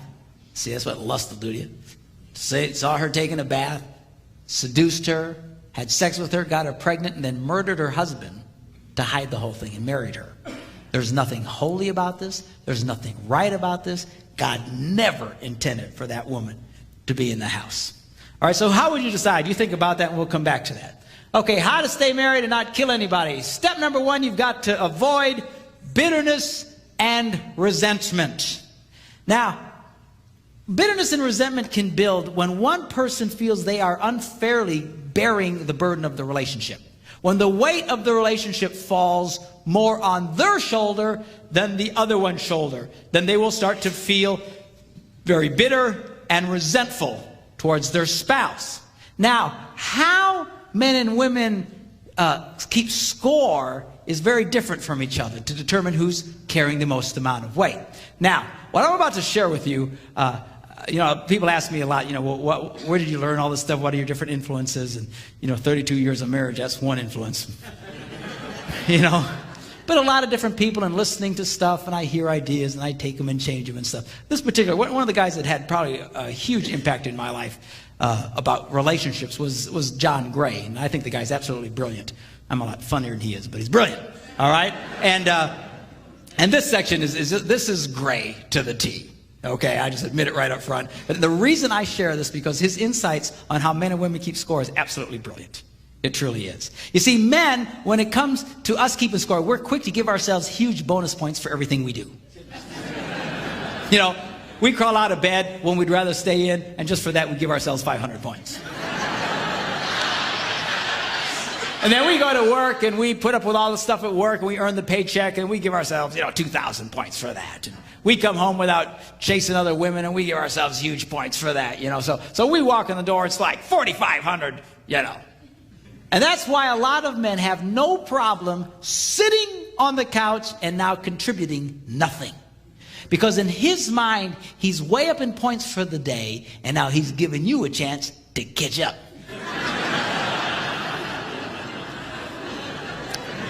Now, I didn't say it was right.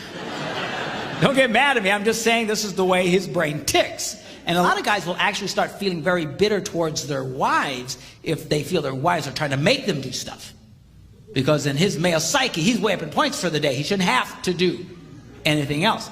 Now, the problem here is that women keep score a little differently. Let me show you how a woman would score the same man's day. He gets out of bed when he'd rather stay in, and for that, she loves and appreciates him and gives him, ding, 1 point.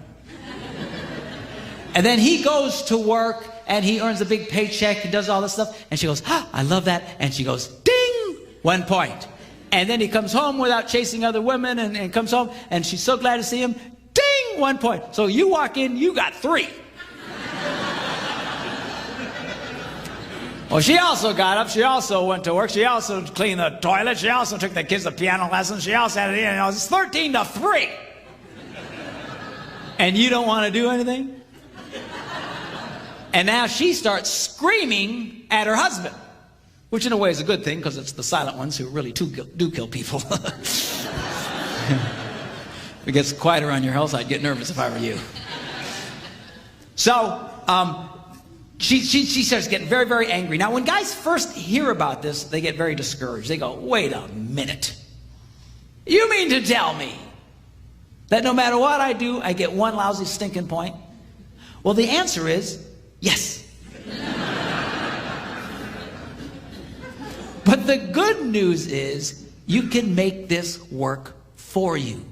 Because what men fail to realize is that women respond to virtually any simple act of kindness and reward it the same way as they would a big act of kindness. Right? Now, guys don't understand this. They think it's got to be big. It's got to be special. Girls, you have to understand the reason why we don't do a lot of small things around the house is because to a man, it doesn't mean anything. It's not that we hate you. We just couldn't possibly care less. It means nothing, and because it means nothing to us, we think it should mean nothing to you. But guys, you can't make that mistake. She scores very differently from you. Simple acts of kindness. It's those simple, like I told you last night, it's those simple acts of kindness that got her to fall in love with you in the first place. It's relatively easy to get a woman to fall in love with you if she'll pay attention to you in the first place. That's the hard part. You cross that hurdle, you got it made. As long as you pay attention. Simple acts of kindness. You do that, you can keep a woman crazy in love with you for your entire life. Simple acts of kindness. Every time you do a simple act of kindness. Ding, ding, ding. But guys, we don't think that way. If it's got to be big, it's got to be important. That's why a lot of guys, they'll only go all out for their wives, about 4 times a year. Birthdays, anniversaries, Christmas, and the obligatory Valentine's Day. And we think we'll do something real special and real fancy, and we think, well, that'll hold her. But that doesn't hold her. To her, you've done 4 things all year, you bum.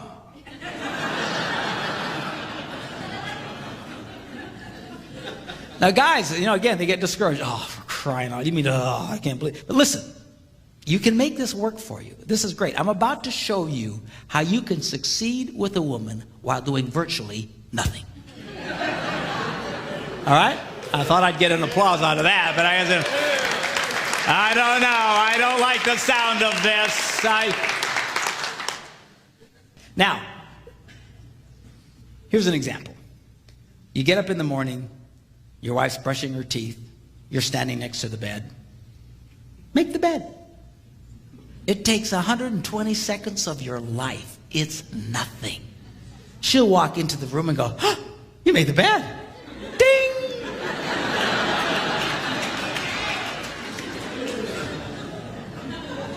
You know that monument that you're building in the middle of your bedroom of old underwear?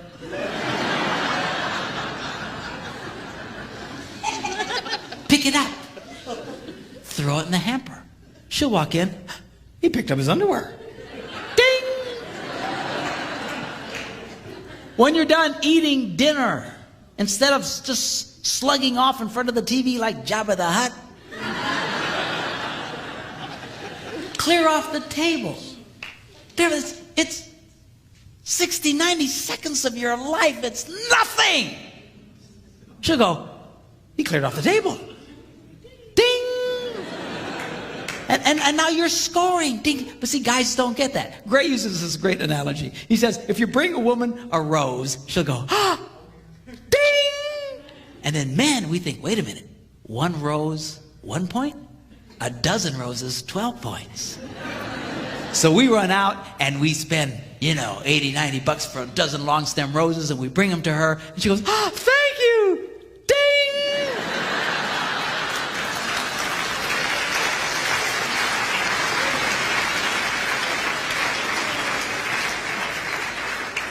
In fact, by the raising of your hand, how many women would say, I would rather receive a single rose 12 different times than a dozen roses once? Let me see your hand.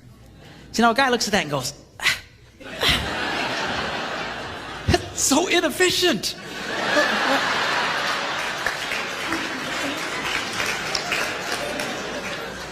You want to make out like a bandit on this deal? Plan something special for your wife, like taking her out to dinner next Friday night. Nice restaurant. Go ahead and get a babysitter in advance. Get everything all set. But then tell her what you've done. A lot of guys, they'll think, oh, I'll surprise her. No, you amateur. Surprise her. Never try to surprise a woman. So what you do is you tell her in advance. The minute you tell her, honey, guess what? Next Friday night we're going to such. I got some nice reservations. I already got a babysitter. We're going to have a great time. The minute you tell her what you're going to do, ding! You just got a point and you haven't done it yet. All right?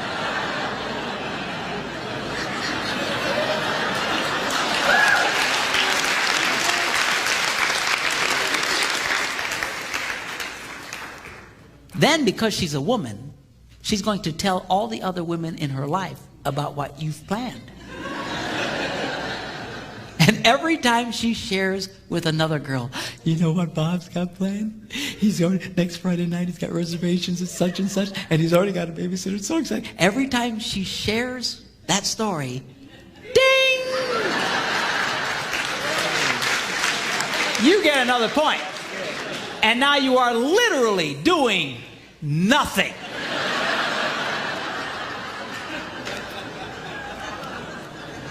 And the beauty of that system is every time you're earning a point, the husband of the other wife, that poor slob, is losing one. So it's kind of like a double coupon thing going for you. You really want to make out like a bandit? Engage your wife in meaningful conversation. Now, to a lot of women, meaningful conversation means she talks, you shut up and listen. But you can't just drift off into your nothing box. You have to let her know that you're hearing her. Every time you acknowledge that you've heard her, ding! So she'll go, la, la, la, la, la, la, la, la, la, la. You go, you don't say.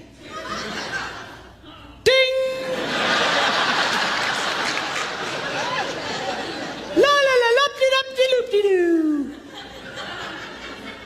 You mean loop-de-doo?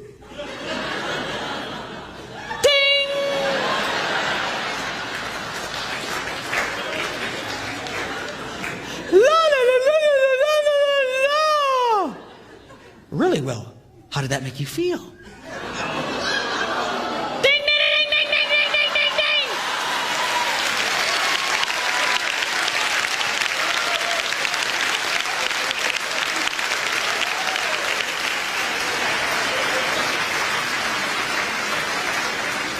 And you're doing nothing.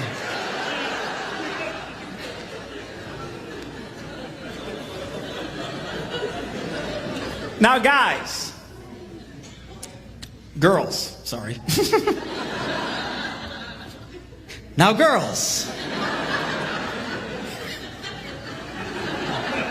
you can't forget that he gives himself huge bonus points for everything he does. So how can a woman earn huge bonus points with a man?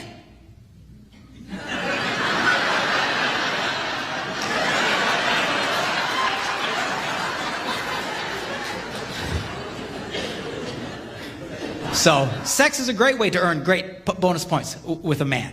But there's another way. And that is when you believe in him.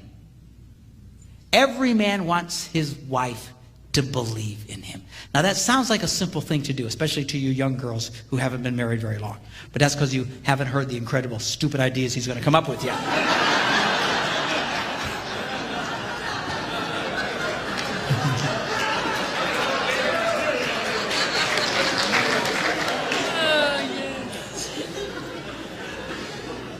And a lot of women, they feel it's their God-given responsibility to try and keep their husbands humble or something, because he'll come up with this idea and they respond, "That's stupid. Oh, that'll never work. You could never do that." And they don't realize when you talk to a man like that, you are doing incredible damage to him and to your relationship with him. Men, if you have not figured this out yet, men have very, very fragile egos. We just do. We might look like tough guys on the outside, but we're girly men on the inside because we can't handle that kind of, rejection and all that kind of stuff and criticism. Most men don't handle very well. And when women treat their husbands that way, when he tries to share his dreams with you and you dismiss them as stupid and ignorant and he can't do that, that's very, very, very damaging. Now, that's not to say you can't challenge his ideas. Keep him from destroying himself and the family. That's okay. But you need to be his number one fan. Because I'll tell you what happens. When you do that, you know what he learns? I cannot share my dreams with this woman. And men will stop telling their wives their dreams. If your husband never tells you his dreams, you guys might need to have a serious talk. And the reason he's not telling you is probably because you have given that kind of reactions to him. And it's very damaging to a man. And now you got yourself in a really bad place because almost miraculously at work there's some bimbo there who just accidentally hears one of his ideas and goes, "Oh, that would be a great idea." "Oh, really? Oh, yeah, you'd be great at that." "Oh, well, thank you very much." And now you're in serious trouble. You need to understand something, girls. Most affairs do not begin for sexual reasons. They begin for emotional ones. And you need to let that boy know that you are his number one fan. And it's hard for a lot of women. I'll tell you who really struggles with this. Women of professional men. Doctors, lawyers, preachers' wives. A lot of them really struggle in this. Why? Because they get so tired of hearing everybody praise their husband. "Oh, you're so great. He's so great. He must be wonderful. He must be wonderful." I've heard with my own ears a woman, as soon as they came into the door, she says, "Everybody thinks you're so smart. I know what an idiot you are." What is she thinking? She's doing God's work somehow? Everybody thinks you're so great. I know how stupid you really are. Huge damage to the relationships. You need to let that boy know you are his number one fan. And as much as I love it when people come up to me after these seminars and say, "Oh, you were great. I loved you." And I do love that because I have an ego the size of Texas. And the one that means the most to me is when that cute redhead comes up to me and says, "You did a great job today." And I know the only reason she says that is because I just said this now.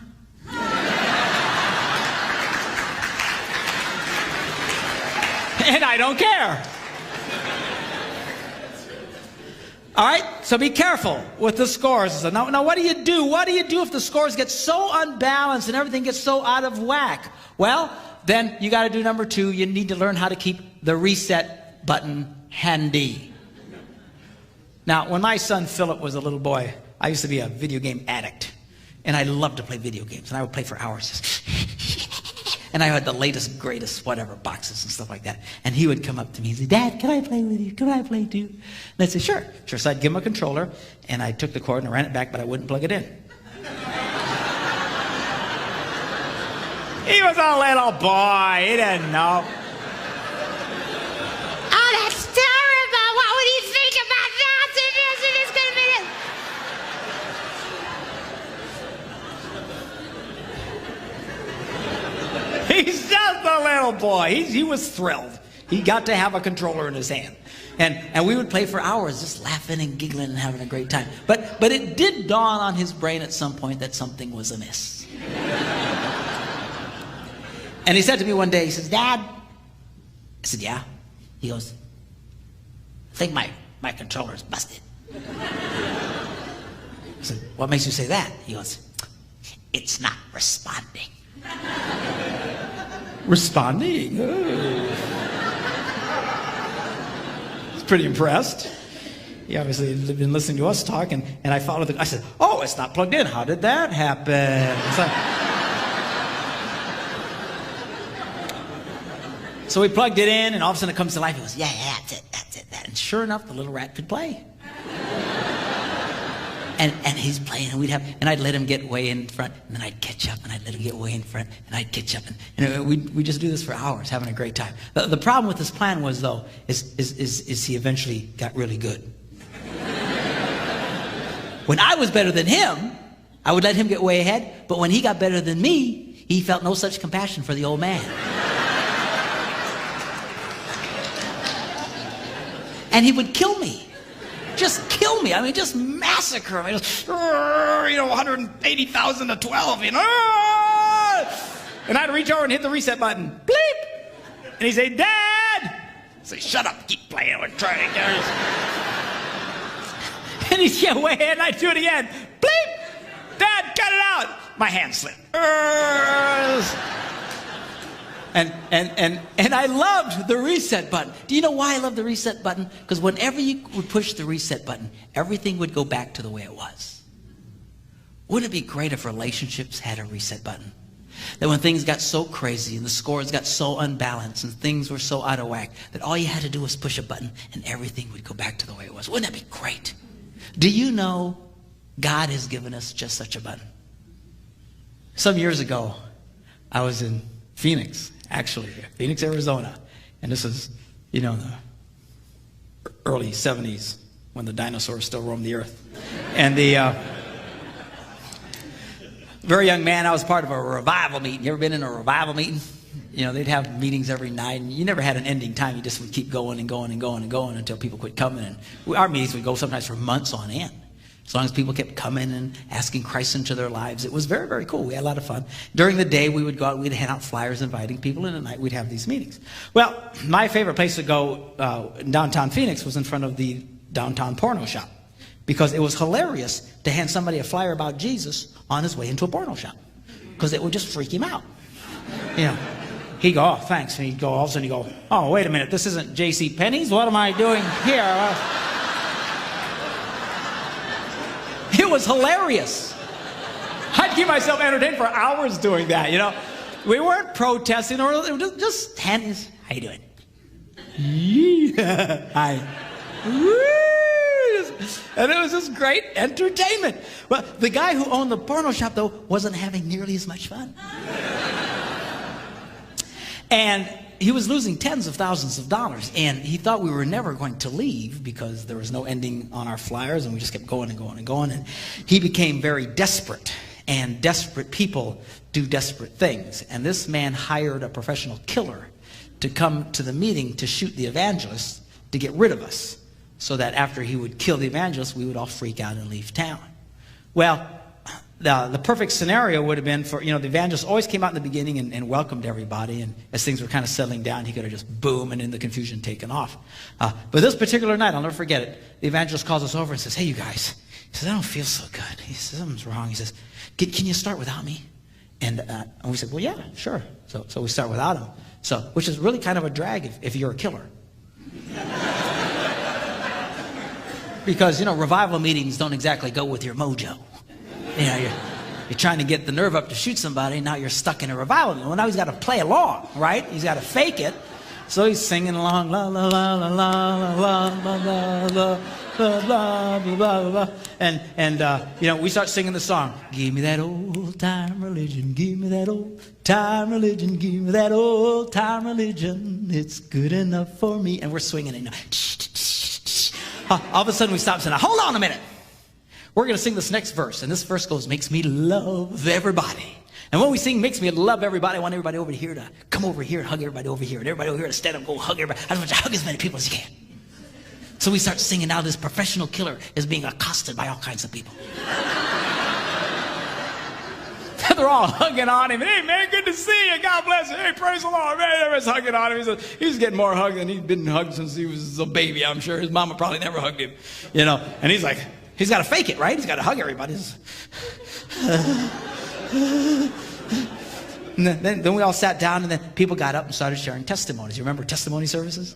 People get up and talk about how God had changed their lives. And we had some pretty dramatic stories of people who were drug addicts or, whatever their deal was, and how when they asked Christ into their lives, how God totally changed their lives around. And they got tears running down their cheeks while smiling at the same time. It's kind of like the weather in Phoenix. And sunny yet raining. I don't understand. But it was so powerful, and he's just listening to all these people. Then finally, the evangelist comes out. And by this time, the guy is frozen. He cannot act. He's in a state of shock. And this evangelist starts preaching what all evangelists preach. The fact that God loves us. He loved us so much, he sent Jesus to take our punishment. Jesus took what he did not deserve so we could get what we do not deserve, which is forgiveness. And when he got to the end, he did one of these Billy Graham things where he said, if you want to ask Christ in your life, I want you to walk down to the aisle and we're going to pray for you. About 100, 150 people stood up and came down to the front. And in the midst of this group of people came this professional killer. And when he got up there, he fell on his knees. And he started crying. He says, I can't do it. I can't do it. I just can't do it. And the counselor next to him said, sure you can.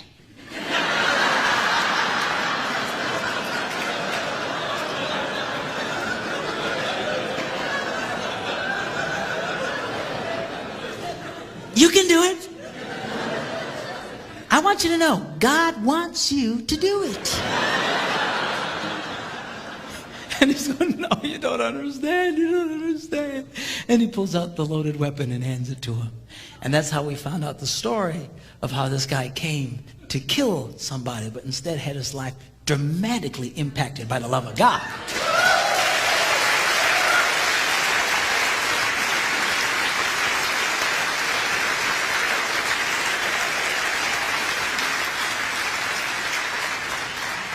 Now, you may not hire a professional killer, at least I hope you don't. But the truth is, when somebody hurts us, we want them to pay. So our version of making them pay is we get bitter and unforgiving. I'm not going to forgive you. The problem is the only one it hurts is the person who doesn't want to forgive. Unforgiveness is like taking poison, hoping the other guy will die.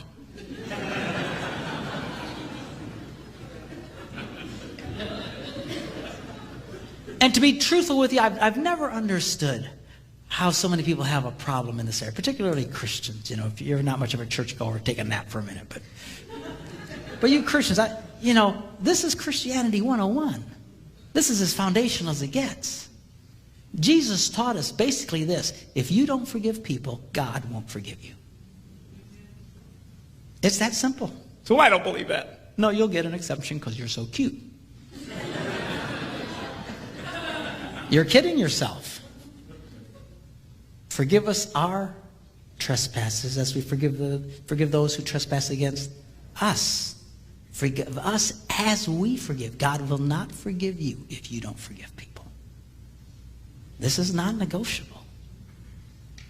You need to hear it. But a lot of people, they struggle with it. They go, I don't, it's so hard. Because you don't understand what forgiveness is. Forgiveness is an act. It is not an emotion. Has nothing to do with your emotions. You might feel the pain of what that person did to you till the day you die. Has nothing to do with forgiveness. It's not an erasure of your memory.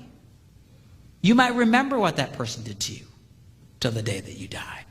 And let me ask you a question. Do you think God has Alzheimer's? Do you think he can't remember what you did? Do you think he looks at you and goes, something about you really ticks me off? Like, can't remember what it was. He throws in what he calls the sea of his forgetfulness. He doesn't have Alzheimer's. He just will never bring it up again. He'll never mention it again. That's what forgiveness is. Forgiveness is this. It's when you say, I forgive you. I will never use it against you in the future. I will never speak of it again to you or to anyone else. Forgiveness has more to do with your tongue than your head or your heart. If you're still talking it through, you haven't forgiven. You need to hush. You need to let it go. That's forgiveness. All right, what'd you decide? Which lady? God steps in and says, forget about it. I made my decision. Oh, yeah, really, which one? He says, number 5. Whoa, wait a minute. God. Do you know who this is? This is Bathsheba. The only reason this woman is there is because of lust, lying, adultery, and murder. There's nothing holy about it. There's nothing righteous about it. It was never in God's plan. God never intended it. But Bathsheba becomes the mother of Solomon and the great-great-great-great-grandmother of the Lord Jesus Christ himself.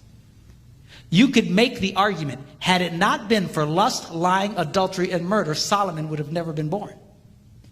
You could make the argument, had it not been for lust, lying, adultery, and murder, the Lord Jesus would have never been born. Oh, well, praise the Lord that happened then.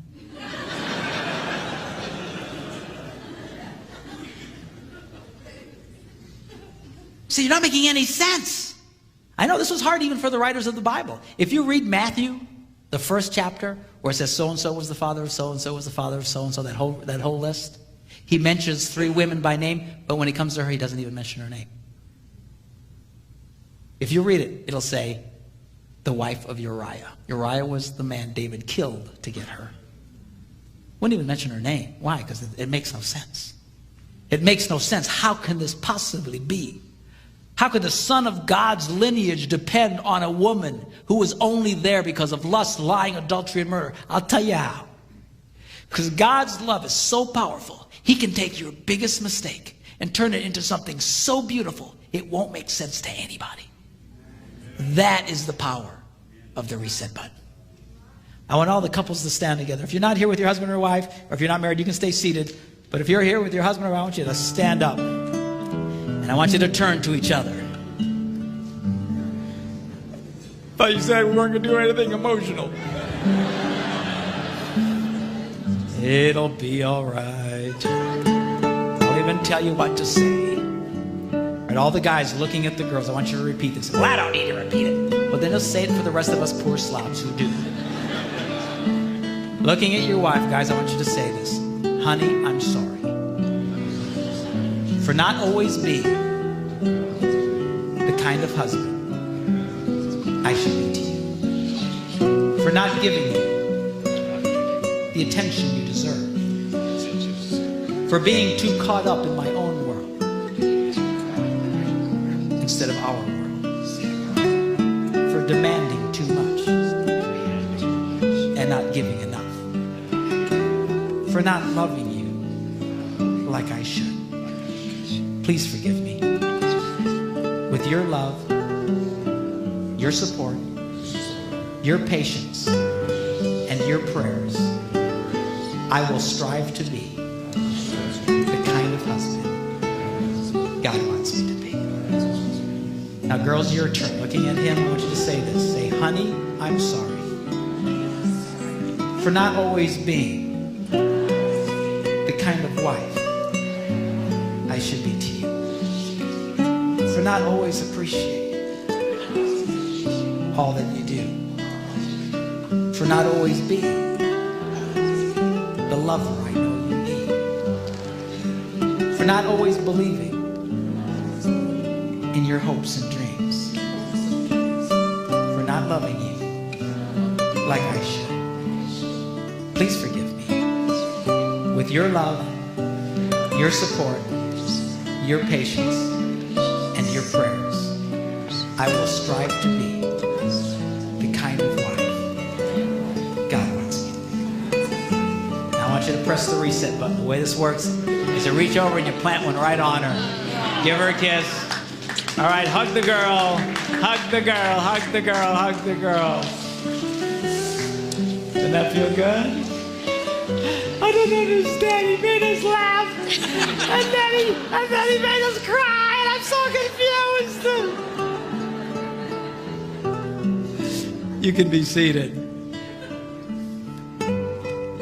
I want to thank you guys for being here with us this weekend and sharing this moment with us. And we believe that millions of people's lives are going to be impacted by the information that we share this weekend as this thing is broadcast on television around the world and on DVDs and stuff like that. There's some powerful information that we've shared this weekend that a whole lot of people need to hear. Just basic, simple stuff that can transform lives. You have been wonderful. You have tolerated our making you move here, there, and the other, and through all the sessions and stuff. You have been wonderful. I so appreciate you. God bless all of you. Thank you so much. Bye.